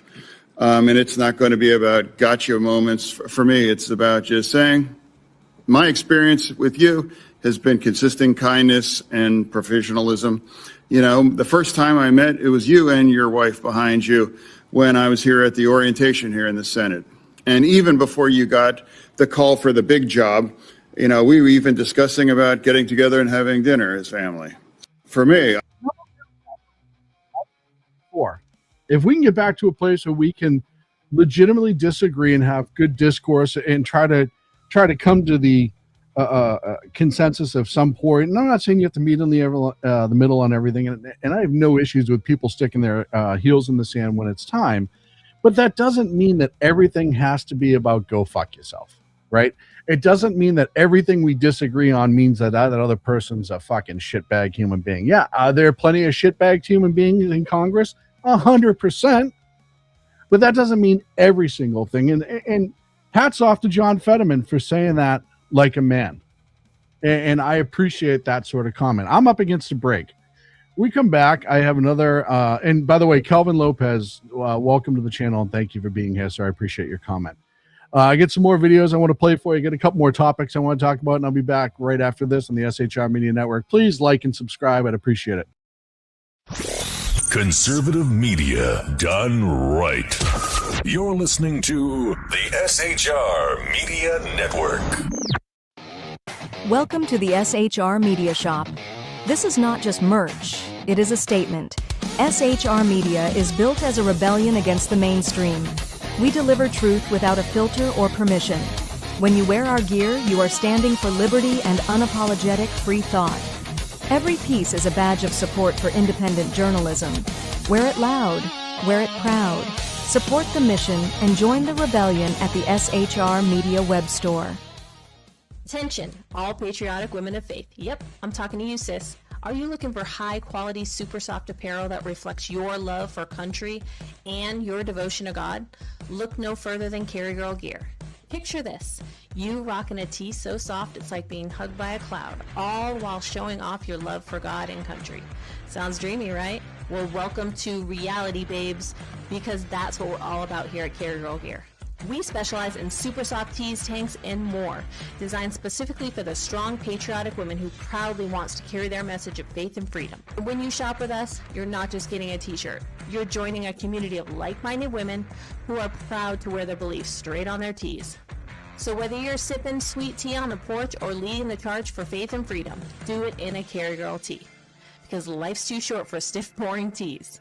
CarryGirl.com, where faith and freedom meets fashion. Come listen to BZ's Berserk Bobcat Saloon Radio Show. Live on select and exclusive Tuesday and Thursday nights at 11 p.m. Eastern, 10 p.m. Central, and 8 p.m. Pacific on the SHR Media Rumble channel, SHR Media YouTube channel, X, Twitch, Spreaker, and wherever great conservative podcasts are found. BZ, your conservative Sherpa, guides you through the maelstrom of Democrat, leftist, and globalist lies, chaos, deceit, and betrayal.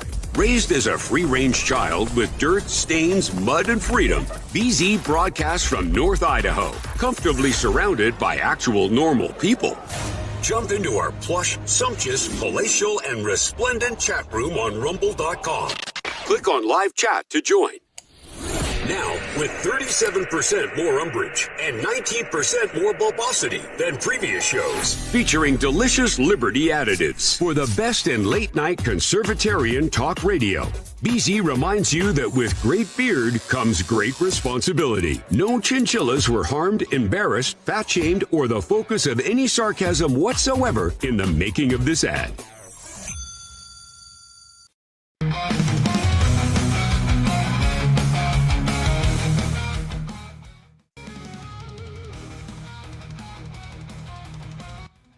Ladies and gentlemen, welcome back to the Edge of Liberty right here on the SHI Media Network. Thank you so much for joining us this evening. So, I think it was yesterday, or maybe, no, it was today? Yesterday. Joe Kent, he was the former director of the National Counterterrorism under Trump, resigned. Allegedly because he opposed Operation Epic Fury, which I'm going to talk about in a few minutes. And of course, the Democrats were immediately like, haha, they're falling apart. Trump administration's falling apart. More people need to leave and blah, blah, blah, blah, blah. It's happening. We're finally got them this time. We're finally getting them this time, guys. It's fall coming apart now. We're going to be in the re-education camps anytime now. That's the Democrats every single time they think they have a win. They just go running with it. And run they do. Except it's come out that there's an investigation on Joe Kent from the FBI that predated his resignation. In other words, he knew he was going to be investigated for leaking classified information and then turned around and said, well, to cover my own ass, I'm going to say I oppose the war and I'm going to resign that way. So that becomes the story to try to cover up my legacy. How many times do I have to say on this show? The media does this, and politicians and bureaucrats do this all the time. They put out the bigger story they want you to see so you don't see the other story. And that looks like what's going to happen here now. Now, look, obviously, the investigation has to run its course. And I'm not saying he's guilty, but I'm saying when you resign and we find out that there was an investigation going on against you, and obviously you caught wind of it, doesn't necessarily look good for your innocence, does it? And leaking classified information, which we know under this administration, whether you like the administration or not, has been something that they have been absolutely hammering, protecting classified information. And he's out there leaking it. They hate leaks, and they should hate leaks. Classified information is classified information. And that story is now starting to come across. So that's that. And of course, the Democrats now are going to cry and, well, they're only investigating him because he came out and he resigned. No, it happened before he did. He's resigning as a result. I mentioned Iran. Let's throw a quick update for Operation Epic Fury. It's not that I'm not interested, and it's not. It's so amazing. It's not that I'm not interested, and it's not that it's not important. When you cover it every show for a few weeks, you occasionally don't want to make the whole segment about it. So that's why I'm going to give an Iran update, and then I'm going to move on. Reports that the quote-unquote head of the snake in Iran is completely removed, that less and less of the people who are quote-unquote in charge are really in charge. On the 18th, the elimination of Esmail Khatib, I may have pronounced that wrong, the head of Minister of Intelligence, he was killed in a precision strike. He's one of the people they think was essentially running the country. So that's another leader that was picked off. Khatib joins at least 48 others There was also Ali Larijani, who's the war strategist for Iran, and Glarmoza Soleimani, who is the besieged commander. It's not going to last long. I know. Oh, they're putting groups in the ground now. No, they're putting 2,500 on the island of Karg because they want to make sure that Iran can't come back and use it. But they're not putting boots on the ground. As a matter of fact, word now coming out of the Middle East and through some channels. I could be wrong. This is just information that I've heard or seen. So I admittedly could be wrong. But there is a coalition among Middle Eastern countries that are organizing to try to actually handle the boot on the ground part. So it'll be interesting to see how that works out, if that does in fact work out. And I hope it does work out. Look, I said a couple weeks ago when all of this started, and I also said it when Leah was on the air with me from the Leah Files, that was always one of the plans, is that the local countries will do the boots on the ground, including Israel, to try to stabilize that nation. I also said that the Shah is probably going to return and try to be an interim government until they can get elections underway. And it's not going to be easy. It's not going to be easy. But that's what it looks like so far.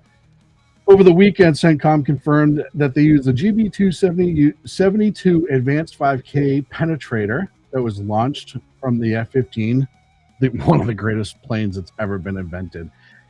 The F-15 is still, to this day, as old of technology and design that it is, still one of the most badass planes in the air. Yeah, the stealth guys have their place, and they do amazing things. But the F-15 being designed in, what was it, 75, 76, and for it still being in battle and still being one of the most successful fighter aircraft. But it also has the absolute most juice in the engines. The F-15 essentially can fly missing a wing, and that's not an exaggeration. That's how much thrust it has. It carried those 5,000-pound advanced bunker busters, and they hit what is believed to be numerous anti-ship missile sites along the Strait of Hormuz. As I mentioned earlier, they're trying to tighten that up because there's been attacks, because Iran don't have much else left. If they can't control the Strait of Hormuz, they don't have much less left in ways of missile launchers. And what they are launching now, too, it's funny, tells you a lot. All the countries, including the Middle Eastern countries, that are involved. There we go. F-15 entered service in 1976. I was close, mission ready men. Thank you. I know my F-15 history a little bit. Anyways. But they're going after military targets and leadership targets in the country of Iran. Oh, look, there's an Iranian in the chat room under the name of Sean Lawrence. But yeah, we were talking about the Strait of Hormuz. And I was just laughing at this comment because it's absolutely ridiculous. So if they can open up the strait, and as these missile launches get less and less, and like I said, all the countries that are launching strikes within Iran are striking government facilities, they're striking leadership facilities, they're striking infrastructure that the military controls. That's the plan. And if you look at the videos coming out of Iran, which is still crazy to me to say, the videos coming out of Iran. I was talking to Jersey Joe on the phone earlier tonight. If you said last year, oh, we're getting a lot of videos out of Iran, I'd say bullshit. You can't get videos out of Iran. Now you can. Now you can get videos out of Iran, and it shows the people are still actively protesting, going against the leadership, including the IRGC and others. So you have that going on. But as the other countries, U.S., Israel, and the other countries that are joining, okay, and I don't think you do either, Sean, but thanks. Iran is doing exactly what Iran's always done, and they're targeting civilians in Israel and other countries. And that's the difference. And imagine that country with nukes when they get pissed off, and that leadership with nukes when they get pissed off. That's what they would do. They'd go after civilian populations. They're using cluster bombs on civilian populations. So that just gives you insight into how Iran is and what's going on there. And of course, there's the Jones Act waiver that was announced today, a 60-day waiver extension. And we'll see. Like I said, I'm not going to spend a lot of time on this because I got other things I want to talk about, but we will absolutely see where it's going to go. And look, I don't think there's going to be American troops on the ground in mainland Iran. I know Cargill is going on there. And like I said, I think it's going to be other countries because that's what we've always wanted, is other countries to step in. So yeah, do I not remember how this war started? Yes, we started attacking the Iranian government. I remember, Sean, I was watching. So yeah, I remember. Anywho, let's go over the SAVE Act. There was another bill that was passed today. What do we have? 15 minutes left. Another bill that passed today that this one didn't get a lot of conversation in the media, and maybe I missed it. Maybe you did too. But this bill here was passed that would be automatic deportation of illegals who commit welfare fraud. And here's the passing of the bill right here. 186, the bill is passed. Without objection, a motion to reconsider is laid on the table. On this vote, the yeas are 231, the nays are 186. The bill is passed. And of course, for some reason, the Democrats voted against that, which it just blows my mind.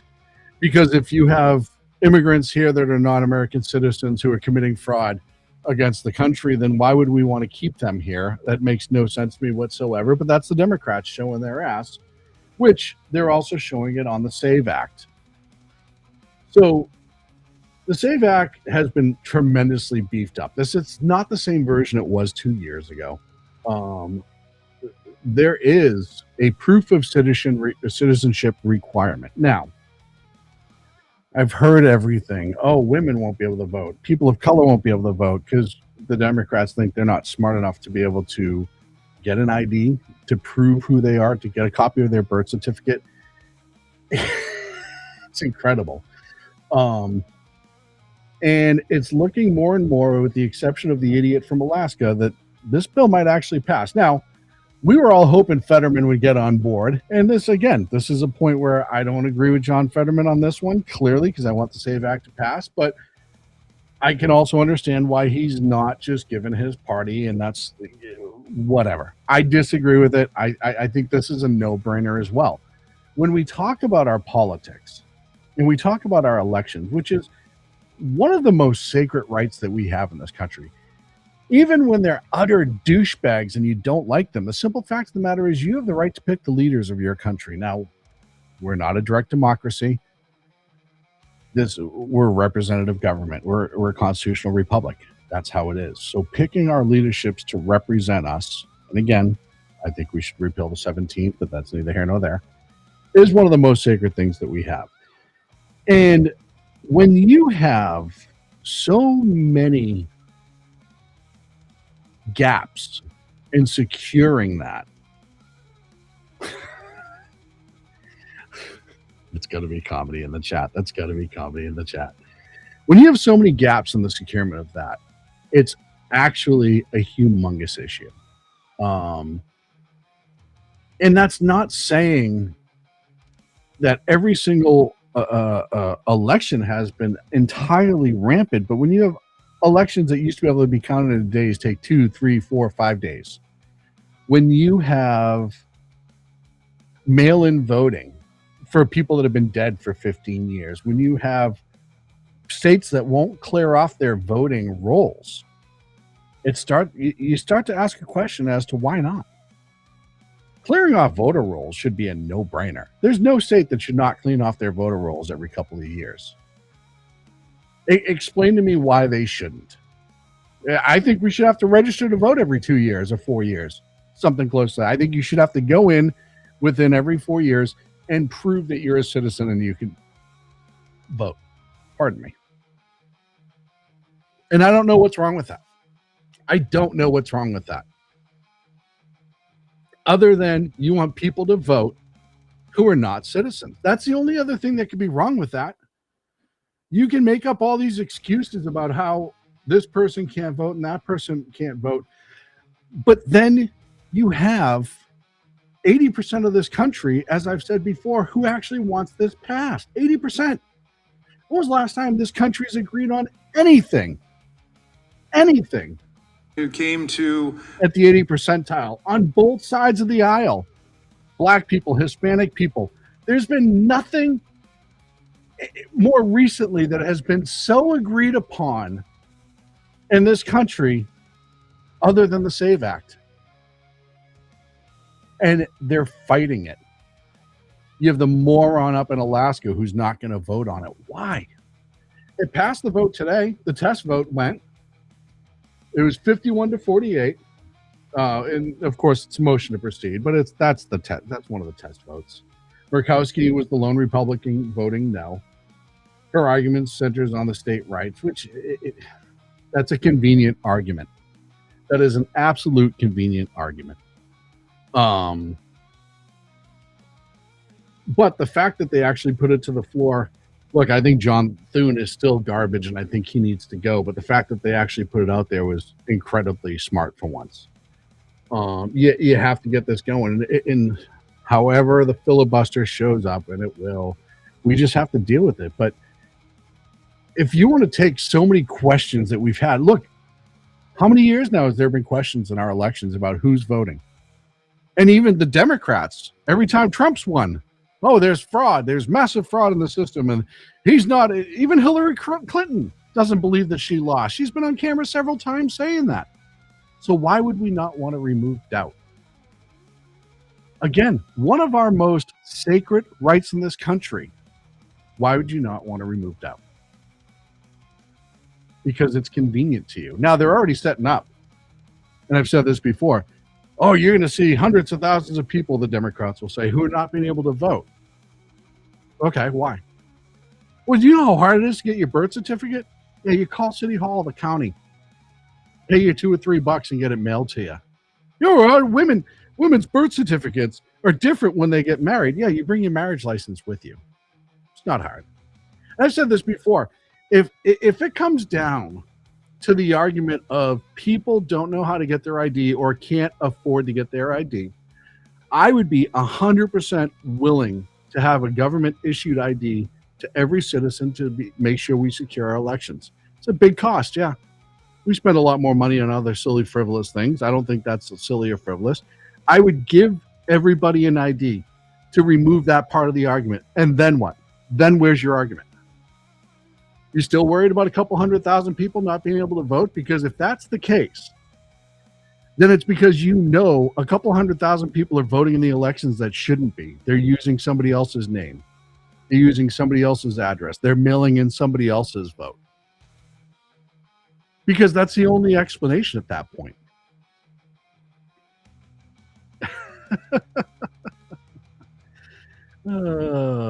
A license is to perform something illegal. It's an interesting concept, but I don't necessarily agree with that. It wouldn't be a license to vote. It would just be an identification to vote. So that's my issue with the SAVE Act. And like I said, if you're on the fence about this, or if you're a leftist and you're like, well, I'm afraid people, if we give everyone an ID, would you approve it then? Would you want to make sure that your elections are secure then? Would that be totally fine? Game show. If people need to get their birth certificate to go vote, then people should start doing that right now, because not everyone has their birth certificate. Look, game show. I agree with you wholeheartedly. You should, as an adult, know where your birth certificate is. You need it for so many other things. Your social security card as well. You should have an ID. It shouldn't be a hard thing to do. You should be able to prove who you are as a citizen. Specifically, so, and it happens in the world of ID fraud and all this other stuff. You have to go and prove who you are at some point. You need to have all that together anyhow, but it's called adulting. That's what this is. It's adulting. You have to have all this stuff together. So,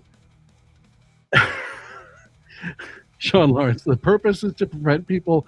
The purpose of the SAVE Act, Sean, in the chat room, is to prevent people who shouldn't be voting from voting in the election.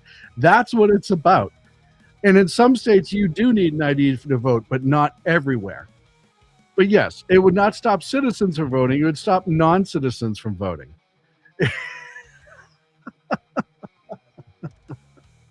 Oh man, I absolutely love the trolls and the Democrats that come in the chat room and just say the same thing over and over and over again, like it matters. It doesn't matter. Who shouldn't be voting is non-citizens and felons. That's who shouldn't be voting: non-citizens and felons.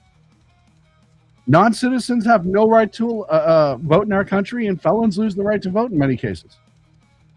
That's just part of life. That's part of the reality that we live in. Last time I voted, Game Show said it was in 2016. They took my... Yeah, so Game Show, plenty.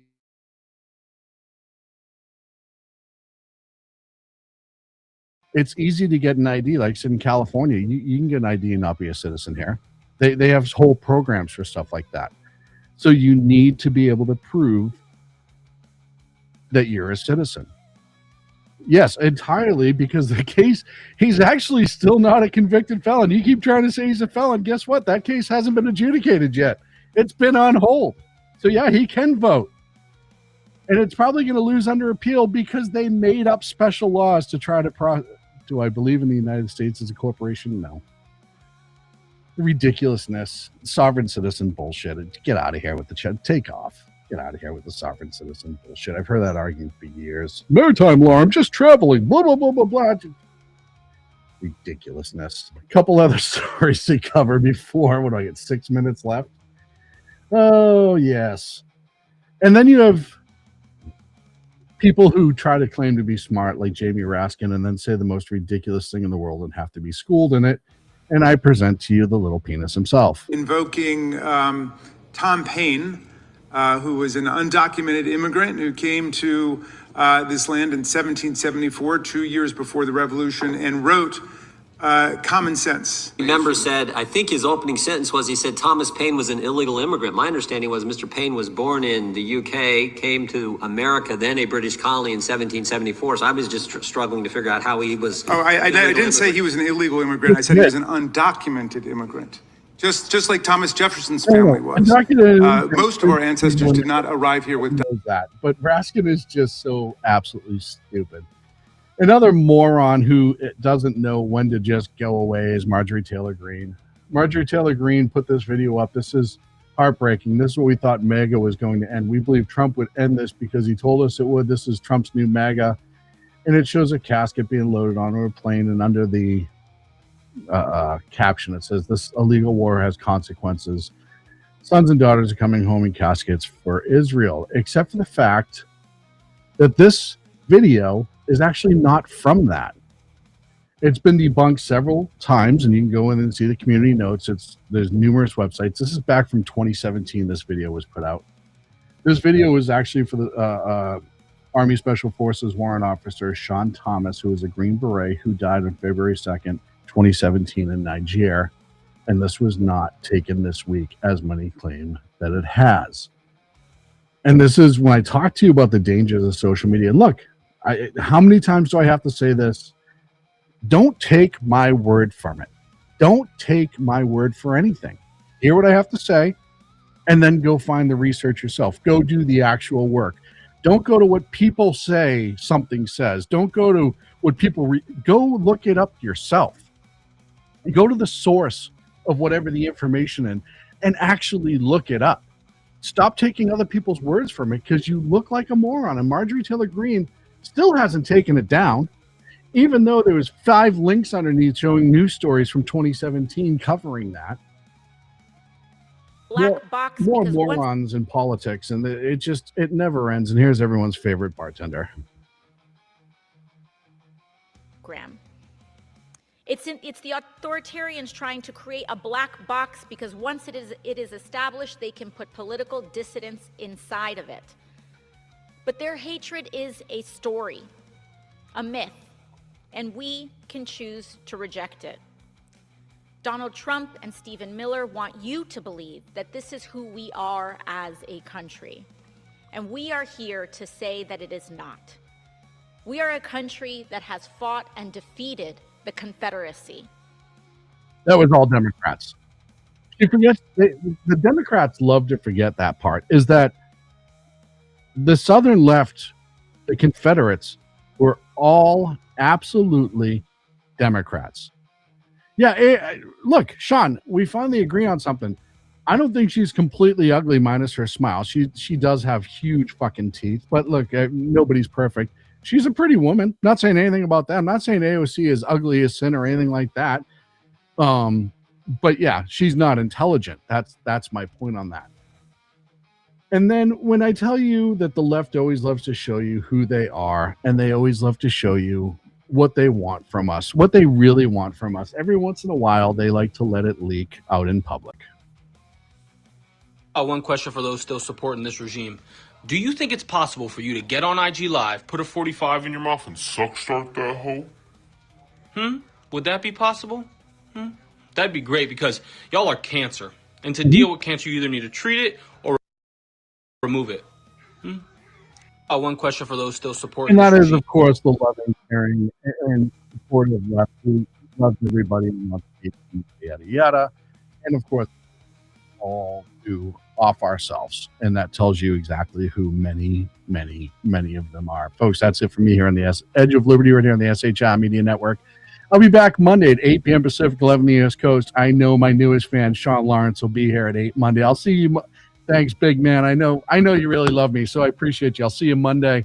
Biggest fan of the show right there. But it's not just me. It's not just me here on the Edge on SHR Media. Every Monday and Friday at 6 p.m. Pacific, 9 East Coast, you have the Reaver of Common Sense, Jersey Joe.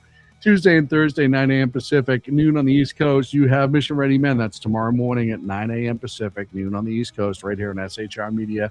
Tuesday and Thursday nights, 8 p.m. Pacific, 11 on the East Coast. You have Busy's Berserk Bobcat Saloon. And then Fridays and Saturdays, 7 p.m. on the East Coast, 4 p.m. Pacific. You have Beer and Bullstein with our good friend Lyle, who is just, his show is incredible. You got to check it out. There's a lot of good info there.